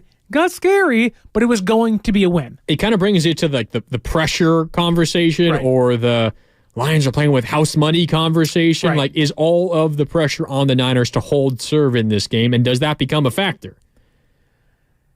Man, I really don't feel that way. I don't think that's how NFL teams think. It just feels like the way they think is it's 11 on 11, and we're going to try to kill each other. It feels like that's like the end goal. Like, it doesn't matter what the stats say, what the numbers say. If we execute at our highest point, we should win. And that goes for both teams. Like, the Lions could win this game, but the San Francisco 49ers had the better chance to win this game because their highest play potential, their highest level of play is just a little bit higher than the Lions. Like, if the Lions play a C-plus game and the Niners play a C-plus game, it still favors San Francisco. It's just that simple. Like, the Lions have to play an A-plus game to beat this team. As my camera goes nuts once again. Shout out to the YouTube chat. Sterling is glitching all over the place once again. I'm sorry. I'm in the Spider-Verse. Man. I think where, like, the underdog versus favorite mentality comes in, it's not necessarily like the Niners being nervous in a big moment. The pressure's on them. I think it's that it encourages the Lions to play in a specific way. And we've already talked about the aggressiveness of Dan Campbell. He's aggressive, and it's not to the point of being overly aggressive or being aggressive in moments that he shouldn't. Like, if you're looking at the analytics of it all, and I know analytics is like kind of like a dirty word for a lot of NFL fans. Like, Don't trust the math, trust your gut, like, make the right football decision, screw the analytics, yada, yada, yada. I get it. But if you're looking at some of the analytics, like when the analytics say, when the math says it's better to go for it on this fourth down than to punt. Like the Bucs in the red zone going for 2 last week. Which analytics say that's the right thing to do. In those kind of moments. Would never do that. The Detroit Lions have the fourth highest go for it percentage. It's not like they're just willy-nilly going for it no matter what. They do pick their spots, and when the analytics say it's time to go for it, the Lions are near the top of the NFL in terms of the amount of times, the percentage in which they actually go for it. That kind of gets turned up to full blast in a game like this, where you're on the road, in your first NFC Championship game in God knows how long. You're trying to win your first road playoff game since 1957. You're a 7.5-point underdog. You're going up against one of the greatest offenses in NFL history. You have all pros on the other side of the ball all over the place. It encourages Dan Campbell and the Lions to be even more aggressive. And if there is one area where the Lions have the distinct advantage, it is in that spot. And that's the one thing that worries me more than anything else. If the Lions are aggressive, which is not an if, they will be aggressive. And if they're successful in those moments, they can win this football game. It's going to come down to a number of fourth down decisions. And as Kyle Shanahan said earlier, if the Niners get stops in those moments, you are taking a possession away from Detroit and giving one to yourself. But the challenge is stopping them on 4th and 2 because they are very good in those situations. Knowing all of that, knowing how aggressive Dan Campbell wants to be, knowing how maybe even more aggressive they might be in a game like this, let's say San Francisco wins the coin flip. Do you defer or do you take the ball? Well, I don't know what I would do, but Shanahan is deferring, no doubt. I think I might take the ball. He's not. This is like Shanahan won't. He will defer. He always does. And there's so much value in having the opportunity to lap your opponent.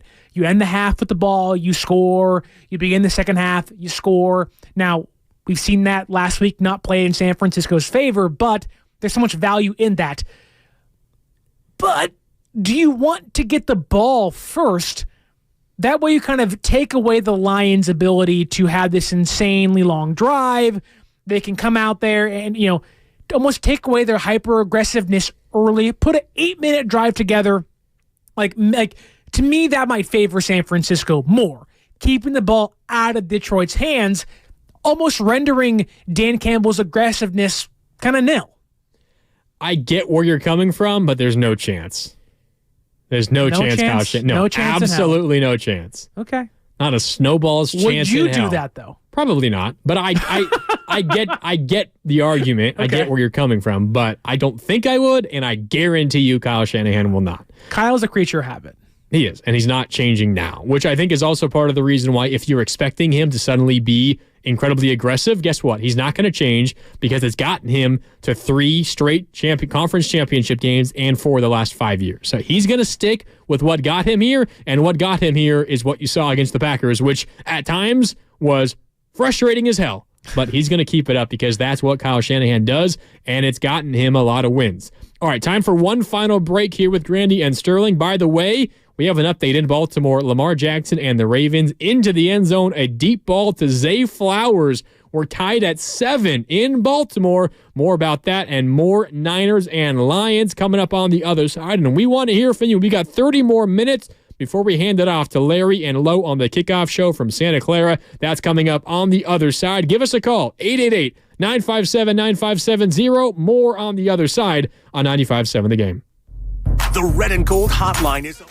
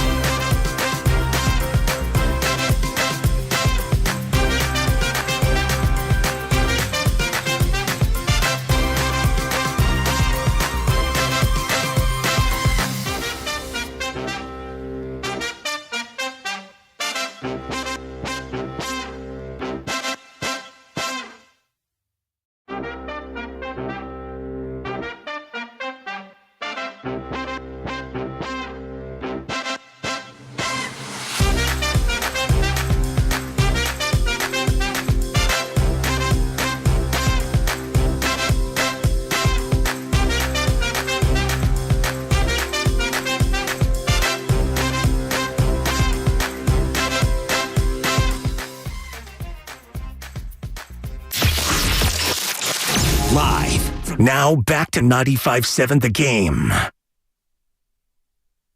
Welcome back. 30 more minutes with Grandy and Sterling with you here on 95.7 The Game.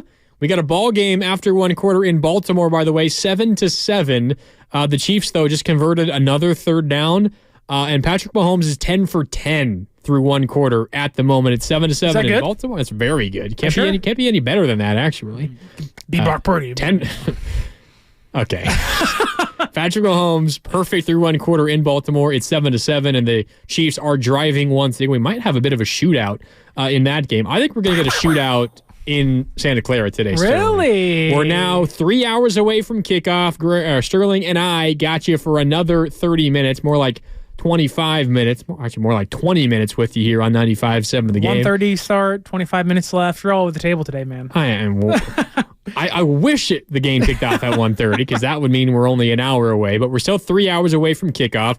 The good news is that gives you plenty of time to hang out with Larry Krueger and Lo Neal, who are standing by at the Hilton Santa Clara. If you are in Santa Clara getting ready to go into Levi's, you can stop by and say what's up to the guys. They're getting ready to come on. They're on at 1. They're with you until 3:30 at kickoff. And then Sterling and I will be back post-game for overtime. Woo! As always, hopefully it's a happy post-game as it has been for a lot of the season here on 95.7 The Game, but still a ton more to look forward to.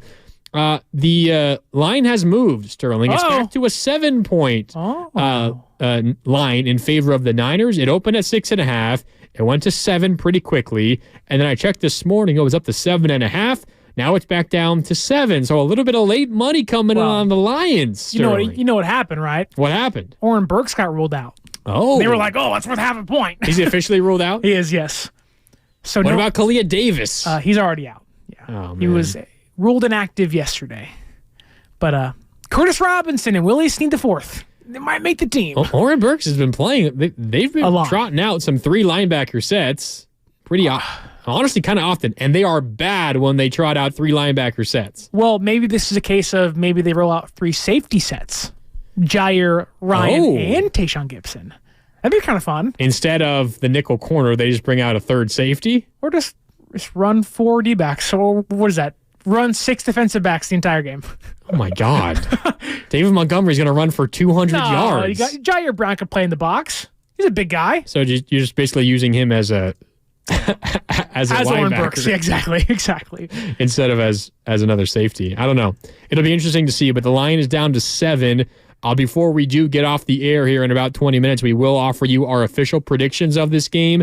Niners and Lions getting set to do battle in the NFC Championship game. It's a 7-point line, and the over-under is up to 52.5. I think there's a really good chance, Sterling, that this turns into a shootout because you have 2 of the best offenses in the NFL, and you have defenses that have strengths. The Lions specifically against the run. The Niners are pretty good against the pass, and the numbers will tell you, if you're just looking at the raw numbers in terms of rushing yards, the Niners defense actually allows some of the fewest rushing yards per game in the NFL. But the big reason is because they have consistently built gigantic leads, and teams are forced to just throw the ball, not run the ball. Don't be fooled by that, though. The Niners have been one of the worst teams against the run since the calendar hit December. They've been really, really bad, like their last 6 games played. What happened? Well, Armstead got hurt, right? And he was back last week. It still wasn't. In fact, it was very bad against the run. Maybe you just needed a little bit of time to get back up to speed and get going once again. But if the Niners are going to win, you're going to need a better performance from the front than you got against the Packers on Saturday of last week, because this is a Lions rushing attack where they could legitimately have 2 running backs go for over 100 yards. You could get the grounded pound from Montgomery. He gets 20 carries, 4 yards a pop, gets close to 100, and then you have Jahmyr Gibbs, who can break off a 40-yard run at any second. And he could legitimately have like 7 carries for 100 yards. That's how good and explosive Jahmyr Gibbs is. And the Niners have not shown an ability to stop running attacks. So I think there's a good chance that both of these offenses are clicking through a lot of this game, and it might come down to a turnover here, a turnover there, a fourth down stop, because I think for most of this game, you'll see the offenses have their ways. This is not only the biggest game of the season, this is the biggest game or the most important game for the defensive line to actually show up. Like, if you don't show up today, if you're not getting pressure, if you're not stopping the run, you're not winning. They going to show up? I think so.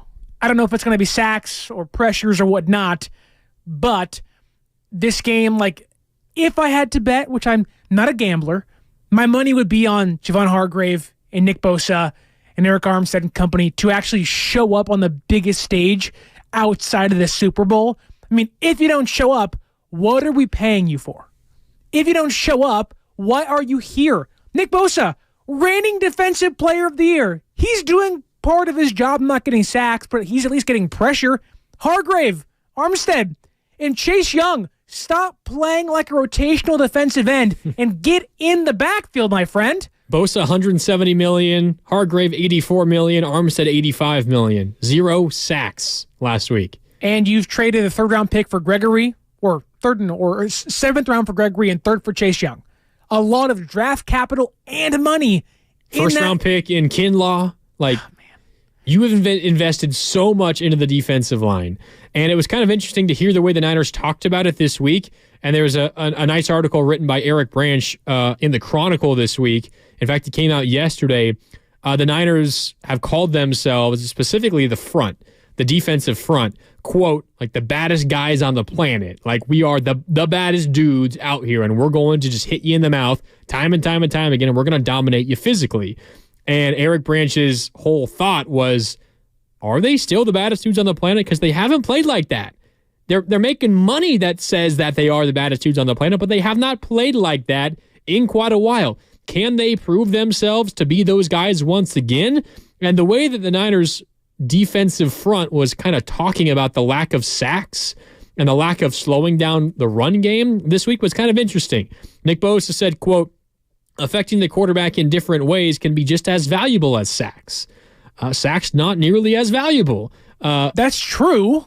But you got to get it. You got to get a couple. Everybody loves a good sack. Dre Greenlaw was asked about the inability to stop Aaron Jones, and he said, quote, first, Aaron Jones is a real good back. The way he runs the ball, he doesn't run the ball like a little guy. He runs the ball like he's the biggest guy on the field. That hasn't ever stopped the Niners before. And now you're going to face David Montgomery, who one of the biggest, more physical running backs in the NFL. There was a point in time this year where they were stopping James Conner, at the time, one of the best running backs to start the season, stuffing Tony Pollard. But there was almost no fear in stopping a running back. And now it's like, you better hope the team doesn't run too much. Like, that's not where you want to be. You want to be a defense that can stuff the run and get to the quarterback, and San Francisco is not stopping the run. And to a certain point lately, have not been really getting to the quarterback. If you don't do those things, you can't win against almost anybody in the entire league. Yeah, I'm with you. By the way, an update in Baltimore. The Chiefs just go right down the field. Again, this was a long drive, some Mahomes magic, connecting with Kelsey to convert a big first down. Pacheco into the end zone, though. His 7th consecutive game with a touchdown, the longest active streak in the NFL. It's now 14-7. Well, technically 13-7. Extra point coming. The Chiefs 2 drives and 2 touchdowns so far. Mahomes playing perfect football, and the Chiefs have an edge in Baltimore right now early in the second quarter. We've got a little more than 10 minutes left with you here on 95.7 The Game. Sterling and Grandy with you. And then we hand it off to Larry and Lowe, who are set up, standing by at the Hilton Santa Clara to get ready for this Niners and Lions NFC Championship game. They're on the air from 1 until 3:30 on the kickoff show. Sterling, let's get to our predictions here, because I want to give us enough time after we give out our predictions to explain why. I don't want to rush it in at the end here. Niners officially 7-point favorites, and the over-under is 52.5. I spent a lot of our last nearly 4 hours talking about the strengths of both of these offenses. I think we see a shootout. I got 35-24 Niners with the win by 11. 35-24. I think the Niners win 35-24. I can't be that positive. can't be that one-way leaning. I will say 31-28. Oh, that's too close. A very fitting Jake Moody game-winning field goal. Game-winning field goal. So it's going to be tied in the final minute? No, it won't be. What I'll say is it'll be a 10-point lead for San Francisco. Lions will go down, score kind of a garbage time touchdown, make it close, make us say, if they get the onside kick, they have a chance. They don't get it. We end up winning the game. Okay. I mean, a win's a win. 31-28. Who do you think has a big day for the Niners offensively to get to 31 points? I think Brandon Ayuk has a touchdown, goes over 100 yards. I think Brock Purdy has himself a 3-touchdown day. 3 touchdowns. That Lions secondary, it's almost like you're playing a bad team. Just not the defensive line, just the secondary.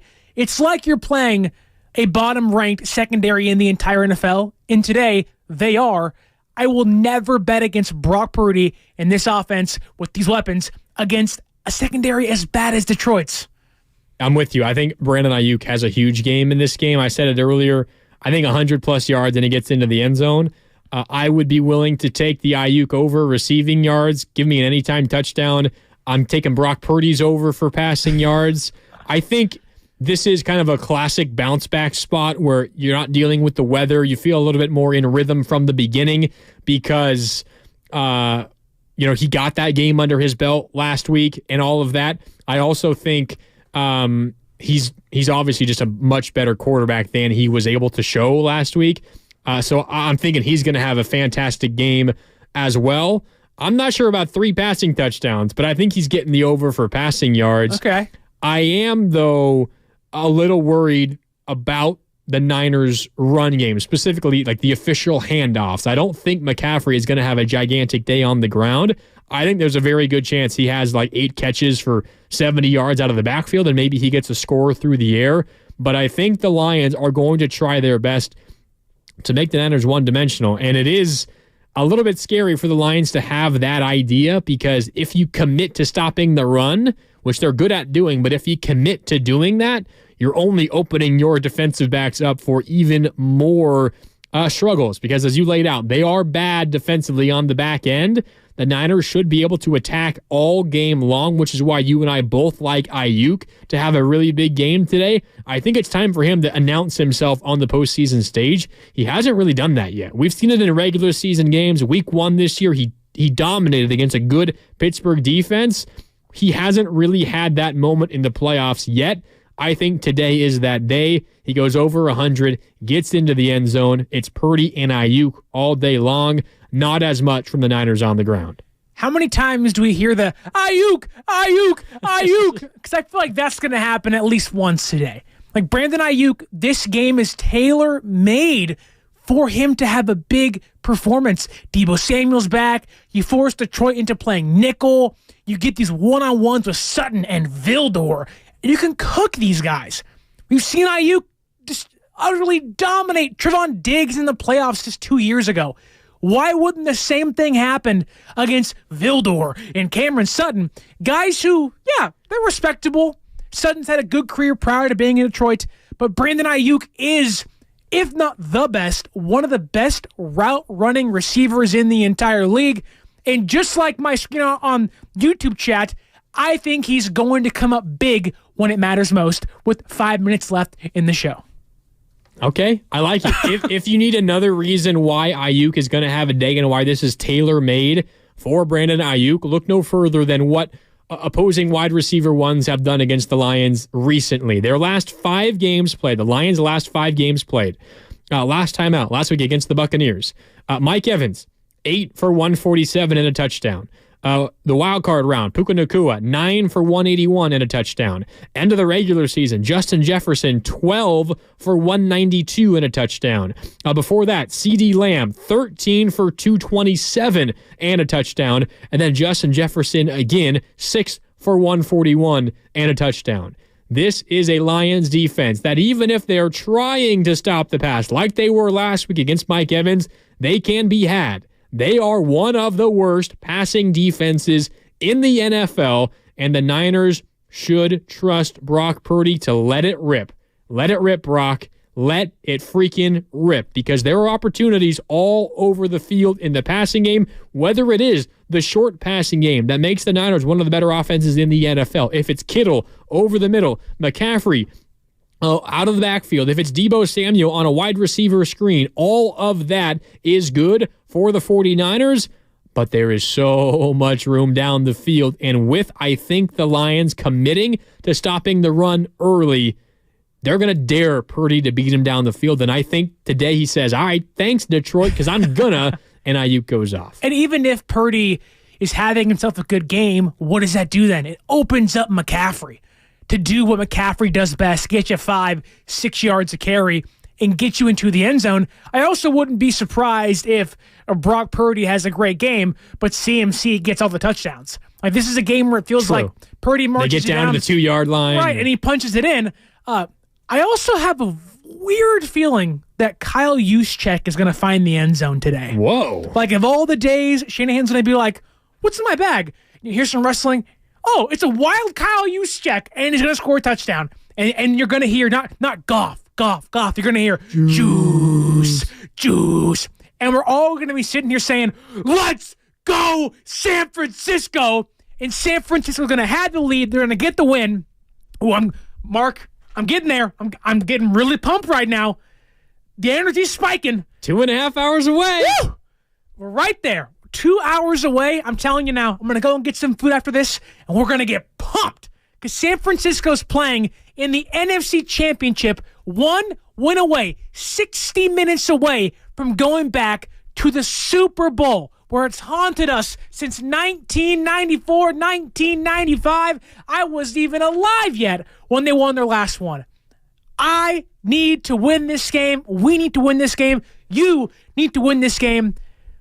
I feel empty-handed, and I want to feel the miraculous, amazing, immaculate Lombardi trophy in my hands. Just once. I said it last week. I ended up proving to be wrong because I thought that the Niners, after a long layoff and after the disappointment of Christmas Day, the loss to the Ravens, I thought the 49ers were going to come out and remind everyone just how good of a team they are.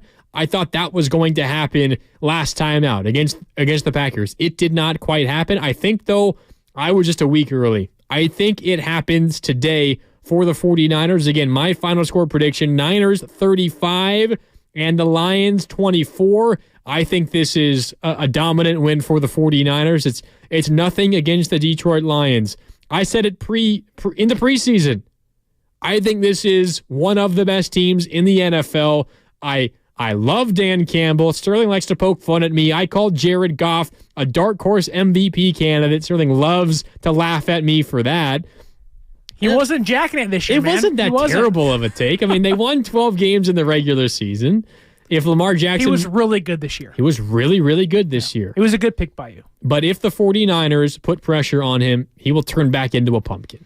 And he's 0-5 in his last 5 games against the 49ers. And it's not just like he's played great and his team has lost. He makes big mistakes against the Niners. Fred Warner, multiple pick sixes against him. It is bound to happen that he's going to give you 1 or 2 today. And if that happens and Purdy takes care of the ball, there is almost no way. If the Niners win the turnover battle, there's almost no way they lose this game. It feels like that there's almost no way they lose this game no matter what happens, right? I mean, yes, if Jared Goff turns into, prime Joe Montana and goes nuts, maybe. But it feels like that... The Lions convert on 4th downs, and if they're able to get, their run game 6 yards, 5 yards a carry, they'll be in this game because they will shrink the game. They will have 15 play drives that take up 7 minutes a clock. They'll play keep away from the Niners offense, and they will stay in this game. If the Niners can limit the run, they'll be good. But if the Lions dominate in the trenches, that offensive line against this Niners front, it's gonna be a good game. The Niners front has to step up. Do what you're paid to do, rush the passer, and get David Montgomery and Jahmyr Gibbs to the ground. What was the old Patriots way, right? Do your job. San Francisco, Bill Belichick, he gone. Out of New England. You're Kyle Shanahan. You have to look at Javon Hargrave right in the eyes, Eric Armstead right in the eyes, Nick Bosa in his calm, amazing brown eyes and say, hey, you need to do your job. If you do your job, you make our job, the offense's job, 10 times easier.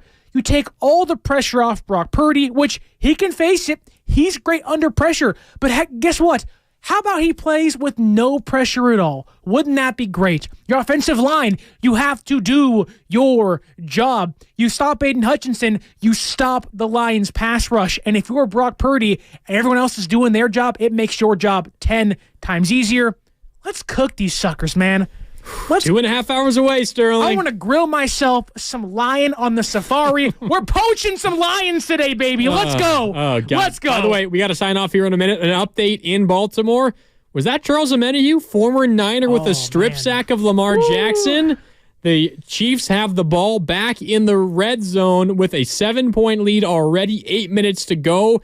And I guess not quite in the red zone, but they're right outside the red zone. They have a chance to take a 2-score lead with a strip sack of Lamar Jackson. The Niners looking to face off against the winner of this team in the Super Bowl. Right now, the Chiefs have the advantage, up 14-7, about halfway through the second quarter, and they are driving once again. All right. Sterling is he's foaming at the mouth. I'm ready. 2.5 hours from kickoff. That'll do it for Grandy and Sterling here on 95.7 The Game. Larry Krueger, Lo Neal, they're standing by at the Hilton Santa Clara, getting you ready for kickoff. They'll take you all the way up until 3:30 when Niners and Lions kick off from Levi Stadium. And then Sterling and I will be right back after the game, win or lose, with overtime, so don't go anywhere. More Niners coverage before they take on the Lions in the NFC title game coming up next. For Sterling Bennett, for Chris O'Connell behind the glass, my name is Mark Grandy signing off. Also a big shout out to Evan Giddings for helping us through the first couple of hours. My name is Mark Grandy. Thanks for tuning in to the Kickoff Show with Larry and Lowe next on 95.7 The Game. The Red and Gold hotline is up and running. Call it anytime. I wasn't able to sleep last night. Not going to be able to sleep tonight. Not going to.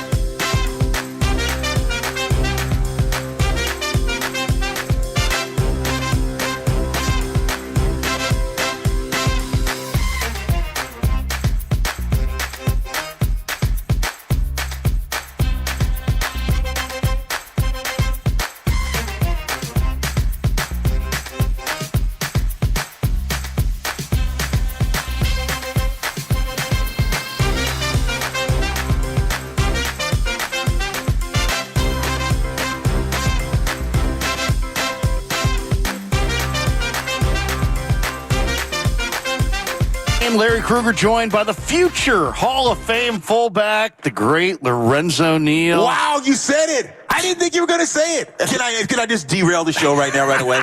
We're going at it. I got Tim over here. We got it. Me and we're in a heated debate. And he goes, and he disagreed with me. I told Larry, I said, Krugs, look, right now, Kansas City's playing on the road. They're up by 7. They kick a field goal. They go up 2 scores. He said, no, I got Mahomes. I'm going. And I said, how can you go for the touchdown? And we started going at it. And he says, I'm not introducing you as the future Hall of Famer. I'm just introducing you as the guy. So thanks for saying it, Krugs. Thanks for saying it. Here's a fullback that's better than your Corey Schlesingers of the world. Wow. Not quite Rathman, but Rathman wasn't available today.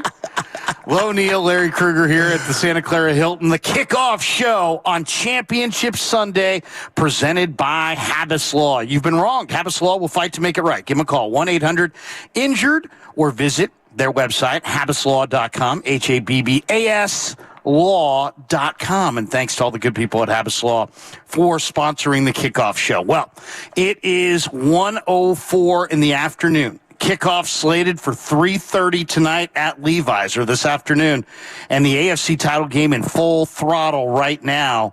And Lo, we've got it off to our side. This is quite the party, by the way. And if you haven't been out to the Hilton, man, you really need to. The Santa Clara Hilton. See, I'm thinking Las Vegas. I know you already had it. So we know who you think's winning. I know. I got Las Vegas on the brain. Viva Las Vegas! We're so confident that we're doing today's show from Las Vegas, anticipating the Niners to join us here. Now, we're here at the Santa Clara Hilton, and if you haven't been, the Santa Clara Hilton has been throwing these pregame and postgame, tailgaters with booze and food and just big screen TVs. It's popping out here. Great tables. They got heat lamps. I mean, this is the spot. It really is awesome. They got lights. They got it's amazing giveaways. Everything you could possibly want here. So if you didn't check it out this year, of course, this would be the final home game of the year. Check it out next year because, man, the Santa Clara Hilton does it up big. And today is the biggest crowd I've ever seen. Lions fans, lots of Lions fans have traveled. They traveled well, yes. Lots of Lions blue in the house, and Niner fans feeling good, and everybody's watching the AFC Championship game. And right now, it's 14-7 Kansas City. Kansas City has scored on a Mahomes to Travis Kelce 19-yard pass to make it 7-0. And then Lamar answered. Jackson found Zay Flowers, the rookie out of BC, for a 30-yard pitch and catch. That made it 7-7. And then the great Charles Omenihu, the former Niner, had a phenomenal strip sack of Lamar Jackson, and big George Karlaftis, the former Purdue Boilermaker, hammer down, fell on it. And then San Diego, Kansas City has just scored again. Isaiah Pacheco from 2 yards out. They are up 14-7. Before we get into Niners-Lions, and we got 2 hours to do it, what do you think? I mean, I liked Mahomes in this game. Patrick Mahomes, I saw the number. Mahomes is incredible at, in these games. Patrick Mahomes, as career, as an underdog, 9-1-1. And so I took Kansas City, and I really went with the under in this thing more than anything on the wager. But what do you think? I mean, 14-7 Kansas City. Did you like Lamar last night? Did you like the Ravens, or were you leaning towards Reed and Mahomes and the Chiefs? Well, I tell you right now, it's hard to go against, Patrick Mahomes, what he brings to the table. You watch him and Kittle. I mean, you watch him and Kelce. The things that they have, the chemistry in which they play with, just the way that Andy Reid let those guys play, let them flow.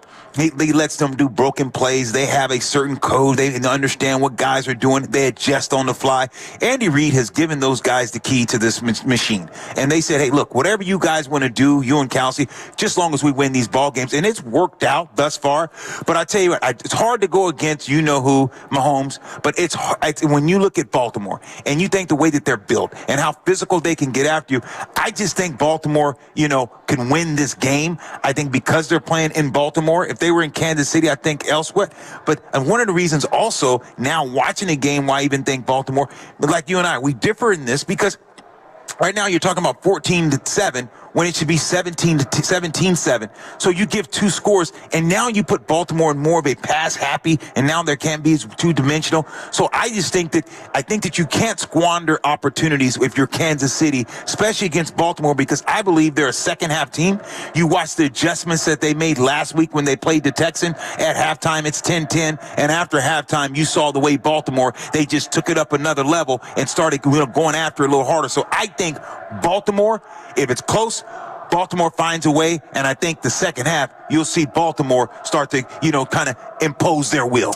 The one thing I'll say about Kansas City in the last few weeks, they basically just said, who can we lean on? Who can't we lean on? Right. Early in the year, it was a lot of Justin Watson. It was a lot of Richie James. It was, they got McCole Hardman. They had Sky Moore, Kadarius Toney. Now it's like, you know what? They realize they can't rely on those guys. Right. So it's a lot of Rashee Rice. It's a lot of Mahomes running. It's a lot of Travis Kelce, and it's a lot of Isaiah Pacheco. And the one thing the Chiefs do have over Baltimore, the interior of the Chiefs line Creed Humphrey at center, Trey Smith at right guard, Joe Thuney, who's, I know, dinged up. I don't know if he's going today. I think Allegretti, my good buddy Nick Allegretti from Illinois, was an awesome wrestler at Illinois. Tough sport. Drew He's the tough. start at Love left guard. I love Allegretti. I'd love to see the Niners get him in free agency this offseason. But those interior chief offensive linemen, their tackles, but their interior's really strong, led by Creed Humphrey. And on that Pacheco touchdown run that you just saw, it's all right up the middle, man. They're just following. They're just running in the A gaps against Baltimore, right at big Michael Pierce. You're absolutely right, and this is what I think that when you look at Baltimore, I think they bend but they don't break. I think it's a type of team that is optimistic. They're going to play good defense, and then all of a sudden you'll see them in the second half. Watch, they will turn it up, because if you can shut down Pacheco and start getting him in control, Kansas City has done a phenomenal job in the first half, winning on first down, making it 2nd and 5. And so they have done a great job on first down in the second half. You go look at what they've done on first down. I think that has been the tell in the first half. It's no way that you're going to get 5 to 7 yards on first down in the second half. They've done that this far in the first half. No way will Baltimore, the way that they're built and the way that team plays, they're not going to start giving that up in the first half. So I think that you got to temper that part down.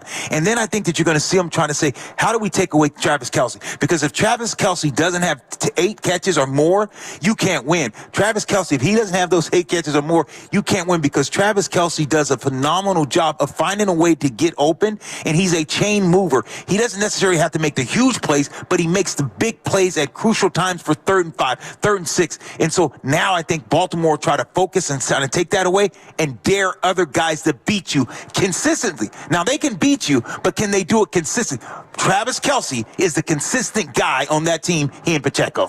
We are going to keep our eye on this game all morning, or all afternoon long, we should say. 14-7 Kansas City right now. Baltimore has the ball. They've got a 1st and 10 at their own 41-yard line. They just called the timeout, so we're closing in on the 2-minute warning. Ravens driving in their own territory down a touchdown.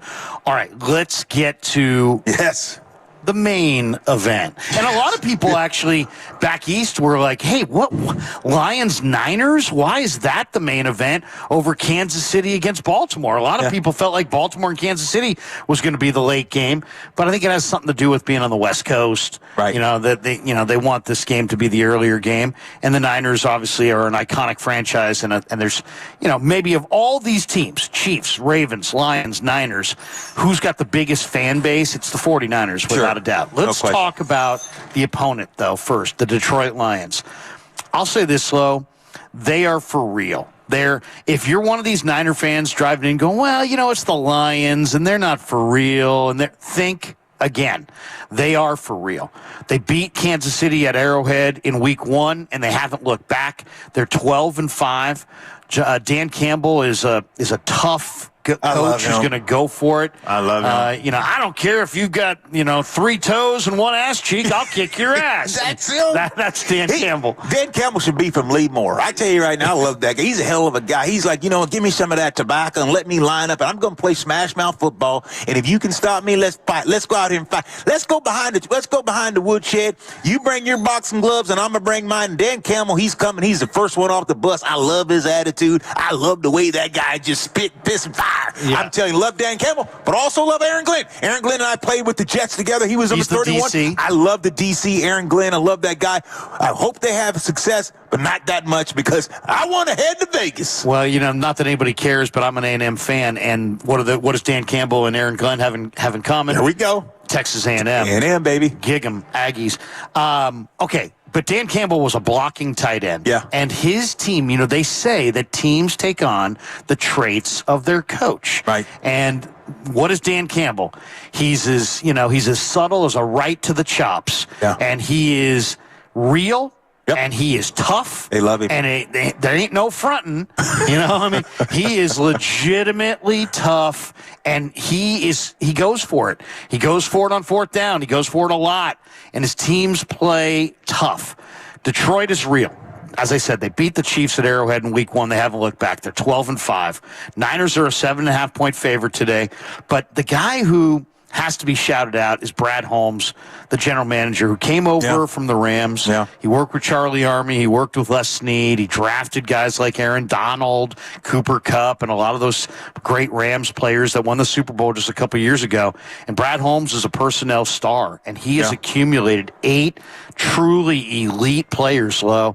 Penei Sewell, Frank Ragnow, Amon-Ra St. Brown, Jahmyr Gibbs, and Sam Laporta on offense, Aiden Hutchinson, Brian Branch, and C.J. Gardner-Johnson on defense. They've got 8 truly elite football players, and let's make no mistake about this. This team's played really, really well, not just all of this year. Go through halfway through last year. The Lions are 22-7 in their last 29 games. To me, they are the 84 Chicago Bears. So some of you older people going, wow, 84. What? No, wasn't it the 85? That's what I meant.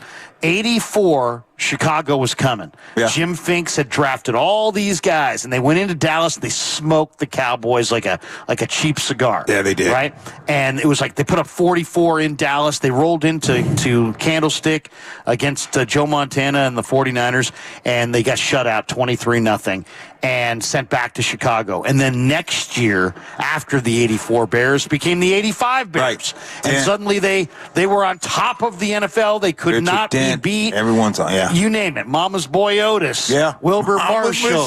Listen at you, Mike Singletary, Dan Hampton, Steve McMichael, Richard Dent. You name it. They had it. Of course, Sweetness, Jim McMahon, Willie Galton, the best. Jimbo Covert. But my point is just that this Lions team is coming, and they're coming because of personnel, and Brad Holmes has done an amazing job. But they lost Emmanuel Mosley earlier this year. They don't have a great pass defense. Their linebackers are just kind of Aiden Hutchinson is the lone wolf on their front. Next year, if they get a D lineman or two, a linebacker or two, another corner or two, and they're getting 5-6 players in the draft, if you look at them the last couple of years, the Lions are going to dominate the NFL next year, most likely. But this year and today belongs to the 49ers. And I think Brandon Ayuk said it earlier this week. He said, our time is now. The time is now. Don't tell me about, this bump, this bruise, this injury, this, that. It's go time. It's go time for the Niners. There are no more excuses. You wanted this game at home. Last year, you played in this game in Philly. Your quarterback got knocked out 6 plays in, and you spent the entire offseason going, what could have been? What should have been? Can we get back there? They're there. They're at home. They're rested. They've got the Detroit Lions standing between them and the Super Bowl, and there's a resolve among the 49ers to get this done today, and I think they're going to. Yeah, I agree with you that it's their time. It's win or bust this year. We talked about that this whole year. We said the 49ers, you hear everyone talking about our eyes is on the prize. Even when they lost and they didn't waver. They said, we know what we're shooting for. Every man to himself always keep talking about this moment. This is the moment that they've been talking about. The other losses, when they lost during the season, they said, look, yeah, we played bad, but we know what our focus is and we know where we're trying to go. This is where they're trying to go. They're at this moment. They're one game away from being in the dance, and then they have to finish business. I think that this is a game that you need to win. It's a game that you should win. There's some concerns. There's concerns when you look at last week and just kind of recapping last week. You look at the defense. They were so happy when the Lions, when you saw Green Bay say, we want the ball. You saw the Niners defense start licking their chops and like, okay, cool. They want to take the ball with us, or we're going to show them. They couldn't stop them. The Niners should have lost last week. Let's put the rat on the table. The Niners escaped. They escaped. They found a way to win, which is great. When they needed to find a way to make a series happen, they did it. But if you look at last week's game, I thought Green Bay should have kept running. Why did you stop? Why did they stop running the ball when they were having so much success running the ball? They couldn't stop the Green Bay with consistency. I thought that it was bad coaching. I thought that they let it get away. So when you look at the Niners, what did you take away from last week that makes you think that something is different? What are some of the things? What was alarming to you? They won but let's address what do they have to fix today? Well, I thought one of the best articles I read all week was from Kyle Madsen, who we all know and love. And Madsen on Niners Wire did a great breakdown about how when you look at Brock Purdy's lowest worst performances in his career, he's bounced back the next week with a tremendous game almost every time. And I expect Brock Purdy. I think Brock Purdy's a guy that at this point we kind of know. He battled with an underrated Green Bay defense that threw a variety of zones at him. He battled with the conditions. And, I asked him about it this week. I was down there and I said, Brock, give me your evaluation of your performance. And he said, you know what? I had that bad first throw to Savage that he almost took back for the pick six. And he said after that, I was a little tentative.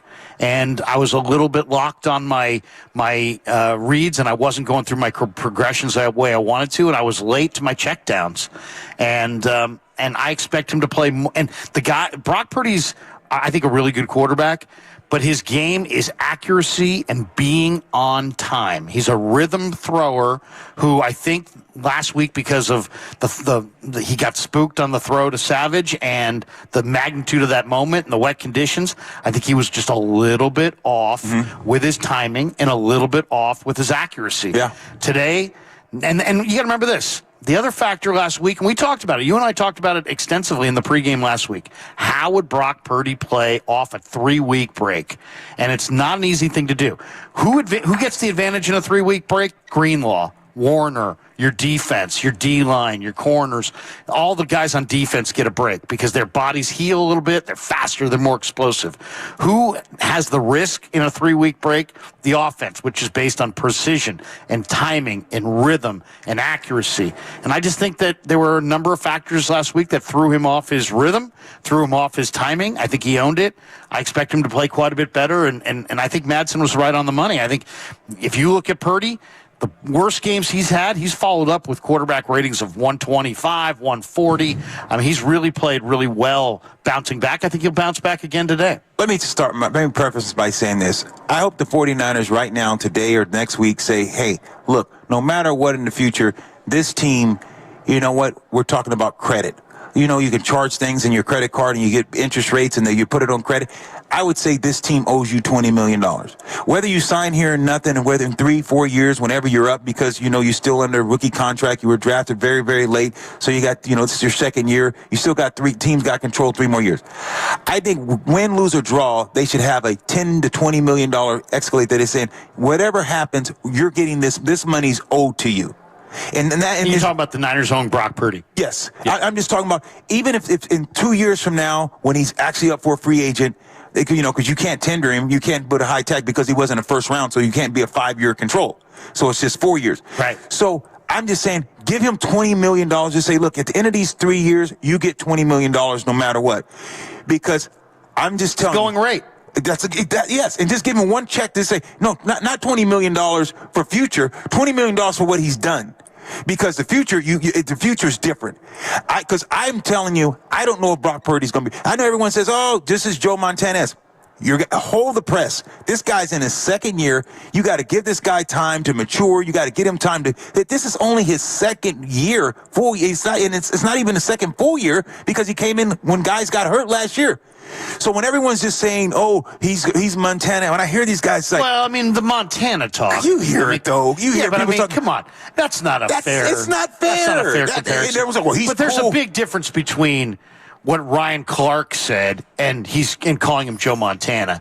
I mean, there's a lot of Purdy disrespect going around. This guy's 20-5 or whatever, 21-5 career. But how do you? I mean, come on. At some point, you got to say. I agree. I think you got to stop saying this guy can't do this and can't do that and can't do this and can't do that, and say, you know what, this guy's pretty damn good. He's good. He's pretty damn good. I agree, but that's why I'm saying you pay him because what he did for you earlier. But when this is my point that I'm making is like, yeah, the Montana talk is crazy. It's absurd. But you look at what a guy did you look at the time when they were called the Washington Redskins and no more now the Commanders. What was the quarterback that came out of the quarterback that now he does commentating? I forget his name. Trent Green. No, when Shanahan was there. Black guy, please does RG3. RG3 tore up the league. They thought this guy was the next sliced bread. He was making every single throw. He was going ahead in the system. And what happened after he left that system?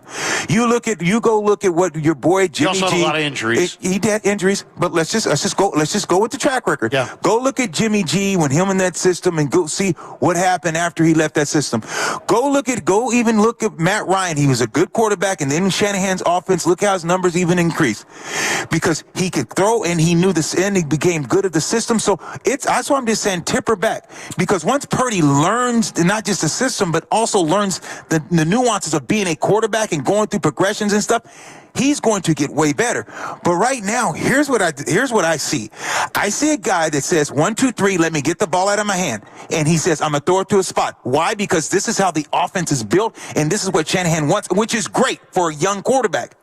But when you watch him last week, when he says, okay, that 4 route's coming on that window, I'm going to let the ball go. He lets the ball go, throwing it to a spot because he anticipated his receiver's going to come there. And it's right. It happens. But now when you spy and you play robber and you drop someone in that zone, he throws it to a spot. And that's what people are under realize. Like, oh, yeah, no. This is because this guy, I watch enough football to know that this guy right now, that's what scares him and that's what spooks him, because when he throws to these spots and guys anticipate and they jump underneath the route, and you put robbers and put other things in those windows, he doesn't flourish and he doesn't play well and he becomes spooked. And that's why I can't see this team scoring 35, because Aaron Glenn and these teams, they're watching, and you're looking at the playoffs. They're saying, okay, let's take away these options. Let's make him go through progressions. But let's put this cat game here and see what he'll be able to read through it.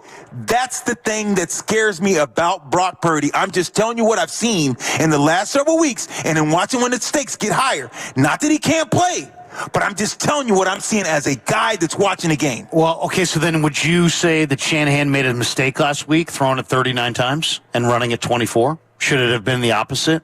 Because on a wet day against Green Bay, unlike the way Shanahan handled Jimmy Garoppolo, who basically didn't let him throw at all in that run to the Super Bowl, it was a run-dominant game plan. Raheem Mostert left, Raheem Mostert right against Minnesota, against Green Bay. Instead, against Green Bay last week, Niners came out and Shanahan called 39 pass attempts in a game that was a 1-point game at halftime, and the margin was never more than 7 throughout the game. 39 passes, 24 runs. Did he screw it up? I think he should have ran more. Without a doubt, I think that you should. Everyone was asking, where's McCaffrey? And just like I said, Green Bay. Purdy's career high in pass attempts, by the way. I agree with you. And I'm not going to. He didn't screw it up because they found a way to win the game. So they found a way to win games. So you got to say, hey, look, say what you want, but you can't sit here and tell me. And Green Bay fans, they are so disappointed. When I talk to Green, you can't tell me that they don't think that they should have ran the more. They should have ran the ball way more. Why they get away from the run? So yes, I think that he should have ran the more, especially when Purdy starts to waver, because you put a lot of pressure on your defense, and your defense didn't. With this Gonty, this defense that's supposed to be just ungonty and just a formidable defense supposed to get after you. They did not hold their end of the bargain up either. So there's some things today that you have to correct, and I think that they are going to correct them, because I think that they're going to win this game. But you got to correct these problems, brother. No, there's no question. There's no question. We're going to get deeper into that because I think you bring up a number of compelling points. But we're right at the end of this segment. Okay. You look at what the Niners did last week.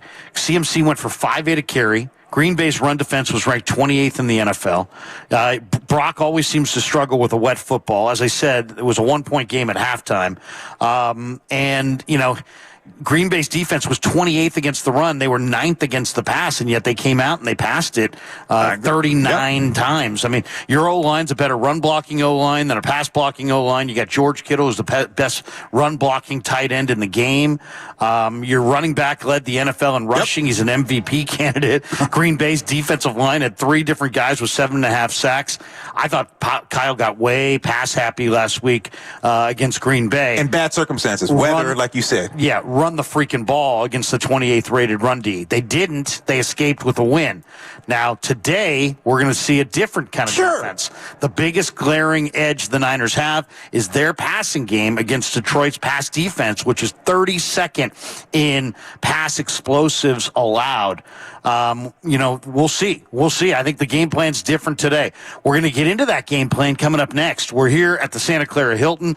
Of course, it's the kickoff show presented by Habas Law. You've been wronged, Habas Law will fight to make it right. Call 1-800-INJURED or visit habaslaw.com. Jake Hutchinson's going to join us top of the hour. We'll get boots on the ground and talk about some of the late-breaking developments for this game at 2 o'clock. But up next, we'll get deeper into the game plan on both sides of the ball. Larry Krueger, Lo Neal, the great Tim Jordan with us in the house on the dials, which means you can hear us clearly. And, of course, Mark Grandy and Sterling Bennett back at the mothership. And don't forget, when we are done, we will have Fox Sports Radio, but then when the game is done for 3 hours, it'll be a 3-hour tour overtime with Mark Grandy and Sterling Bennett.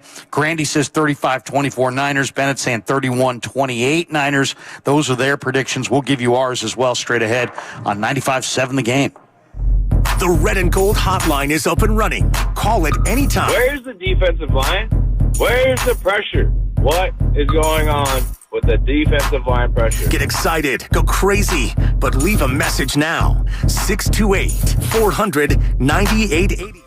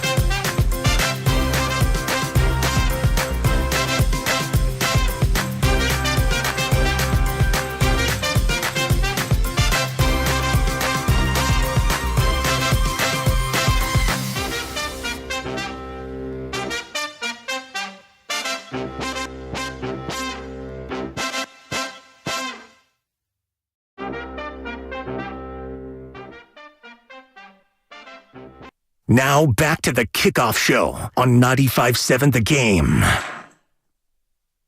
And welcome back to Championship Sunday. Larry Krueger and Lo Neal here at the Santa Clara Hilton. And we are brought to you, the kickoff show, presented by Habas Law. You've been wronged. Habas Law will fight to make it right. Give them a call. They're at 1-800-INJURED or visit their website, habaslaw.com. Well, it is almost halftime in the AFC Championship game, and Harrison Butker has just connected for a field goal, capping a 8-play, 56-yard drive in a minute 42. And Kansas City is shocking the world. They will bring a 10-point lead into the locker room in Baltimore, 17-7. Chiefs leading Lamar Jackson, who could be the MVP of the league, and the Baltimore Ravens. So Niners-Ravens rematch. Well, first, of course, they got to beat the Lions. Or will we get the rematch of the Super Bowl between Andy Reid and Kyle Shanahan? Mahomes again, potentially, if the Niners could be waiting for them in Vegas, if the Niners can get the win tonight here at Levi's over the Lions. Man, that's a lot to digest. Isn't it, though? It's an incredible thing. Let's talk about the Niners. This segment, we're going to talk about the Niners on the offensive side of the ball. I think the 49ers have a decided advantage against the Lions. There's no question in my mind. The huge playing edge. The Niner pass game is one of the most explosive in the game. Detroit, as I said, their pass defense is a sieve, 32nd in pass explosives allowed. The Niners under Purdy have scored 30 or more points 30 points or more in 15 of 21 wins. So when they win, they score 30 or more. That's 71% of Purdy's starts. They've scored 30 or more. He's 21-5, Brock Purdy is. The Niners scored 19 or less in all 5 of the losses, but in the 21 wins, they're averaging 32.7 points per game, so almost 33 a game. I asked you and Tim Jordan at the commercial break a trivia question, because I think there's no way you'll get it. I said, who's the Niners' best receiver? We kind of all agreed it's probably Brandon Ayuk. And I said, how many red zone targets do you think Brandon Ayuk has had all season long? And you said 30. Let's go 34, because about 34. Let's say 2 games, 17-game season. There we go. And Tim went with 20. What if I told you the number's 4? Wow. Tim almost fell out of his seat over there. For you just watching, I can't see what's going on right now. 4. Wow. 4. It's Tim, his wife, it's me, and Lo Neal. We each have a red zone target here for Brandon Ayuk. 4 red zone targets for Brandon Ayuk this year. 4. And what was their record again this year? 12-5 or 12-5. 12-5. So wow, he's been an underutilized player for sure. Okay, let's talk a little bit about this Lions defense. 15th in total defense, 23rd in scoring defense. They're 25th in the NFL in pass defense if you go by yards per game. It's to me, Detroit's defense also gives up scrambling yards to mobile quarterbacks. I just really think that the 49ers should have a decided advantage here in their pass game. But you kind of painted the picture, and it really starts with what is going to happen in the chess game between Aaron Glenn and Kyle Shanahan. Will the Lions do what they've done? Brock Purdy is the number 1 quarterback in the NFL this year against the blitz. Yeah. Okay? Well, the last 3 weeks, against Tampa last week, Lions blitzed Tampa 21 times. Against the Rams in the wild card round, they blitzed Stafford 15 times. Against Minnesota, Nick Mullins, the last week of the regular season, they blitzed him 21 times. Purdy led the NFL this year in passer rating when pressured. What do you think? I don't come after him. That's really the question. Matt Bowen, who does a great job of breaking this stuff down on ESPN, said Aaron Glenn likes to dial up pressure on early downs. He's expecting Brian Branch, the rookie from Bama, Ifeatu Melifonwu as well, to get home on some blitzes on early downs. Detroit has a blitz rate of 28.3% on first and second down. That ranks in the top 10. To compete with the Niners, you can't let Brock Purdy get into a rhythm What do you think? Do you think that's what we're going to see in this game? No, I think that Aaron Glenn's going to mix it up. I think he'll blitz him at times, but you won't come at him that much because what I watched in the last couple of games, and you don't think that this is a copycat league, and you don't think they're going to look and see what Green Bay did, and they're going to say, let's drop guys into coverage. Let's see him go through his progressions. Let's throw some robbers. Let's throw some guys in these windows because if he thinks he's going to have these windows because the receiver... Explain robbers to the casual fan who's driving in going, robbers? Yeah, exactly. Cool, who's robbing? Who's robbing who? Who's robbing who? Exactly. No, this is not a ski mask and gun by any sorts of stretch of imagination. When you got a linebacker playing Sam, outside linebacker, now all of a sudden you think that he's going to blitz. That means he comes in at the quarterback or he just sits there and plays a guards, a running back out of the backfield. Now you have him playing a robber. So what he does, he's going and playing a robber. So he's going to a spot. So he's dropping back into a window that you think that's open. Imagine Debo or imagine Brandon Ayuk running a 4 route. That's, 10 to 15 yards and they cut across the middle. And then there's a window right there. There's a window. And usually the DB's dropping back. So you say, okay, you see Purdy just throws it into a spot. They're like, man, look at Purdy's great anticipation. He let the ball go before the receiver even made that break and he throws it into that window. Well, now the robber said, who's that knocking out the window? That's the robber. The linebacker drops into that window spot, and now Purdy's not looking because he knows that spot is going to usually be open, and so that's why you saw last week guys drop a pick six, the ball, and they're like, where's Purdy throwing it to? Purdy's throwing it to a window because if that guy's not savage and dropping to that spot and playing the robber and getting in that window, that's a pick six, and he goes to touchdown. But if the robber's not playing the robber technique and he's playing down in the box or he's guarding the man-to-man, now that window's open, and that would have been a strike. So that's what I think, Aaron Glenn, this is a copycat league. I think Detroit's going to play a lot of robber. They're going to disguise a lot of different coverages. Give them one look, pre-snap, rotate into a different look post-snap. Exactly, rotate in, and now you're going to make you beat him. But the saving grace today is a guy by the name of Debo. Can I get that cornbread? Because what Debo does, there's two guys, and I talk about fire starters, and I tell you, when you look at, this concrete out here, I can get a piece of paper, and I can still light the fire, and guess what? That piece of paper is going to burn. Nothing really big to it. It's just going to burn right there on the concrete. But if I get some gasoline, though, and that fire's burning, and now I pour gasoline all over, that fire can grow as big as you want it. It can even become huge, even if it's off concrete, because then it can catch on to other stuff, because now you pour that gasoline on it. That's what McCaffrey and Debo are. They are the fire starters, and now you got Purdy. Now he can pour on the gas, but then he becomes the gasoline. He can't go out and say, start it up, Purdy. You got to have this misdirection. You got to have things going, and he's not necessarily fire. He's the gasoline. Once Debo and once 23, McCaffrey, once they're going, they start the fire, and now defense is like, okay, where's it going? Now Purdy becomes Purdy. Now you can't drop in and play robber, because now if you come after him with the blitz, you hit McCaffrey on a quick hot route, and now he's one-on-one, and he's out in space. Now you flare the ball over to Debo if you blitz him, and now he's going to hurt you because he can't tackle him. He does too many things. So that's what I mean, that if you're going to sit back and try to come after him, now you guess what? The fire starters are going to allow the gasoline to ignite. I'm fired up. You are fired up. We're talking about the chess match, the internal chess match between Kyle Shanahan and Aaron Glenn.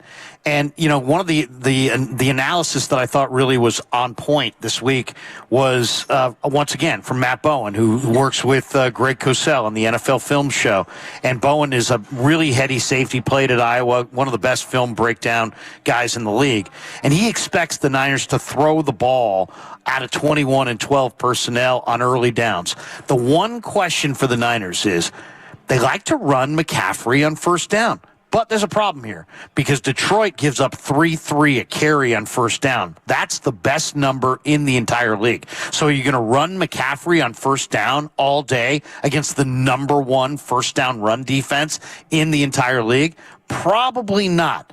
So I expect Bowen's right that the Niners on the early downs are going to throw the ball out of 21 and 12 personnel against a Detroit team that struggled all year to limit explosive plays. When facing 21 personnel, 2 running backs, a tight end, 2 wide receivers, 12 personnel, 1 running back, 2 tight ends, 2 wide receivers. During the regular season, the Lions allowed 29 passes of 20 yards or more, 6 most in all of football. They gave up almost a So 70% completion percentage. So what does that mean? Expect to see CMC on option routes out of the backfield. Expect to see George Kittle, Deebo Samuel, CMC on crossers, Kittle on some seam routes. Detroit's going to play a lot of cover 1. Detroit's going to play a lot of cover 3. Shanahan knows how to attack it, but I would say you're going to see against these zone coverages a lot of shallow crossers, and you might see some big time run after the catch. Why? Because Detroit's one of the worst tackling teams in the entire league. They missed the 9th most tackles in all of football this year. They missed tackles at a very high rate. I expect big plays off shallow crossers against them. So do I. And this is what you're talking about, Larry, and I think that this is going to be big for the 49ers. I think all week it's like low hats. Yeah, you want to play good? You want to play good football? Play low. Play with leverage. And what do you mean by that? You're talking about first down. Detroit only giving up 3 yards, one of the best in the league. So what do you do on first down? I want hats low, and I want guys coming off the line of scrimmage. Now you got the offensive line firing out like it's run. Now you play fake to McCaffrey. Now guess what? The defense got to say low hats win. And now your linebackers are coming up the field. And like you said, now you have the tight end can pop open over the middle because everyone's coming off the ball hard like they're starting them out run, and now your linebackers are creating a new line of scrimmage, and they commit and they step forward. Now you have that window to pop the ball right in the middle of the field where it's open, and like you're talking about the drag routes, and now you're faking the McCaffrey, and now you let him release slowly, and now he's open in space, and now he's one-on-one with the linebacker or safety, and now they got to catch this guy and tackle this guy in space because of play action. Without a doubt, look for the Niners run a lot of 12 and 21, but that 12 package, when you got that, you got these guys, 2 tight ends in the game, and low hats fire off the ball and look for tight ends. The backside becomes a front side, dragging across the middle like you're saying, because the linebackers have to commit to the run. Right. I actually screwed up that number. Detroit is number 2 in the NFL in missed tackles. They've missed the 2nd most tackles in the league across all teams, across all 32 teams. So that to me is the big one. Can Detroit tackle the 49er receivers and running backs? The other thing, you look inside the numbers. Detroit's run defense, regular season 3.7 a carry is what they gave up. You look at that and you say, man, that's good. 3.7 a carry, that's got to be real high. Yeah, it's 3rd best in the NFL. But in the playoffs thus far, they've given up 144 rushing yards on 29 carries. That's 4.96 yards per carry to running backs. Man, you got the MVP of the league, or at least a guy in the running in Christian McCaffrey. Ride him to the Super Bowl. It's a beautiful day to run McCaffrey. I asked him this week, I said, Christian, you had 17 carries last week against Green Bay. In an ideal world, how many do you want? And he said, you know what? I don't worry about that number. It could be high, it could be low. I just want to maximize everything I do and every touch I get and try to be perfect. As a blocker, if they asked that. As a receiver, if they asked me to do that. As a runner. So he wasn't going to fall for he wasn't going to bite. He wasn't going to bite.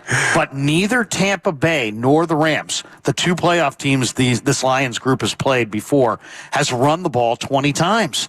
The 49ers need to run Christian McCaffrey 20-plus times today at this Detroit defense and ride McCaffrey to the bowl. Yeah. I mean, you were there this summer. Special. You saw him. He's special. This guy has been head and shoulders different than every other player from minicamp on. He has been the guy. He showed up this year with this look like, I'm getting my ring and I'm getting it this year. And he is dialed up. It reminded me of going to Rockland in the 90s and watching the Niners and Chargers practice. And there was Jerry and there was Junior Seau. Right. And you could have been in a different state looking down at a satellite. Right. You would have noticed that Jerry and Junior were the best. Right. The same thing you could have said that about CMC in minicamp. He stood out on a field of great athletes, which is a hard thing to do. You know it better than anybody.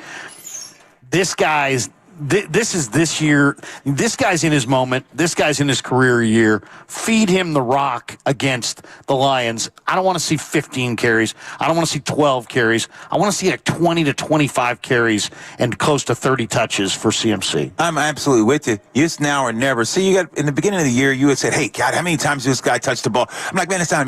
I don't think it's about that. I think 15, 20 times was good for the beginning of the year because we talked about, hey, being durable, being able to have him at the end end of the season when it really counted. What was the use of taking this guy, breaking those records, and you said, you know what, I'm glad that Kyle Shanahan didn't let him break the record, whatever it may have been, because it's like, look, why the wear and tear when you were winning games by the amount that they won? So that's just selfish football. So I love the way that they protected him during the regular season. But now it's like, call out the dogs and piss on the fire. Let's ride. You need to ride this guy, like you're saying. Give him the opportunity. Let him carry the ball, whether it's in the air, whether it's running the ball. You have to ride him now, because I'm going to tell you, this is your Emmitt Smith. No question. And when not just that, he won your last week game. Yes, Purdy had a great end drive, but you think about who did he give the ball to? The 6-yard touchdown, break the 25-yard touchdown.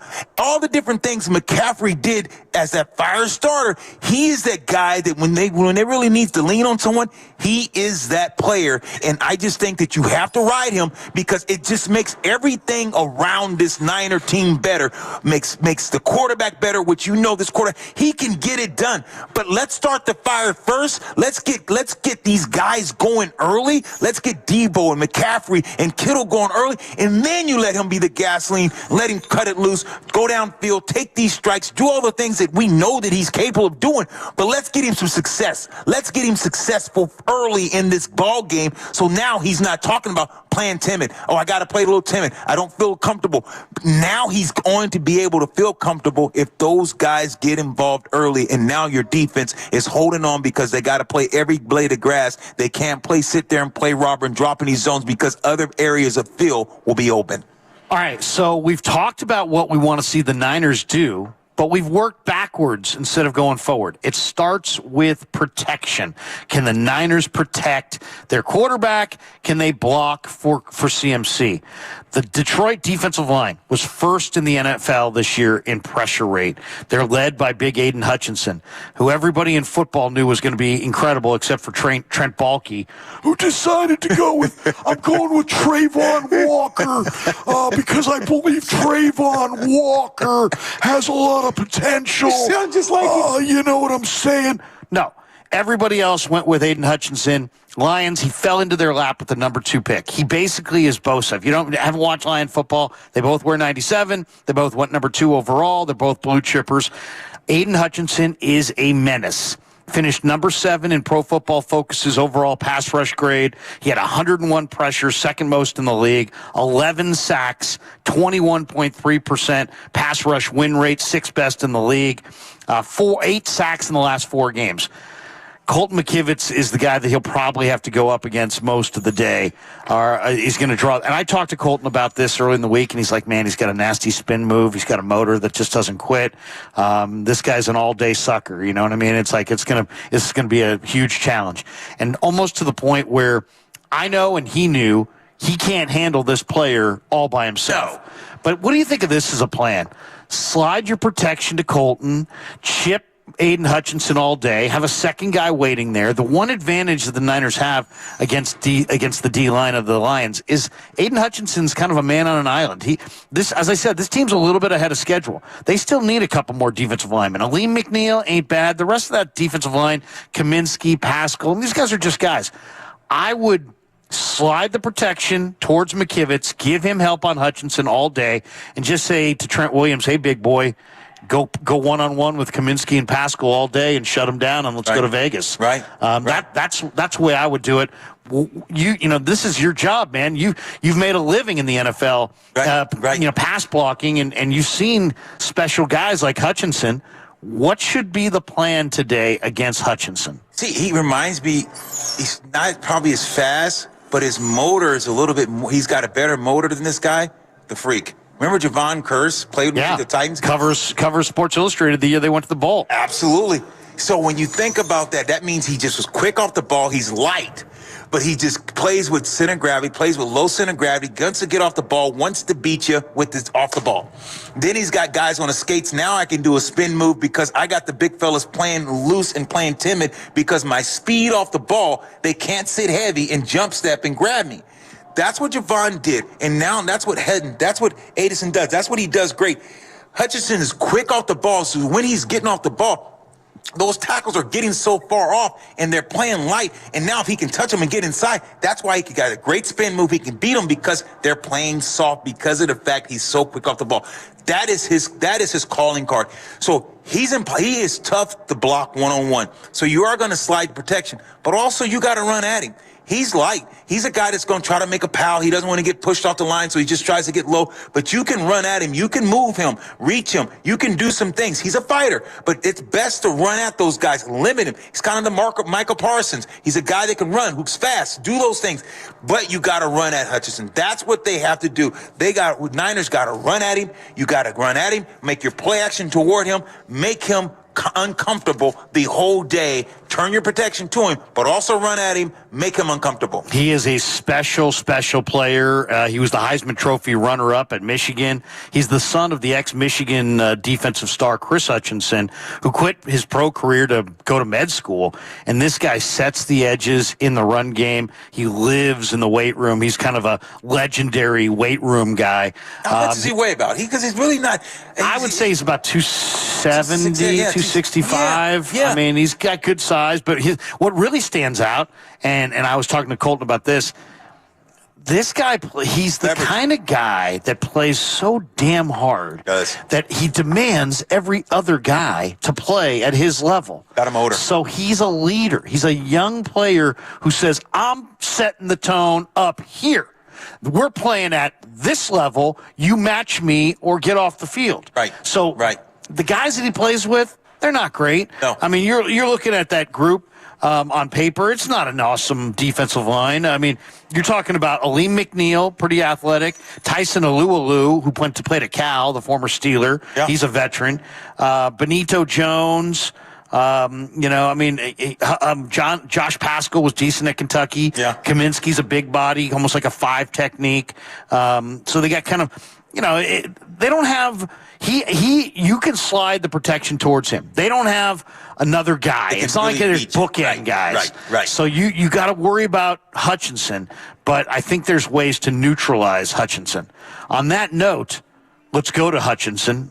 Jake Hutchinson's going to join us next. He's the Odyssey NFL insider. There is no relation, or maybe there is, but we'll find out next when we talk to Jake. Jake's got boots on the ground at Levi's right now. We'll talk to him about some of the biggest questions of the day. Can Jared Goff do it on the road? Can Jared Goff do it outdoors? He's much better in the dome. He's much better at home. And the numbers show that. We'll talk a little bit about that, and we'll get into the Lions on the offensive side, because that is the biggest challenge for the 49ers today. Can they stop the Lions on the defensive side? Because the Lions offensively are an amazing football team. Goff's hot. The Lions terrific. Amon-Ra St. Brown's a true number one. They've got depth of receivers. They got a home run hitter in Jameson Williams. They got a great young tight end in Sam Laporta. They got a great combo at running back in Montgomery and Gibbs. So, I mean, they're complete. They're absolutely complete. All right, we are brought to you by, of course, Habas Law. It's the kickoff show presented by Habas Law. You've been wrong. Habas Law will fight to make it right. Call 1-800-INJURED or visit habaslaw.com. Jake Hutchinson jumps in next on 95.7 The Game. Look around. You can find cars like these on AutoTrader, like that car riding your tail. Or if you're tailgating right now, all those cars doubling as kitchens and living rooms are on AutoTrader too. Are you working out and listening to this ad at the same time? Well, multitasking pro, cars like the ones in the gym parking lot are for sale on AutoTrader. New cars, used cars, electric cars, maybe even flying cars. Okay, no flying cars, but as soon as they get invented, they'll be on AutoTrader. Just you wait. AutoTrader. Discover, this is Daniela. Hi, it's Jennifer Coolidge. I just want to thank you for making me feel so special. I earned cash.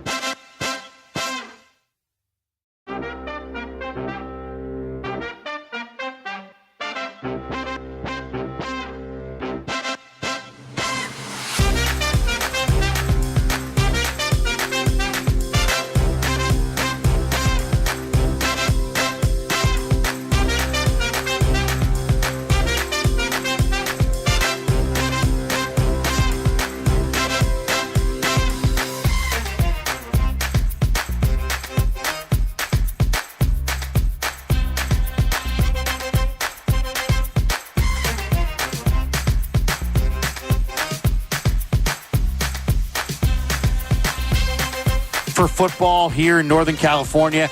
The Niners and the Lions go at Levi Stadium, and of course, we're the kickoff show. Myself and Lo Neal, presented by Habas Law. You've been wronged. Habas Law will fight to make it right. Call 1-800-INJURED or visit habaslaw.com. HABBASLAW. habaslaw.com. All right, let's go across the parking lot for Jake Hutchinson, the Odyssey NFL insider. Does a bang-up job for 95.7 The Game, covering the 49ers. Jake, appreciate your time, my man. Good to talk to you. Lo and I have been chopping this thing up and breaking it down. What do you think? Give us your, without us leading you in any direction, give us your breakdown on this game. Yeah, I think it's two teams who offensively are kind of similarly constructed. You've got both teams have elite tight ends. They've both got some elite wide receivers. I think the running games are really intriguing. I think the Lions running game delineates a little bit more with each running back, where you sort of expect power from David Montgomery and more outside zone runs or screens from Gibbs.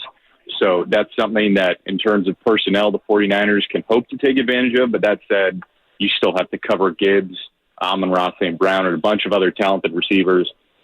I think the most important thing for the 49ers, besides just doing what they do and doing it well, I think this comes down to them executing rather than anything else the Lions can do. But I think the biggest factor is if they can get any pressure on Goff. Obviously, Frank Ragnow is an all-pro center, but he's dealing with, I think, an ankle, a toe, a back, and a knee injury. I still think he's going to be great, but they're also missing their starting right guard. If they can get any pressure, I think Javon Hargrave has been a little quiet. Eric Armstead back for a second week. Those guys can develop some pressure and help out Bosa. If Chase Young can do anything, I mean, that would be monumental. Bosa spoke to it this week. When you get pressure on Goff, that's when, you can expect him to make some bad decisions, some bad throws. If you give him a clean pocket, he'll dice you up. So I think that is sort of where they look. No question. So when you're saying about, defensively what the Niners have to do, so are you saying you're putting a man over the center because he's injured and also putting Hargraves over the guard so you have two guys that are covered and now you force those guys for a man block? Is that what you're thinking the Niners defense plan should be often and early?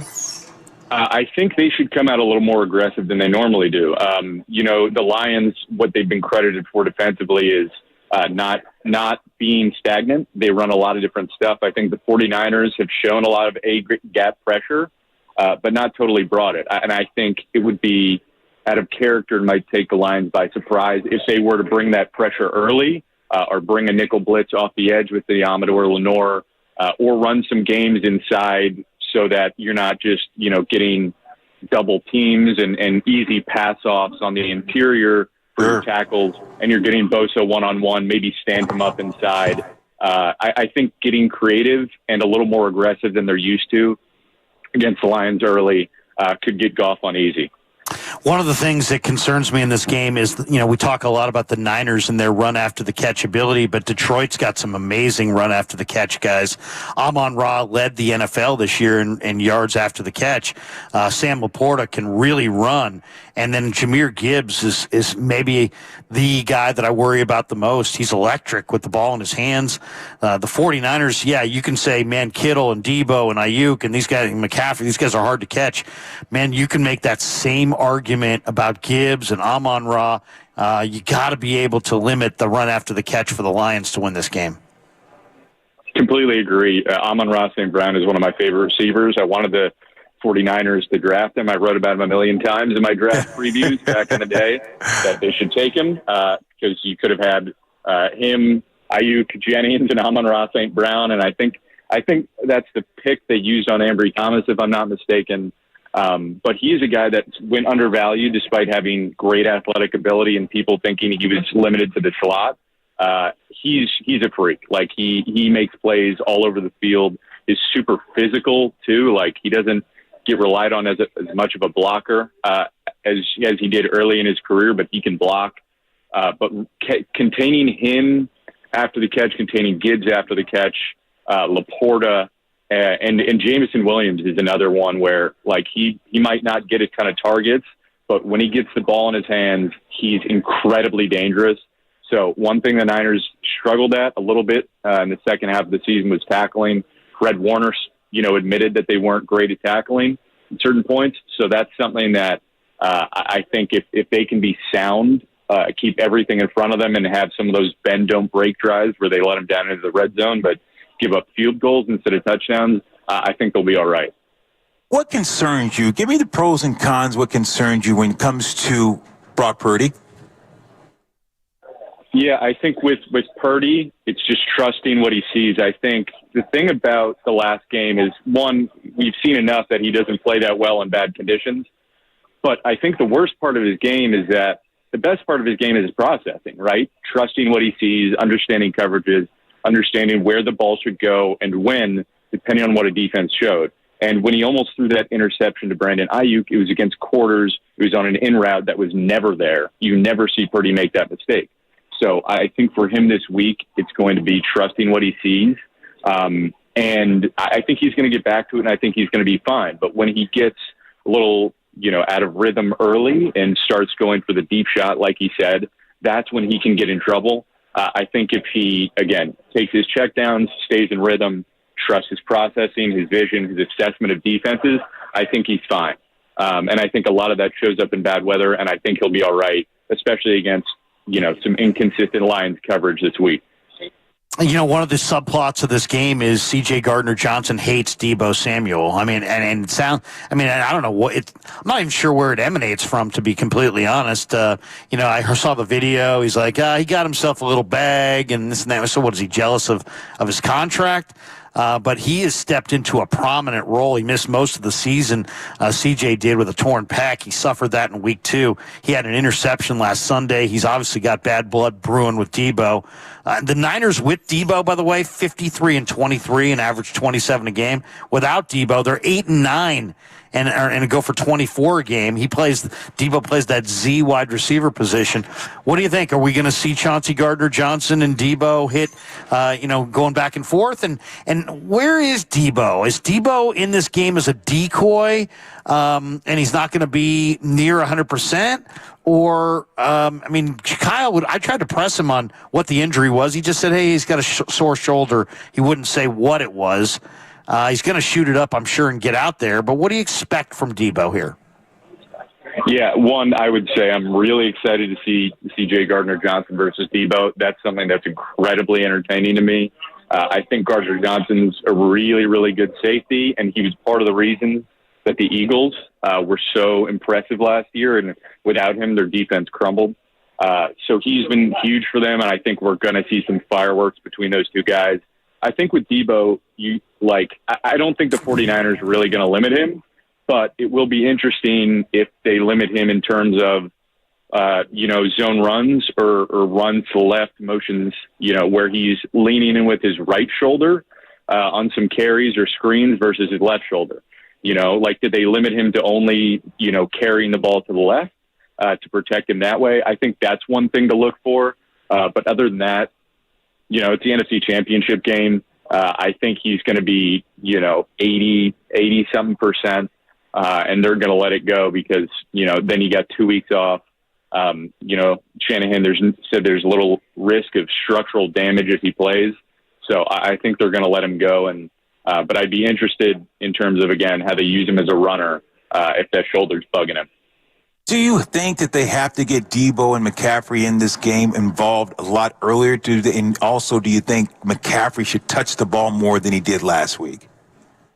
Yeah, I definitely think McCaffrey should touch the ball more than he did last week. I thought, I get the logic of why Shanahan didn't do that in terms of they were providing heavy boxes, but at the same time, it's a muddy game, and the 49ers were, getting 5 yards of carry with him against those heavy boxes anyway.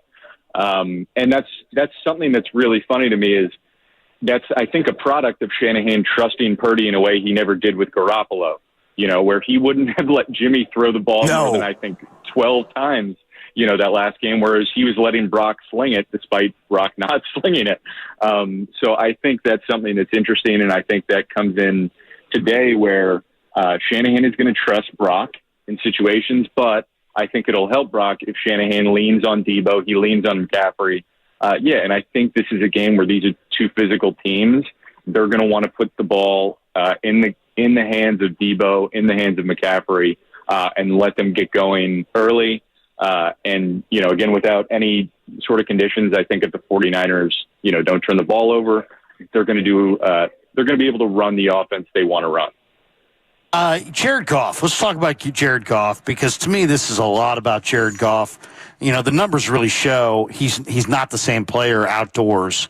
He's not the same player on the road.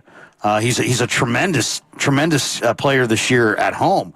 But if you looked at him this year, he's having a good year, right? He completed 67%, 30 touchdowns, 12 picks. At home, he completed 70%, 19 touchdowns, 6 picks. Then when he went on the road, he's completing 64% with 11 touchdowns and 6 picks. Outdoors, it's even worse. Indoors in the dome, he's completing 70%, 24 touchdowns, 6 interceptions. Outdoors, those numbers fall to 63% completion, 5 touchdowns, 4 picks. What is it about Goff outdoors or away from the dome that you think makes him such a diminished player? Yeah, obviously you could go to the basic fact that, it's just easier to run your offense at home when it's quieter, and there's so much energy in that building in Detroit. But, yeah, I think outside of that, defenses feel a lot more confident at home. And Goff, I think, is a guy that, when he gets under pressure, that's when he gets a little skittish. And again, on the road, that's going to be much more common. So I don't know how much weather has to do with it or any of that, but I think the fact that defenses just get a better feel, get more confidence going with the crowd behind them, and that, Goff is much more uneasy on the road, I think is a big factor in that. No question. When you think about these two teams, you talk about, the advantages and disadvantages. Where do you give the edge to coaching, the staff, the coaching staff, and just these two head coaches? How do you see this chess match? Yeah, it's funny. I think the Lions have built a great staff. I was just looking at their coaching roster. They've got Mark Brunell as their quarterback coach. They have Antoine Randall-El. So they've got some guys who played in the league. They've even got J.T. Barrett, who used to play for Ohio State as an assistant quarterback coach, and Aaron Glenn. Yeah, Aaron Glenn's been outstanding, and their offense coordinator Ben Johnson have been great. Johnson's probably going to get a head coaching job next week, by the sounds of it. So they built an incredible staff that I think has really maximized their talent, and especially on defense. When you don't have as much talent or reliability in your linebackers, you sort of do a little bit more what the Vikings do, which is throw a bunch of different stuff your way. Whereas the Niners, they know what their scheme is on both sides of the ball, and they generally stick to it, and they lean on their talent. But the way Kyle Shanahan maneuvers things offensively, creates space, and creates angles for Purdy, to find his receivers is really, really impressive. And I wouldn't say that. I would say Shanahan is probably a better coach than Campbell, but that's only to say that he's done it for longer and has sustained success. But what the Lions have built this year, especially from a coaching perspective, is really, really impressive. We're talking to Jake Hutchinson, who's with us on the guest line here, talking a little bit about Niners-Lions. One of the X factors, I think, in this game could be Kirby Joseph. You watch the way this kid plays out of quarters coverage, out of cover two. I mean, he's got 4 picks on the year. I expect the Lions to mix up their zone coverages quite a bit, but they're really good, and Shanahan hit on this earlier this week. You were sitting there as he said it. Detroit's defense is good at creating negative plays. They lead the NFL in turnovers created over the last 5 games. And, man, when you watch C.J. Gardner-Johnson and Kirby Joseph, Jake, I mean, these guys play for blood. I mean, they're out there. I mean, Kirby Joseph had that hit on Higbee. Higbee's going to have ACL surgery. Chauncey Gardner-Johnson's going for the throat. To me, those two guys are wild card factors because Detroit's got a bad pass D. Their corners aren't great, but those two guys will separate you from the football a la Goldson and Whitner of days gone by for Niner fans. To me, those guys worry me quite a bit. How do you feel about Joseph and Gardner-Johnson in coverage? Yeah, I'd mention Melifonwu and Brian Branch too, because those are guys that they just will, especially Melifonwu, they just throw him anywhere and line him up and blitz him in crazy spots. I think in terms of coverage, the Lions are just hyper aggressive on defense in every facet, and I think that's an area where if you're worried about Debo's shoulder, I think they're a team that's going to say, let's go after him, let's test him early. Let's hit him as hard as we physically can. And so that's something I'd look for. But in terms of coverage, if Purdy throws the same sort of ball that he did that Darnell Savage should have picked off, the Lions are a team that's going to take it the other way. They're not going to let those chances go by. But at the same time, again, I think the 49ers are going to be a lot tighter in the process. I think Purdy's going to be a lot more clinical. But again, if you give the Lions anything like that, they are going to take advantage of it. From a defensive standpoint, we talked about Aiden Hutchinson, what he brings to that Detroit Lions defense. He can get after you. How do they, when you're switching talking about the Niners defense, another guy that's same type of way, same type of engine, but probably a little bit more bigger, physical, and that's Bosa.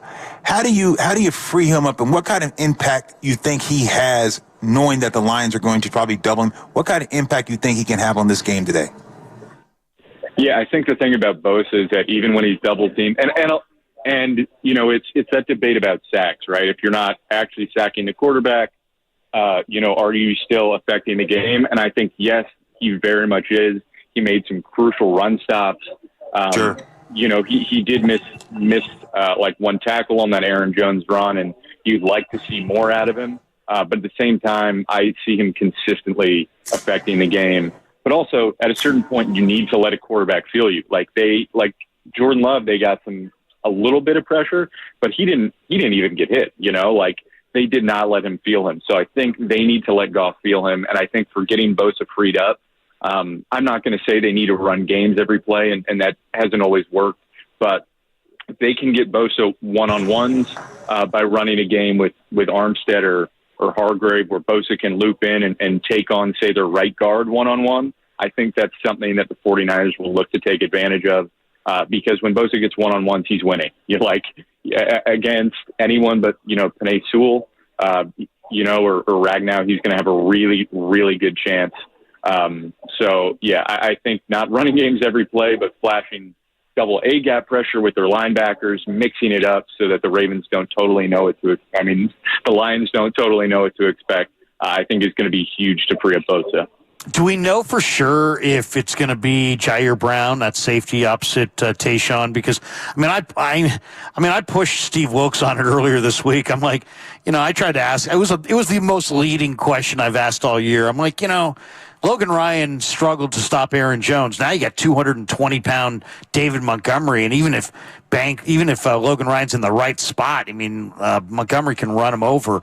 I wanted to see Jair Brown. I've been calling for it all week. I got the sense looking at Jair's IG yesterday that he's going to start over Ryan. But is there any talk? You're over there at the stadium. What do you think we're going to see?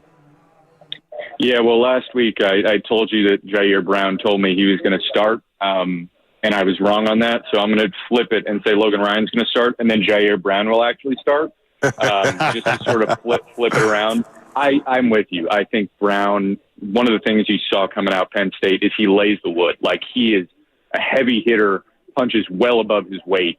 And I think in a game like this where it's going to be physical and, the Lions' whole biting kneecaps ethos, that's what they want to do. You want Brown out there against guys that are fast, if Aaron Jones, the way he got loose, Brown is someone who's got more speed than Logan Ryan. He's got more ability to come in the box and hit hard. I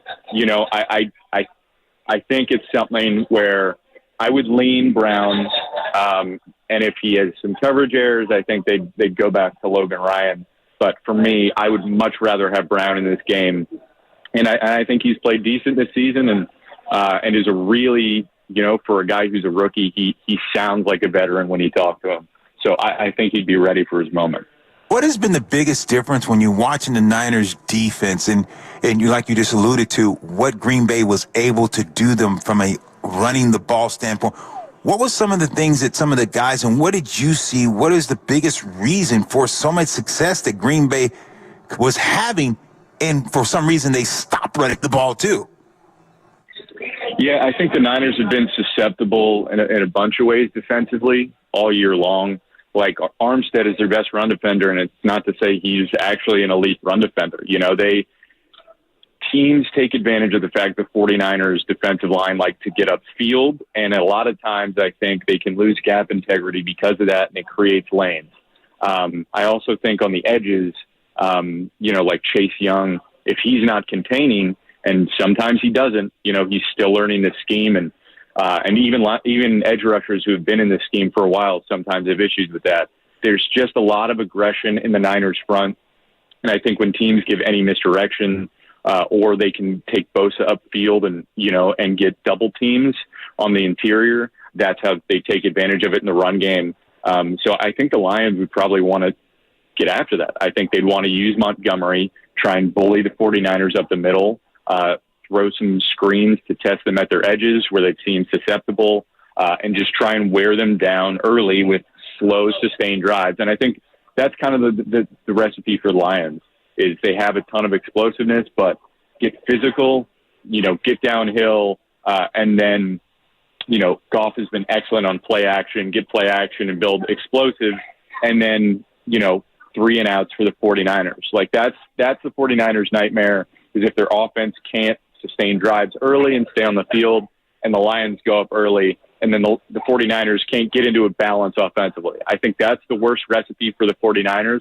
But it's one thing where if it's one thing to allow a bunch of yards, it's another, as the Niners do a lot early in games, is to allow a long drive, but then stop them in the end zone or in the red zone for a field goal. That said, the Lions are a team that, if they get a chance, they're going to go for it on fourth down. They're going to be hyper aggressive.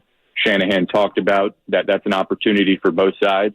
So it might come down to plays like that where, it's a fourth down that the Lions get hyper aggressive on, and they either get it or they don't. Jake, good stuff. By the way, Jared Goff has thrown 0 interceptions in the red zone all season long. So I don't know if the Niners can bank on that. Jake, good to talk to you. Thanks for the info. Appreciate you guys as always. Thanks. Jake Hutchinson checking in, and he touched on Chase Young, and it's funny, Nick Bosa doesn't rip anybody, but he was asked about Chase Young this week, about is Chase going to have a breakout game, and he said, hey, man, he's got the ability, and then he went on to say, we're going to need it, and then he basically finished up by saying Chase needs to win his one-on-one, so if they're going to slide the line towards Bosa, and Chase is going to get one-on-one, he's got to set the edge in the run game, but he's got to get home on the quarterback if he gets one-on-one, because they're trying to compensate for Nick Bosa on the other side. All right, we're going to talk more about this side of the matchup, the Lions offense and the 49er defense, because this is where this game is going to be won or lost.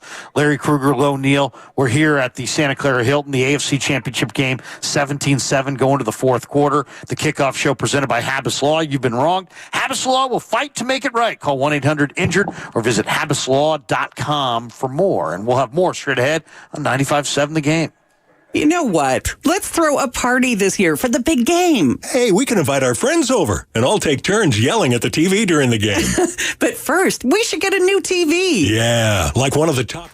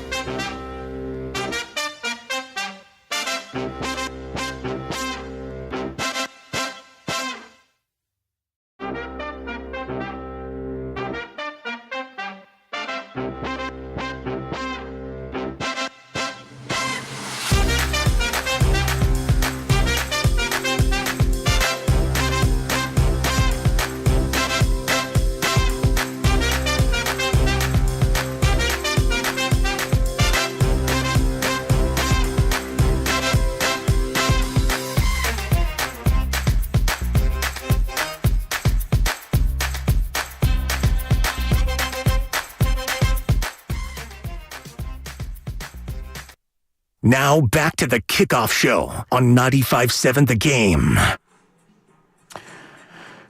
Well, welcome back to the kickoff show. Larry Krueger and Lone Neal here at the Santa Clara Hilton. And we've been here for every game, every home game this year. And, man, they've treated us so well. And since it's win, lose, or draw, this is the final home game of the year. I know. Let's thank our hosts. The Santa Clara Hilton has been fantastic. Amazing. The people here have treated us incredibly well. Anything that we've needed, they're fantastic. And their pregame and postgame party, I think, is probably the best thing going out here. You've got, food and drinks and people having a good time. There's heat lamps on the cold days, and they'll pull out a cover on the rainy days. And they've got the big screen TV, and the fans are all gathered around right now watching Ravens and Chiefs, which is, last I checked, it's still 17-7. Turnovers. Kansas City on the road against Baltimore. So Ravens look like they are going down. And if the Niners can win tonight, it's going to be a rematch of the Super Bowl in Miami, unless the Ravens somehow come alive in the fourth quarter. But, thank you to everybody here at the Santa Clara Hilton, first class. If you're down here, let's say you're from out of town and you're driving in and you're thinking, man, where do I stay? Where do I stay when I go to a Niner game? I would absolutely recommend the Santa Clara Hilton. It's a fantastic spot. Great room rates. Food's great.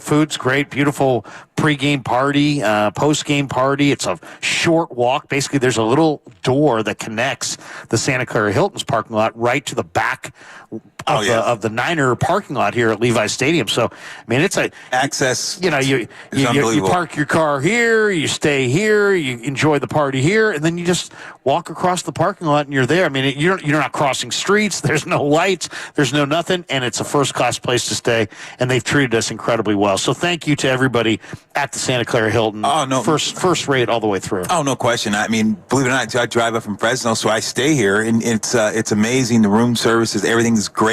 The restaurant's unbelievable. And I'm telling you, game day. Spectravision? Oh, yeah. Game day, though? The Bloody Marys are unbelievable. Let me tell you about they have Please tell us about the Bloody Marys. They have a chicken wing at maple bacon with now you're talking with the little sausage and jalapeno. I mean, this Bloody Mary is to die for. I get the virgin though. Game day, always come in and Larry's like, "What are you drinking?" No. It's the virgin. It's game day. It's game day. So it's an amazing place to stay, though. You're right. It's awesome. Yeah, and thank you as well to our sponsor, Habas Law. Once again, the kickoff show is presented by Habas Law. You've been wronged. Habas Law will fight to make it right. Call 1-800-INJURED or visit habaslaw.com. And I was driving back in the city earlier this week, and I'm standing there at a stoplight, and a bus drives by, and there it was on the side of the bus, the picture of the two gentlemen from Habas Law. So they do a great job. Once again, give them a call, 1-800-INJURED or visit habaslaw.com, HABBASLAW.com, and we really appreciate them sponsoring the kickoff show. And if you're watching on YouTube right now, you can see our beautiful backdrop with Habas Law and their phone number that we sit in front of here at the Santa Clara Hilton. All right, we are in, and thank you to them for sponsoring. No question. Okay, let's talk about the real part of this game. By the way, Joe Montana and Barry Sanders will be honorary captains today. That's awesome. So the great Joe will be in the house. And Barry Sanders, who spent a lot of time, I believe, lived in San Francisco after his career for a number of years, which surprises a lot of people because he played at Oak State. He obviously played his whole career with the Lions in Detroit, but for whatever reason, he settled here in San Francisco. So those are the honorary captains. Also at halftime today, Journey is going to do a little concert. There we go. Don't Stop Believing. Don't Stop Believing. Hopefully we won't have to dwell on that, the verbiage of that song to look forward to the second half. But let's talk a little bit about the Lions on the offensive side of the ball, because this is the biggest challenge. They've got a tremendous offensive line. Penei Sewell, 6'6", 330, dominant in the run game. Taylor Decker on the other side, I think, can be bull rushed. And if you watched him this year, he struggles with bull rushes. And if you watch Detroit, their offensive tackles struggled against Green Bay on Thanksgiving Day. The offensive tackle duo allowed 8 sacks for Detroit over the final 7 games of the regular season. So that is an area where I think the 49ers could have some success. And then you think of this Lions team, and I know I've talked them up a lot this week, but this is a defense that Baker Mayfield just threw for 349 yards against for 3 touchdowns. And you got a secondary for Detroit that ranks 29th in net passing yards, allowed this year. But offensively, man, they're really, really good, Lo. And Amon-Ra, St. Brown, the former Trojan, 119 receptions. You remember him. He went to Mater Dei, then went to SC. He's got a chip. Plays the game with a chip on his shoulder because he was a 4th-round pick, and he had 119 catches this year, 10 touchdowns, over 1,500 yards. Should have been a Pro Bowler, wasn't. And, the thing that kind of worries me the most is that him and Goff are in such lockstep that they can throw these anticipatory routes within 10 yards, and any time they get into a 4th and 5, a 4th and 7, and Dan Campbell loves to go for it, he can drop Goff back to pass, and Goff can throw a laser from 7 yards out on a little stop route. And if it's very, very difficult to defend. No question. And what Dan has done there, Quinn, he said, look, if we're going to make this, if we're going to win, he said, you know what, this is what the biggest deal is. Let's first get the foundation, and then let's change a culture, because changing a culture, that means confidence. When you start changing a culture and you start changing things, making guys play different, you build in confidence. And that's what they have. That's what Detroit has. They know on 3rd or 4th down, they can go for it because they believe in what they're doing. So this is going to be big for the Niners to say, how do we stop this offense? Because they just want to score. They're like, look, we're going to outscore you. We're going to get in a shoot. We're going to get in a shootout, and we're going to come up on the winning side of that. That's why it's imperative, like you alluded to, is to get him off his spot. That's why they have to get Jared Goff off his spot. They have to make him uncomfortable in the pocket and push that pocket in his face and make him move. That is going to be huge for the Niners today.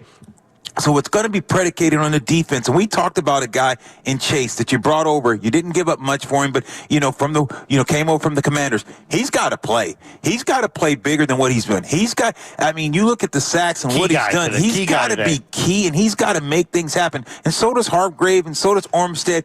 But Bosa's taking most everything on, 2 and 3 guys. Somebody else has to make plays. They have the talent, and it starts with Chase. He's got to play bigger today, and they're going to need him often. No doubt. And, back to Amon-Ra for a second. Mater Dei High School, his father, John, was a 2-time Mr. Universe, and he's just a polished route runner. He's got excellent body control, and he knows how to stack defenders on his hip and shield them from the ball. And, Lo, you played offensive football for over a decade in this league. Right. When a receiver can stack defenders and keep them on the hip like that, it's hard to defend. And it's like you almost have to reach through him or around him or commit a penalty. You got to run through him. To slow him down. I think that's a major concern. Penei Sewell's also a real major concern for me. He was the first Oregon Duck freshman in 20 years to start as a freshman. His uncle is big Isaac Sopoaga, the former Niner. And, Sewell won the Outland Trophy, and what you're looking at is 6'6", 330, elite feet, just an elite run blocker. He's their vocal leader. He's super violent on that second level. And, that's my concern, is that Detroit gets a lead and they just run the ball behind Sewell all day. He's one of the most dominating offensive linemen we've seen in years, really. Yeah, he really is. He's physical, and he puts those mitts on you. You look at who we have on our side, Trent, number 71. Once he grabs you, and it's pretty much, you're not going to, you're stuck. So you got to keep those type of guys moving, keep them off balance, make them play with their feet. And that's what a lot of guys don't do when you're playing against different guys, especially at that position. You got to make guys play on their feet. You can't let them grab you and then boom, now they can use their weight and their strength. You got to make them guys move, and that's what you have to do for the big guy. You got to speed rush him. You got to come out and make him play on his tiptoes, so now he can't get set to be just that dominant blocker. Also, if you look at their game last week against Tampa, there were 17 receptions that went to Sam Laporta and Jahmyr Gibbs. And let's talk about Laporta, because Laporta's an interesting kid as well. He went to Highland High School in Illinois. He was like I think he's second in the history of the state of Illinois as far as high school catches. Then he goes to Iowa, Big Ten tight end of the year. He set the Iowa record with 153 receptions. And what makes Laporta so hard to defend? Now, first of all, he hurt his knee and sprained his knee in week 18. And it's like, I agree with Steve Wilkes, who said this week, I don't see it. I mean, like, if the guy is hurt, I don't see it at all. I didn't see it either. I mean, this is one of the most amazing healers I've ever seen. But this guy is so difficult to defend, Lo, because he alters his tempo as a receiver. And talk about that for a second. I mean, you played offense, but when a receiver can alter his tempo, and then he's got a crazy stiff arm as well. So he'll give you that stiff arm. But when a receiver like Laporta's got great hands, runs across the middle, and when you look at Goff's great numbers as a passer across the middle, a lot of it's because of Laporta, and he alters his tempo. So you think that you've got him and that you're running with him. And then with the ball in the air, he separates from the defender because he's not really running full speed. Yeah, and he's a great route runner. That's kind of like the Keenan McCardell. You remember Keenan just go out there, you think he's slow, he's even, and all of a sudden he's leaving. He's doing this route because he's going to body you, big body you, making sure you think you're covering, and all of a sudden he'll change his speed. Jeff Graham, JG, remember Jeff Graham, those type of receivers, that deceptive speed, that they're great route runners, and the quarterback understands their pace and their tempo, and they're great at making an illusion to think the DB thinks he's trailing, got him, and all of a sudden, boom, they just make another move, and all of a sudden the DB's going another direction, and they're going another direction. So those type of things, that's where you got to make Goff uncomfortable, because you know that Laporta's going to do his thing. That's why you got to say, we can't let Goff stay comfortable. Like you talked about his percentages.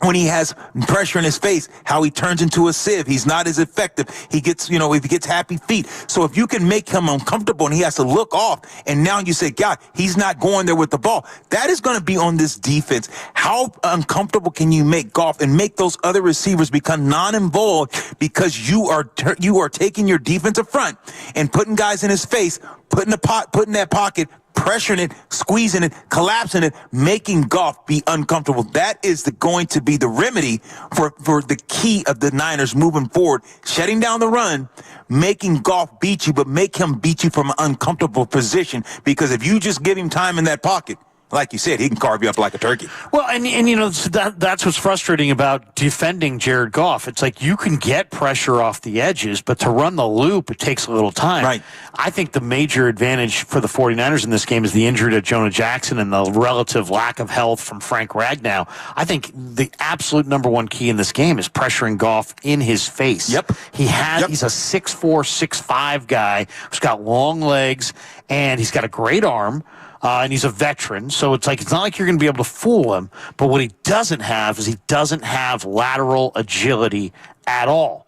And if you can send Greenlaw or Warner in A-gap pressures, or if somehow Hargrave can beat Awasika, the replacement for Jonah Jackson, or if Armstead can get home, I think this would be a great game for the 49ers, who have not played tons of games with their D-line the last few weeks. Why? Because they've gone up against some mobile quarterbacks down the second half of the season. So they've been more worried about just closing the pocket and not playing these games because they didn't want to give Hurts or Kyler and some of these Lamar, some of these angles where you play games and suddenly you're given a rush lane, an obvious rush lane to a guy who can run. That's not a concern in this game. So I think, you play all kinds of games up front, because I think the Niners can get home when they play games, and don't let Goff know who's coming from where, because he doesn't have the lateral agility. If you pressure him in his face, he's literally going to cave and go to the ground. He doesn't have that lateral agility. To me, that's where the Niners' advantage is in this game. If you hit Goff, he turns it over. If you pressure him in his face, he doesn't have the lateral ability to get out of there.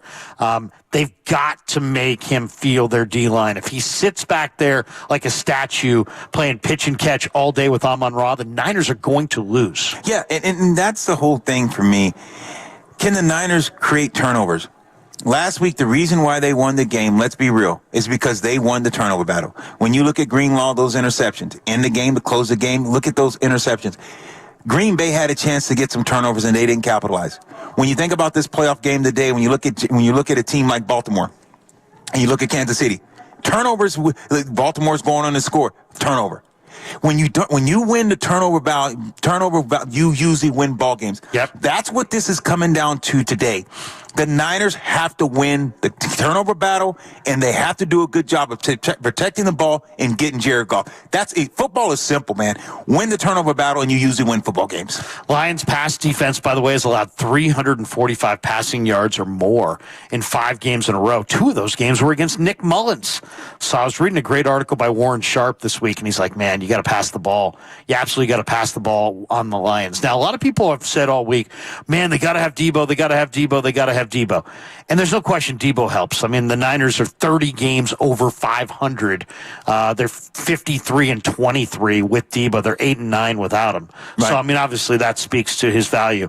But how about these for some numbers? With Debo off the field this year, Brock Purdy is still number 1 in the NFL in yards per attempt, number 1 in the NFL in success rate, number 1 in the NFL in EPA per attempt, number 1 in the NFL in touchdown rate, number 1 in the NFL in first down rate. So if somehow Debo comes out, tries it, gets popped on the shoulder and goes out of this game, do not be sitting there going, this game's over. No. They can't do it. Brock has to have Debo that really isn't the case. It's not, but I think that's why Debo is going to be such a decoy today because let me tell you something. What are you going to do? Not cover him? Right. And don't cover him, then just now it's a pitch and catch. So Debo is still going to be expert because you got an account for him. Guys are like, oh, he's not going to get the ball. It's going to be, then don't cover him.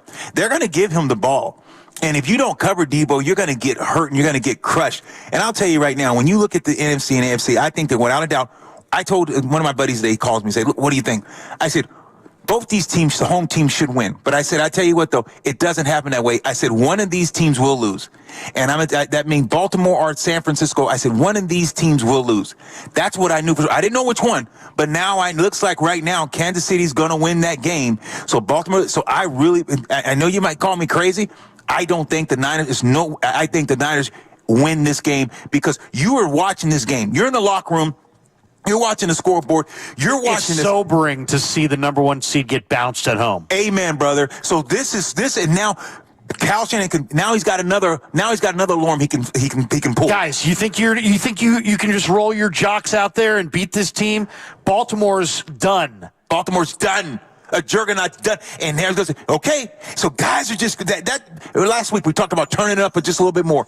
Now you're saying, okay, we better turn it up. Baltimore went home. What are we going to do now? So I like this game even more, brother. Believe it or not, I like it even more when I see a home team and you got the next game. You're saying no letdowns. Experience. Yeah. The Niners have the experience factor. I don't know. What do you make of that? I mean, Fred Warner was asked about that earlier this week, and he said, you know what? And I love Fred because he always thinks about his answers. He's very, he's a smart guy, and he's really interesting. And he said, you know what? I don't really think it's our experience factor that's our edge. He said, our factor is the faithful. Our factor is we're playing at home in this game. The 8-2 is what home teams are in the last 10 NFC championship games. So obviously playing in front of the home crowd matters in a game of this magnitude. No question. But he said it wasn't the experience factor in having played in games like this. He said it's more about, your field, your locale, your fans, your momentum. You've played at home. You've played on the road in these games. How important is it to be at home in this game? Do you take advantage of it? That's the whole deal. Home field, I played with the Chargers with 14-2, and a guy by the name of Tom Brady came down, and you know what happened. And, if McCree falls down on the ground, it's over. But when you do that, and all of a sudden the fans, and now they see what happened, and now they're out of it too. It's predicated on how you keep the fans. So home field matters when your team's playing well. Home field matters when you're heading sticks and they see that you got the crowd in and you can stick and they can stay engaged. They get nervous just like you do. So when you can keep your crowd and keep your home team involved and engaged in what's going on, absolutely, Fred Warner's 1,000% right. Home field matters because now when you're going down to score and all those things, you got the crowd and you don't want to let them down. So yes, it does matter. But it's predicated on how well you do. I expect Brock Purdy to bounce back, but to me, it really comes down to Brock Purdy, and in a lot of ways. I mean, 13 in his, the 13 wins this year, he threw 2 interceptions total in those 13 wins. In the 4 losses, he threw 9 interceptions in 120 pass attempts. Sure. So, I mean, is it as simple as if Brock takes care of the football, the 49ers win this game? What do you think? If you're Brock, I mean, I'm interested to see, does he look like he's in rhythm? Does he look like the Brock that we saw most of the year? Or does he look the way he's looked the last couple games, which have not been that good? You're absolutely right. And I think that this is the latter of the two. I think that you looked and you saw the way he's played, and he knows the way he's played. And I think that Kyle Shanahan saying, look, I got to do a better job protecting this kid. I understand I'll let him throw the ball 39 times, and I understand he can do it, and I understand that, hey, if this was Jimmy, I wouldn't have did it. But he's got to say, I got to pull away, and I got to do what I believe is best, and that's getting McCaffrey and getting Debo, getting these guys involved early and often. He's got to do that from an offensive perspective just to keep the defense honest, and let Purdy now work into becoming that gasoline. Let Purdy work into be saying, look, I'm going to go downfield, I'm going to take more shots and doing those things. So, yes, I think a lot of it's predicated on Brock Purdy, but it's also the way that Kyle Shanahan says, you're at home, I'm going to take care of you, and then, look, we're going to still cut him loose. You can still cut him loose, but if you got to do it the right way, and that's by you getting other guys involved early and often, and now you let Brock be Brock. Because Brock, like you said, he can play, and he can play at a high level. He can make all these throws. So we're not discrediting him, but Brock even admits his own admission and saying, look, I got nervous. I got a little deer in the headlight. I was holding on to the ball. I wasn't hitting my checkdowns. I became a little tentative. So now we know that. So if that's the case, Shanahan has to do a better job of not letting him become tentative, not letting him become a little conservative. That's why you get the ball out of his hand and understand what's around this guy and let those guys make his job easier. Detroit's defense, by the way, played 7 games, only 7 games this year against opponents that finished in the top half of the NFL in offensive DVOA. And, of course, the 49ers were one of those teams. One was week 1 against Kansas City, who had 2 new offensive tackles and no Travis Kelce. Another was week 4 when they took on Green Bay, and that was a young Green Bay team that was still kind of finding their way. In the other 5 games, Detroit went 1-4 in those 5 games and gave up 29 points a game and 416 yards per game. So good offenses have absolutely ruled the day against the Lions this year. It looks like the Chiefs are going to beat the Ravens. It's 17-7 Kansas City inside of 3.5 minutes to play. Baltimore does have the ball. But I'll say this, Lo, Baltimore this year, best in the first quarter. They were plus 66 point differential in the first quarter, plus 142 in the first half. They're a bully team, and if you could get a lead on them and make them play from behind, they're not the same team. Kansas City did that today, and they're going to win. Yeah, and that's why I wanted to see Baltimore win, because if you can make Lamar have to beat you in the pocket and have to stay and pass, and when they're down, they don't do as well. But if you let them be front runners and they're running the ball and doing those things, Mahomes, though, can come back from 14 down because he can throw the ball and do those things better than Lamar. Now, Lamar can hurt you with his legs, but if you look at this, and that's what I think about Baltimore. I think that Baltimore, they were in this game, turnovers, touchdown, the guy falls in the end zone, has to cross the line, gets stripped. That's 14. They should be 14-7. It should be 14-17 right now. He fumbled in the end zone and fumbled it away in 2 field goals. So you look at what happened right now. You have an opportunity. If you're at Baltimore, you got to look at this game and say, how did we lose this game? We lost the turnover battle and we lost the game, but turnovers is going to be key. No question. It always is. It absolutely always is. The Kickoff Show presented by Habas Law. You've been wronged. Habas Law will fight to make it right. Call 1-800-INJURED or visit habaslaw.com. All right, we have more straight ahead from the Santa Clara Hilton. Jerry Rice is going to stop by. He was on with the boys in the morning earlier in the week. We're going to let you hear some of that dialogue coming up next as we inch closer towards kickoff, the NFC Championship game. Woo! The Niners and the Lions. The winner goes to Vegas. And you're listening to 95.7 The Game. The Red and Gold hotline is up and running. Call it anytime. Where's the defensive line?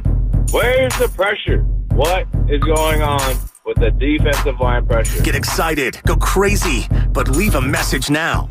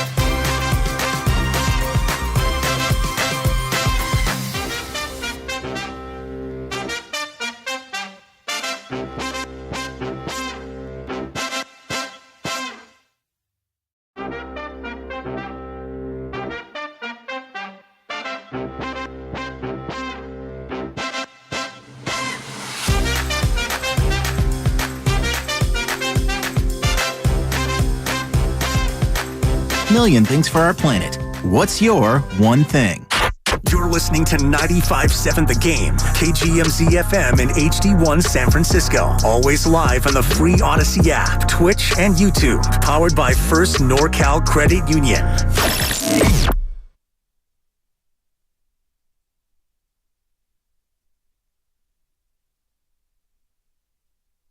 Now back to the kickoff show on 95.7 The Game. All right, Larry Krueger and Lo Neal here at the Santa Clara Hilton. Lo, it's that time for predictions. Man, what are we thinking on this one? It's the Lions. It's the 49ers. The winter season comes to an end right here. Yeah. For the Niners, it's their 4th NFC Championship game appearance in the last 5 years. Detroit reaches this game for the first time since 1991. And it's been 66 years since Detroit won a playoff game on the road. You got to go back to 1957 against the Niners, the last time Detroit won a playoff game. What do you see? Give me your final thoughts, your key to the game, and your prediction. Yeah, it's win or go home. We understand that, man. And I tell you right now, it's how do you handle Hutchinson? I think that's going to be a big key. How does the Niners offensive line and scheme take this guy out of the game, because you don't want him to wreck the game. And then, of course, defensively, it's like make Goff uncomfortable, pressuring from the middle. It's about today the grave digger, and I want to see what those guys can do on Armstead, because we know Bosa, they're going to protect him. They're going to slide protection to him. The other guys, I don't think Detroit has enough other guys. I think the Niners have enough other guys if Bosa's not doing it. So I got the Niners winning this one 24-17. 24-17. So I'm going to go 49ers get it done. I'm going to say 31-20. I say 31-20. And to me, this game is all about Jared Goff. Jared Goff has got a 77.3 QBR without pressure. You say, well, I put that number in perspective for us, Krug. That's 3rd best in the NFL. So if you don't pressure Jared Goff, he carves you up like a turkey. And he can be lethal in the middle of the field without pressure. I mean, really lethal. His QBR, though, under pressure is 8.8, 26th in the NFL. It's the biggest disparity of any quarterback in the entire league. This guy with pressure in his face melts like ice cream on a hot sidewalk. This guy's got a lower rating QBR than Mac Jones and Zach Wilson when you pressure him. Think about that for a second. Think about how those guys struggled this year. Under pressure, Goff has thrown 8 interceptions on 135 pass attempts. That's more than twice the league average for pressured quarterbacks.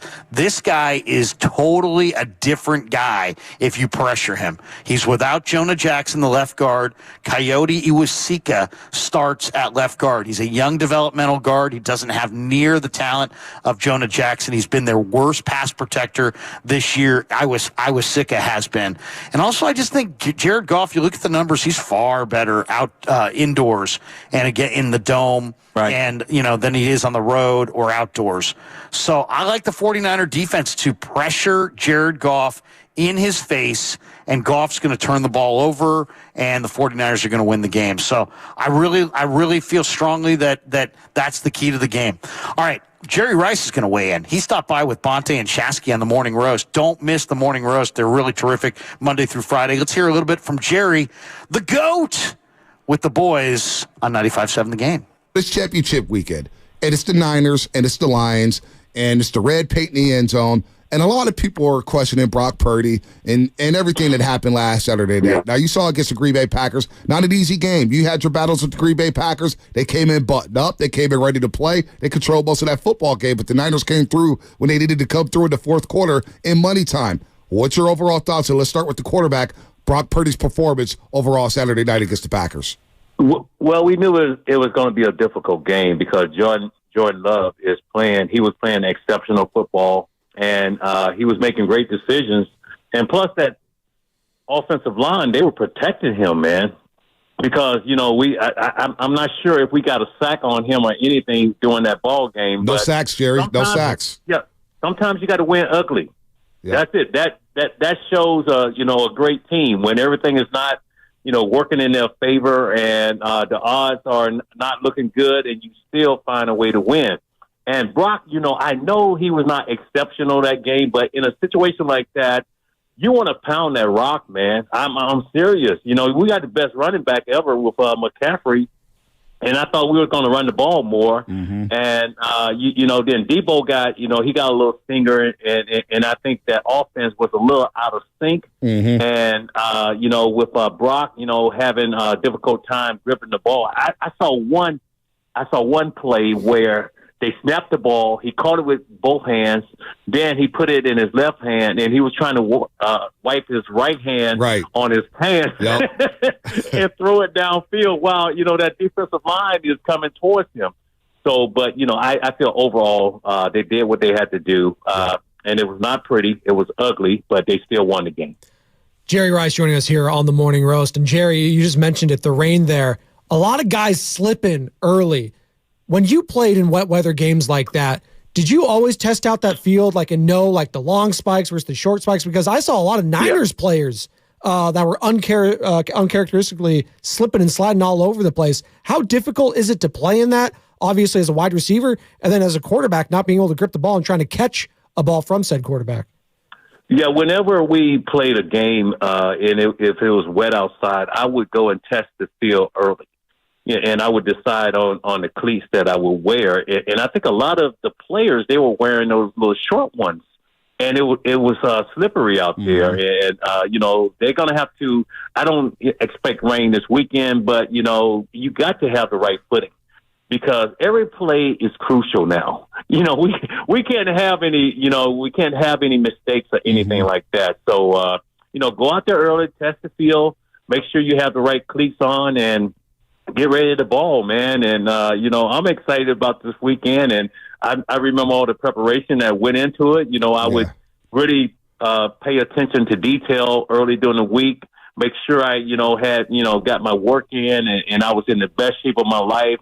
And then, man, it was time to go ball. Yeah. And it's something about waking up that morning, man. You just look out and it's game time. Man, I can't wait. You got me fired up right now. We're talking to Jerry Rice here on the Boxer Gerson guest line. Jerry, what is your favorite championship game memory? Is it the touchdown catch before halftime against the Dallas Cowboys, the 94 NFC championship game? Is it you taking 2 quick sleds to the house in the frigid cold at Soldier Field in Chicago? What is your favorite championship memory, Jerry? I think, it's a lot of them, but, I have to go back to the one, with the Packers. The field was frozen. I went out early, with no sleeves on, trying to be that tough guy. I was like, you know what, man, I'm fired up. I'm not wearing any sleeves or anything like that. I went back in, put those sleeves on. It was cold there. It was cold there, brother. But, being able to, run those routes on that frozen field, break down, keep my balance, make the catch, then go for 6. Plays like that. And, it's just like, it's so many great memories. And, I was very fortunate to be able to do that with my teammates. Yeah. But, plays like that, you just don't forget. I mean, Jerry, you're phenomenal. You got all these records, regular season, postseason. By the way, Travis Kelce, I don't know if you pay attention to the records because I know you do. You're talking to Christian McCaffrey about that single season touchdown, and I know you were ready to tell Christian, even though he had 21 touchdowns, I know you told Christian quietly, hey, I scored 23 in 12 games. I know you, Jerry. No, I did not. No, I did not. I was going to be the first one to congratulate him. I know you were. And even with Travis Kelce, what's happening, with 6 that catches away. 6 catches away, Jerry, from you. 6 catches away and 4 touchdowns away in the postseason.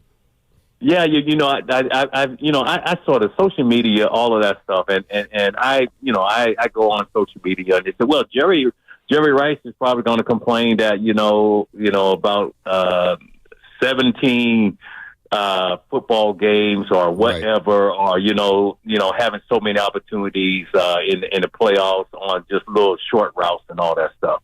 It doesn't matter to me, baby. It doesn't matter. It's okay. I got plenty of records. I know you do. You can't break them all. You can't break them all, baby.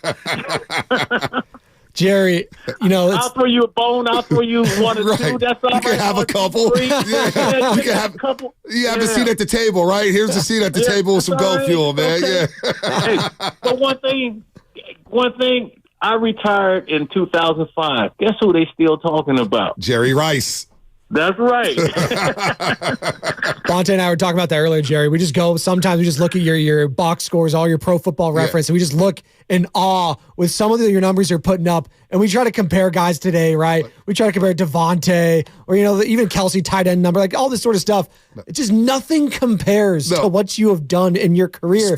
Like, people are talking about Montana and Brady and all that stuff. That's great. They're quarterbacks. You go to Jerry Rice's Pro Football Reference page, it's unbelievable. What's crazy is no one's touching it. Past the age of 30, Jerry, I think you're a Hall of Famer. Just 30 and up, you're a Hall of Famer. Cut the career in half. Right. Done.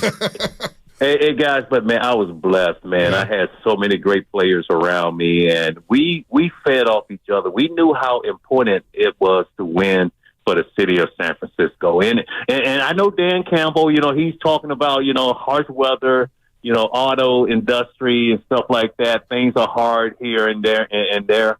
But, baby, we play for the Bay. We play for the Bay. And this weekend, I know, golf is coming in. He's playing exceptional. Brown, they have a good defense. You respect that team, but they're coming into your house. They want to take something away from you, and you just got to go out there and be ready to battle.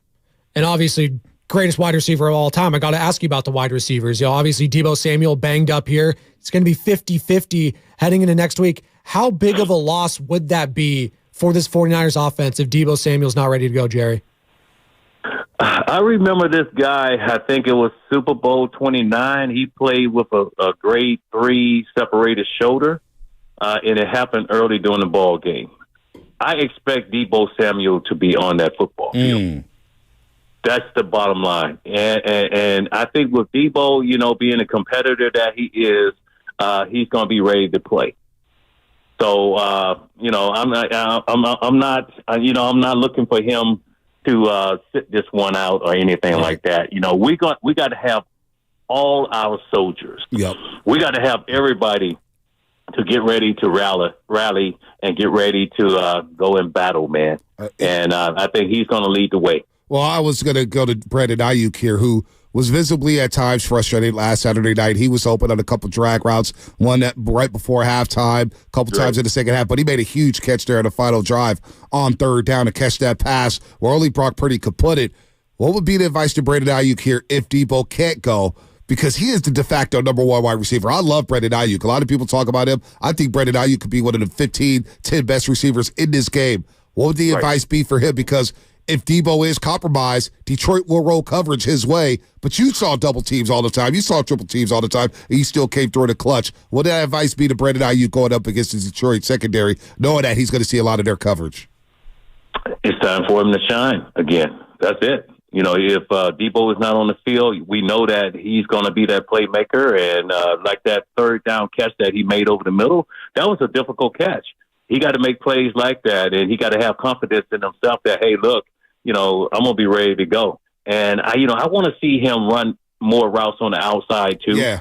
Because he's been running that, that sort of like that, almost like that 20-yard over the middle. And defense coordinators, they're gonna plan for that. So we're gonna have to put some wrinkles into that offense. We're gonna have to change some of our tendencies. And I think if we do that, we're gonna be okay. And it boils down. Hey, it's going to boil down to defense, guys. Yep. Totally. Hey, look, we got to be able to shut that offense down. Yeah. Where's that pass rush at, Jerry? On that quarterback. We got to put that. We got to have that pass rush. We got to have those guys, those linebacker, Fred Warner, all of those guys, and the guys got to cover in the secondary because these guys got some playmakers on offense. And we can't, let them have big plays. That's a good point. Jamison Williams, that guy will take the top off of any defense. Jahmyr Gibbs in the passing game as well. They're dynamic running back. Sam Laporta. I mean, for a rookie tight end, the guy looks like a 10-year vet out there. Jerry, I wanted to talk about, the status of a team and the mindset of a team heading into a big game like this. Everyone, and obviously you want to block out the outside noise, but basically everyone that's not a Niners fan is going to be riding the Detroit Lions this week. They are the America's darling. This team has been, dog, for so long. So everyone's behind the Detroit Lions. And now the Niners find themselves as kind of like, not quite villains, but no one wants to see the Niners win this week.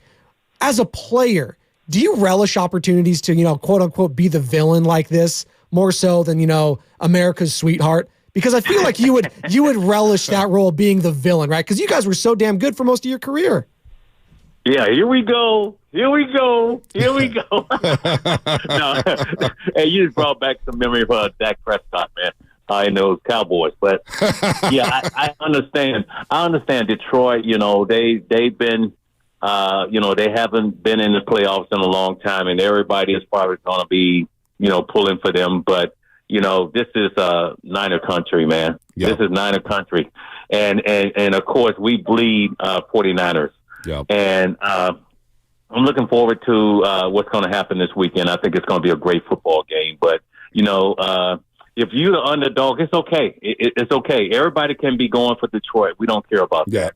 As long as our team, we get out there and we bring the noise and let them know that, hey, look, we want to get this W. Yeah, Levi's was loud last week. It was deafening. Saturday night, they really brought that 49er empire there. They brought it inside the Levi Stadium. Jerry Rice here on the Morning Roast on 95.7 The Game. Let me ask you about the coaches. Dan Campbell, such a different guy than Shanahan, right? Dan Campbell's rah-rah. We're going to bite your kneecaps off. We're fired up. We're blue collar. And you got Shanahan, who's a little more methodical. He's got the hat on. He's in his play sheet. You don't see a lot of emotions from him. What are your thoughts about the rah-rah coach versus a guy like Kyle Shanahan? Talk about the difference between the two coaches here, Jerry. No, I just want to see Kyle Shanahan just run through it on the football field this weekend. You're a savage, Jerry. You're a savage, man. I don't know. True story, real quick, Jerry. True story. I was working at a golf tournament.